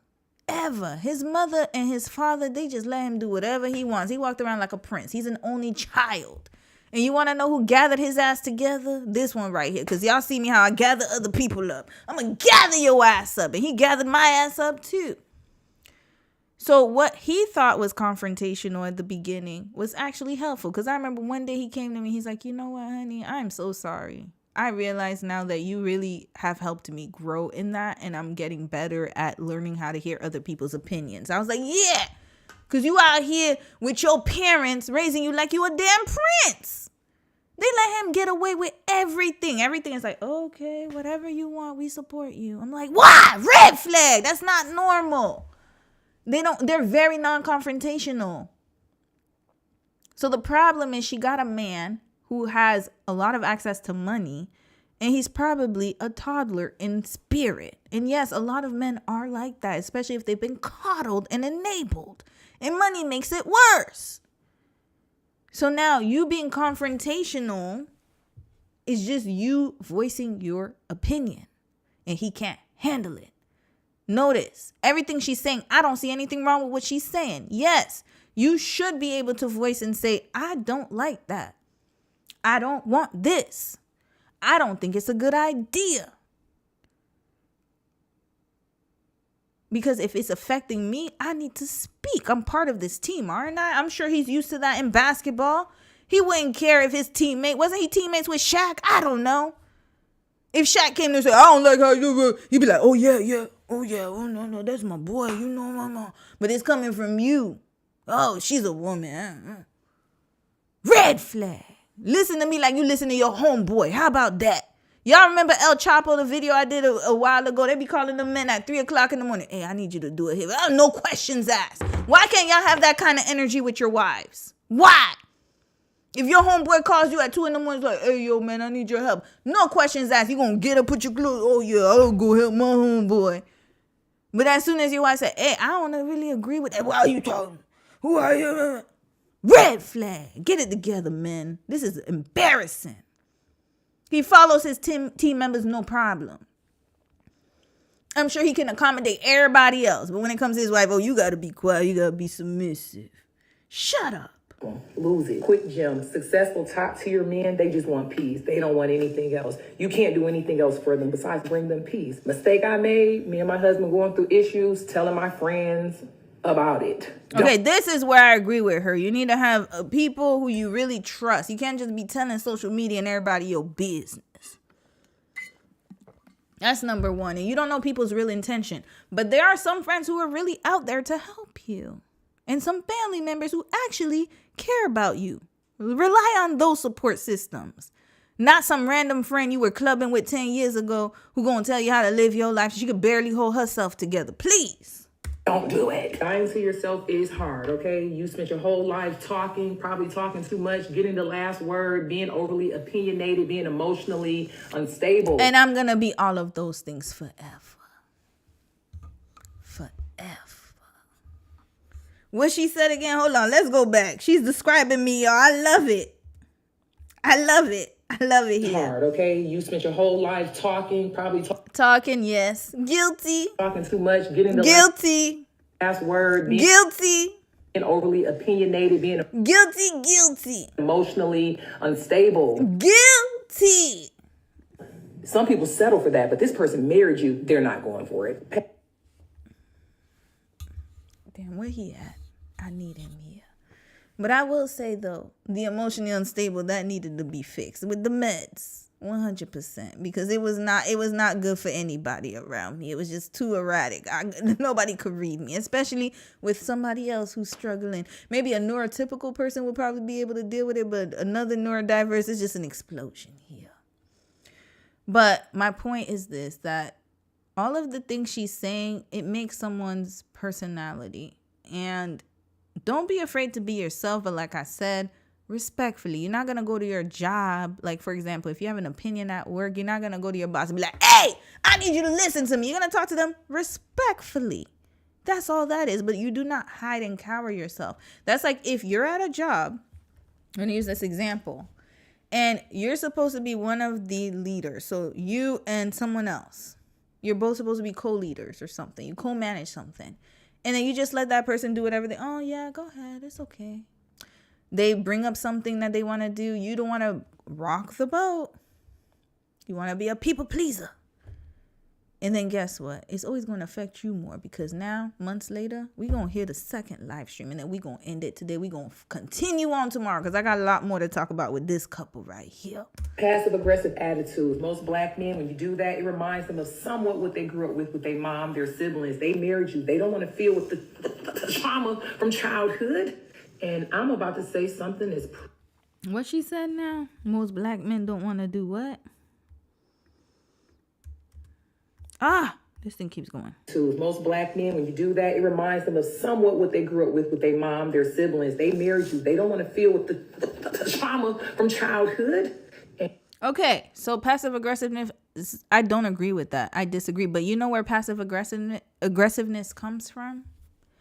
Passive aggressiveness comes from you not being able to express yourself around someone and being a people pleaser. And then when things don't go your way, instead of you voicing it out because you're so used to silencing yourself, then you want to get mad at people silently so they could understand your frustration, even though you didn't say nothing in the beginning. Red flag, get away from that damn attitude. Say what you feel and say it with your chest. I'm tired of this. That's why passive aggressiveness happens. There's some type of people pleasing involved. I can promise you that. Trying not to rock the boat, and then when something wrong happens, what's wrong with you? Nothing. Speak up, cause you're not talking. But then you said, "Oh, you talk too much." Then yes, I'd rather talk a lot, I'd rather talk a lot, and people know how I feel about something. They know damn well if they talk to me, they know how I feel about it. You don't even gotta ask me about it. You already know it, cause I talk so damn much. You gonna hear about it all damn day. I love when I hear, I remember my sister be like, oh God, here she goes. She gonna talk a lot. I said, yes, that's right. Then don't bring that up to me, and then I won't talk about it. Get out of here. Sorry to make the table shake. Continuing. And I'm about to say something that's probably gonna hurt y'all feelings. Black successful men do marry black women. But my girls, let's be for real. Let's talk about it. I already know, sis, life was not easy for us. And along the way, we formed a little neck roll that we can't get rid of. Because life was hard doesn't give you the right to be rude, a bitch, confrontational, nasty attitude, uncooperative. Any of those things. Married now, sis, so you're joining with one. It should be a peaceful harmony, right? Which means you have to die to yourself with all the ugly things that do not create peace. Let's talk about the maybe I rule. If there's conflict going on in your marriage, in your home, silently to yourself, not out loud to your husband, ask yourself, maybe I am understanding this wrong. Maybe I am processing this wrong. Nope. I say it out loud in real time because I need to understand if I'm understanding it wrong. I will ask him. Why?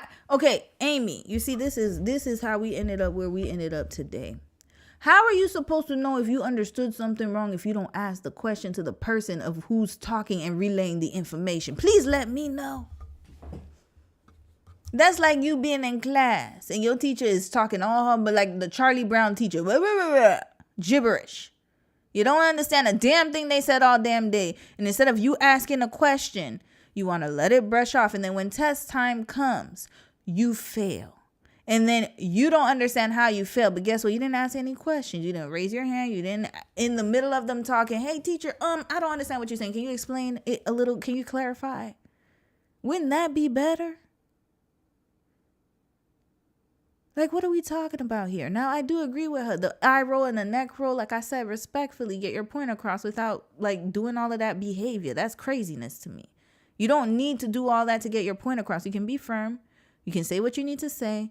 You can say it in a loving way. That is your partner. He's not your child.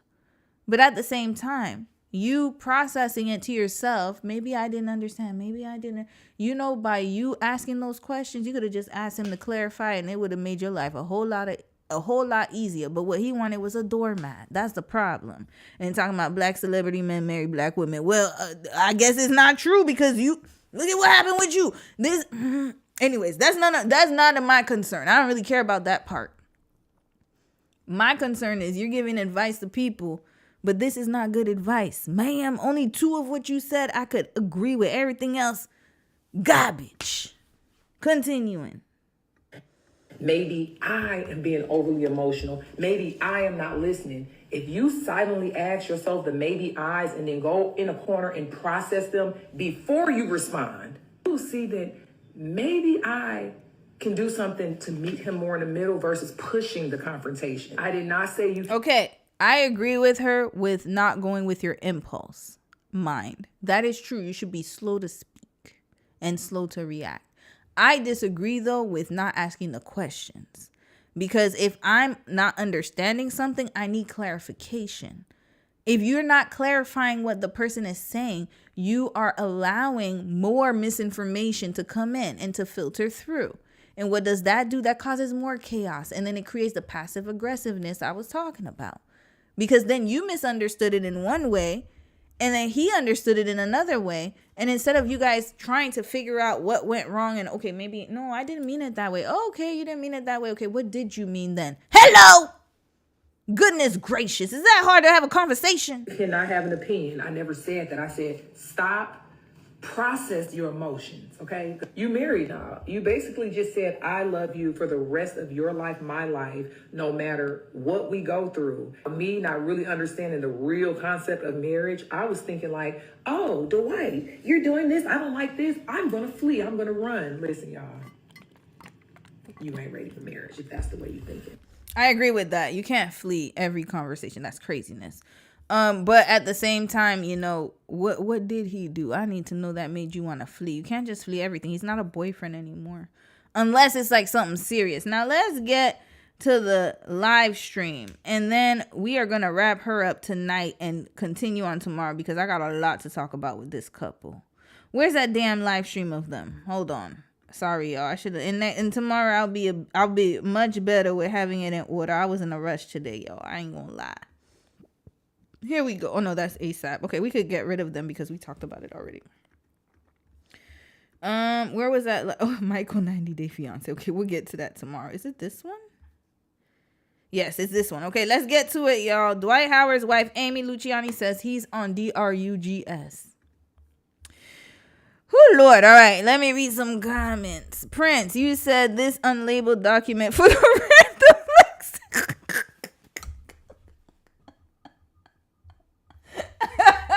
makes my eye twitch. Y'all want to know? Hold on. This is how crazy my brain is. This is my ADHD brain. You remember that commercial? This is your brain on drugs, on drugs. Whatever. I'll just say drugs. Look at this, y'all. Every week I update it with links, but listen, somehow it makes sense to me. Look, March 7th. Y'all, this is 22 pages of live stream.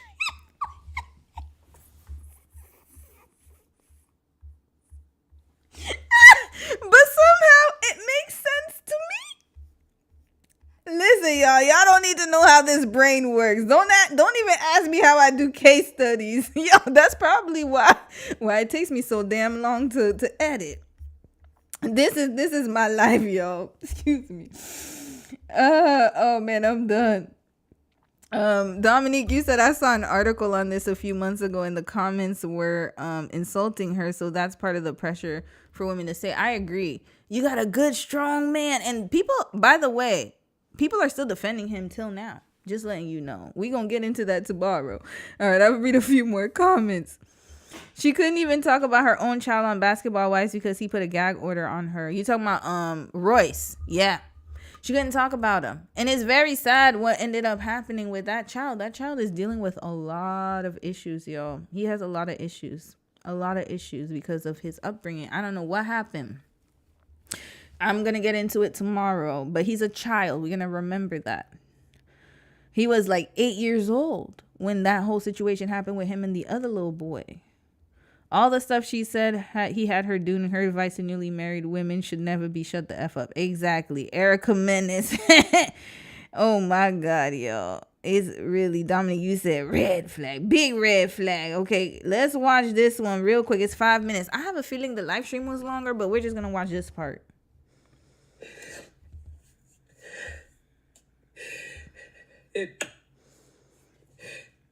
To know me, you know I am so prideful and so private.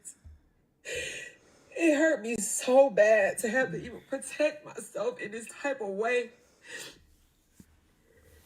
By the way, I haven't even watched this live stream. This is my first time because I saved it. I was like, let me not watch this because I had a feeling I was going to react to it. And here we go.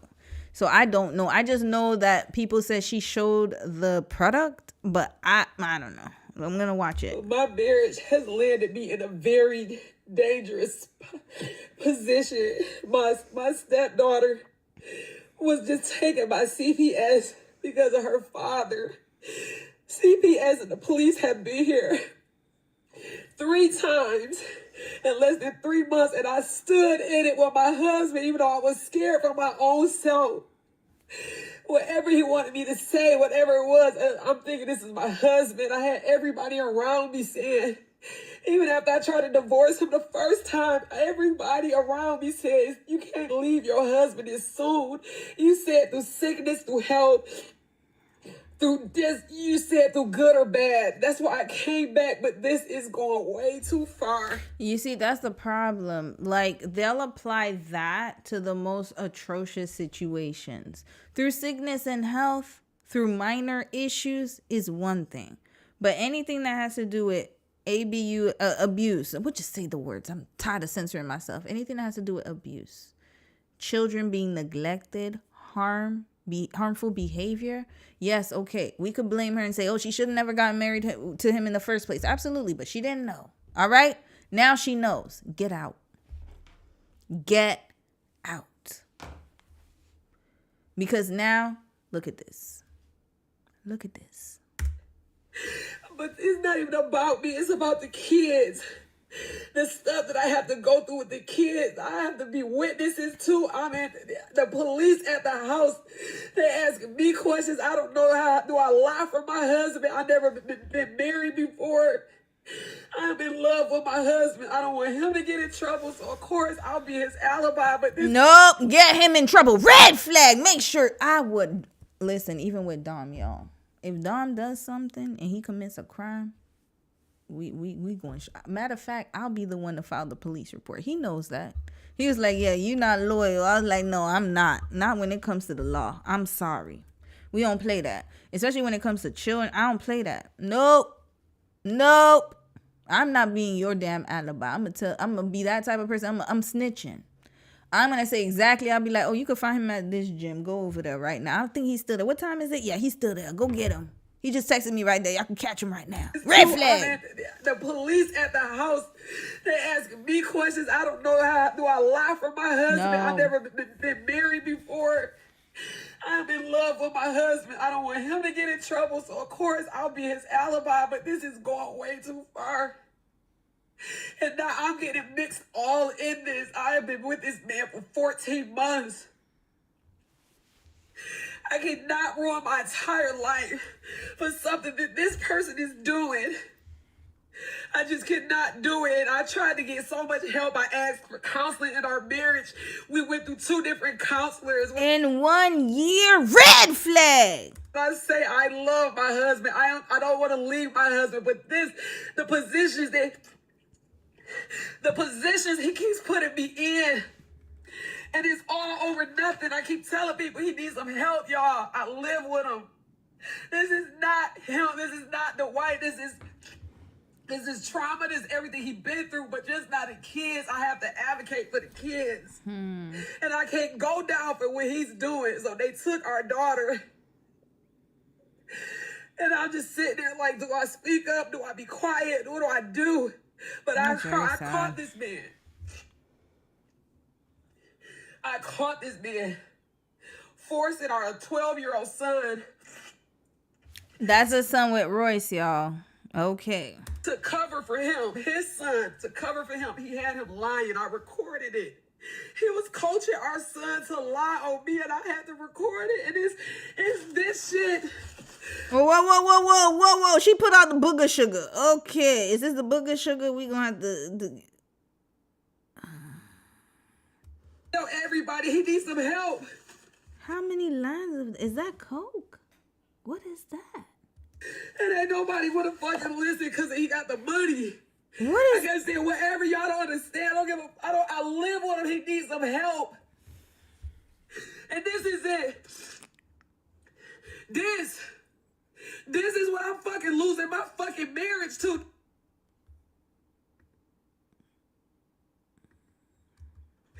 Did she snort it for real? I think, yeah. Hold up. People did say she snorted it. This shit right here. I told everybody, y'all gotta help him. He is spiraling. I'm in here with him. I'm trying to love him through it. I was gonna run out the door. I was gonna leave him. But everybody told me, don't leave him. He's struggling. I stayed, but not this year. We got the police. That's an addiction. No, you should leave. Oh my God, I got lots to say about this. This is how people get caught up, because they take one circumstance and they apply it to everything when everything should be case by case. Why can't we do that? I don't understand. This man is on the booger sugar, allegedly, according to her. But, ma'am, sis, were y'all doing it together? Because you seem very comfortable around some booger sugar. I'm not even around baby powder like that. I be so weird with baby powder. I ain't lying to you. I be like, oh, it looks too much like booger sugar. These involved. CPS, you're lying on me. You making up alibis. You got our son, my stepson, lying. And thank God I recorded it. And he innocent in this, but you said just to protect yourself, you would take anybody out, including me, and I can't let you do it no more. I don't want to share the dirty secrets. I don't want to go out like how everybody else did this man. But I got to protect myself now. I'm uncomfortable. I believe her. Y'all want to know why I believe her? Because she filed. Thank God, Amy, that you filed. Well, I always believe women anyways. I believe first. But especially when these kind of allegations come out. But I will say that thank God you filed first. You knew the red flags. That's automatic red flags. And that's when she was just talking about minor problems that she thought were minor. I could already see that's a problem. I have to silence myself. You could tell that she was going through all of the steps to be a good step for the wife. Red flag. We gonna park her right here because I'm gonna listen to this again tomorrow. We parking her right here. And we were supposed to have a palate cleanser, but hell, I don't even know where it is in this, like Prince said, this book of links here. I don't know where it is. So we gonna have to revisit the palate cleanser tomorrow. Shout out to Audrey for sending it to me. We'll do it tomorrow, y'all. We gonna end it on this note with the booger sugar allegations, y'all. Let me read a few more comments, and we are out of here. Oh, as soon as Snow is involved, I'm out. Because it's an addiction at this point, y'all. Some girl, you said, I can't feel sorry for these people and their stupid excuses. You know what? I will say this. I only feel sorry for her a bit because she had the wrong support system. She tried to get out and then people dragged her right back into hell. And I think we are going to discuss that tomorrow, your circle. And I'm pretty sure it's family and friends and people close to her. And they could be your worst enemies when it comes to these situations. They are not equipped to deal with this. Why? Because just because you're a doormat doesn't mean I'm going to be a doormat. We have to be strong about that. Now, the reasons why she wanted to work on her marriage were not sufficient with the issues that she was dealing with. She should have been left that man that first time. She would have been way far. I promise you. Yeah, people would have talked, oh yeah, you should have never married him, you stupid, But I bet you a year later, nobody would be talking about that. She would have been able to move on clean, and then he would have been a thing of the past. But now it's even worse. Her image is tarnished. Unfortunately, people will always remember this. And this is why you have to listen to your intuition the first time. Girl, that is Snow. Yep. Oh, that's Snow? Oh, I thought that was real. Oh, it's not real. It's not booger sugar. Okay, my bad. Where'd she get the snow from? Ain't she in Atlanta? Oh, maybe she got it from Atlanta. Okay, we gonna find out. She put most of it in the bag and sniffed the residue. Wait, hold on. Is it snow like real snow? Or are you talking about snow like snowfall? Y'all know I'm an auntie. Listen, I can't get with this lingo. Are we talking about that powder? Are we talking about okay, are we talking about real snow? Like I'm talking about snow outside, like, hi, it's snowing, and I got it from outside. That don't look like no snow. Okay, I'm okay, it's too late. I think I'm just getting discombobulated. Oh, you know what? I'm rapping. You know what? We're rapping tonight up. We're rapping tonight up. You know what? We're rapping tonight up. It's done. I'm auntie status. Y'all know I'm auntie status. When you said snow, I thought you meant real snow outside. You know what? All right, y'all. I love y'all. Thank you for joining me tonight. We're gonna end this tonight. Yeah, I'm done. I think this is a sign that I needs to head out when I'm starting to get confused about real snow and the booger snow. Oh boy, yeah, it's been a long day, y'all. All right, that retie. You see the retie is tight.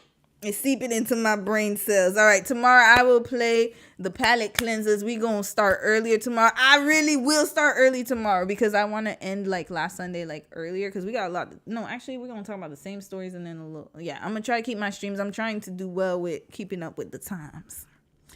All right, y'all. Have a good night. Love y'all the long way. I will see y'all tomorrow. I'm heading out, man. I gotta go. All right, y'all. Good night. It's time to head out. I'm out. My brain is gone. All right, bye, y'all.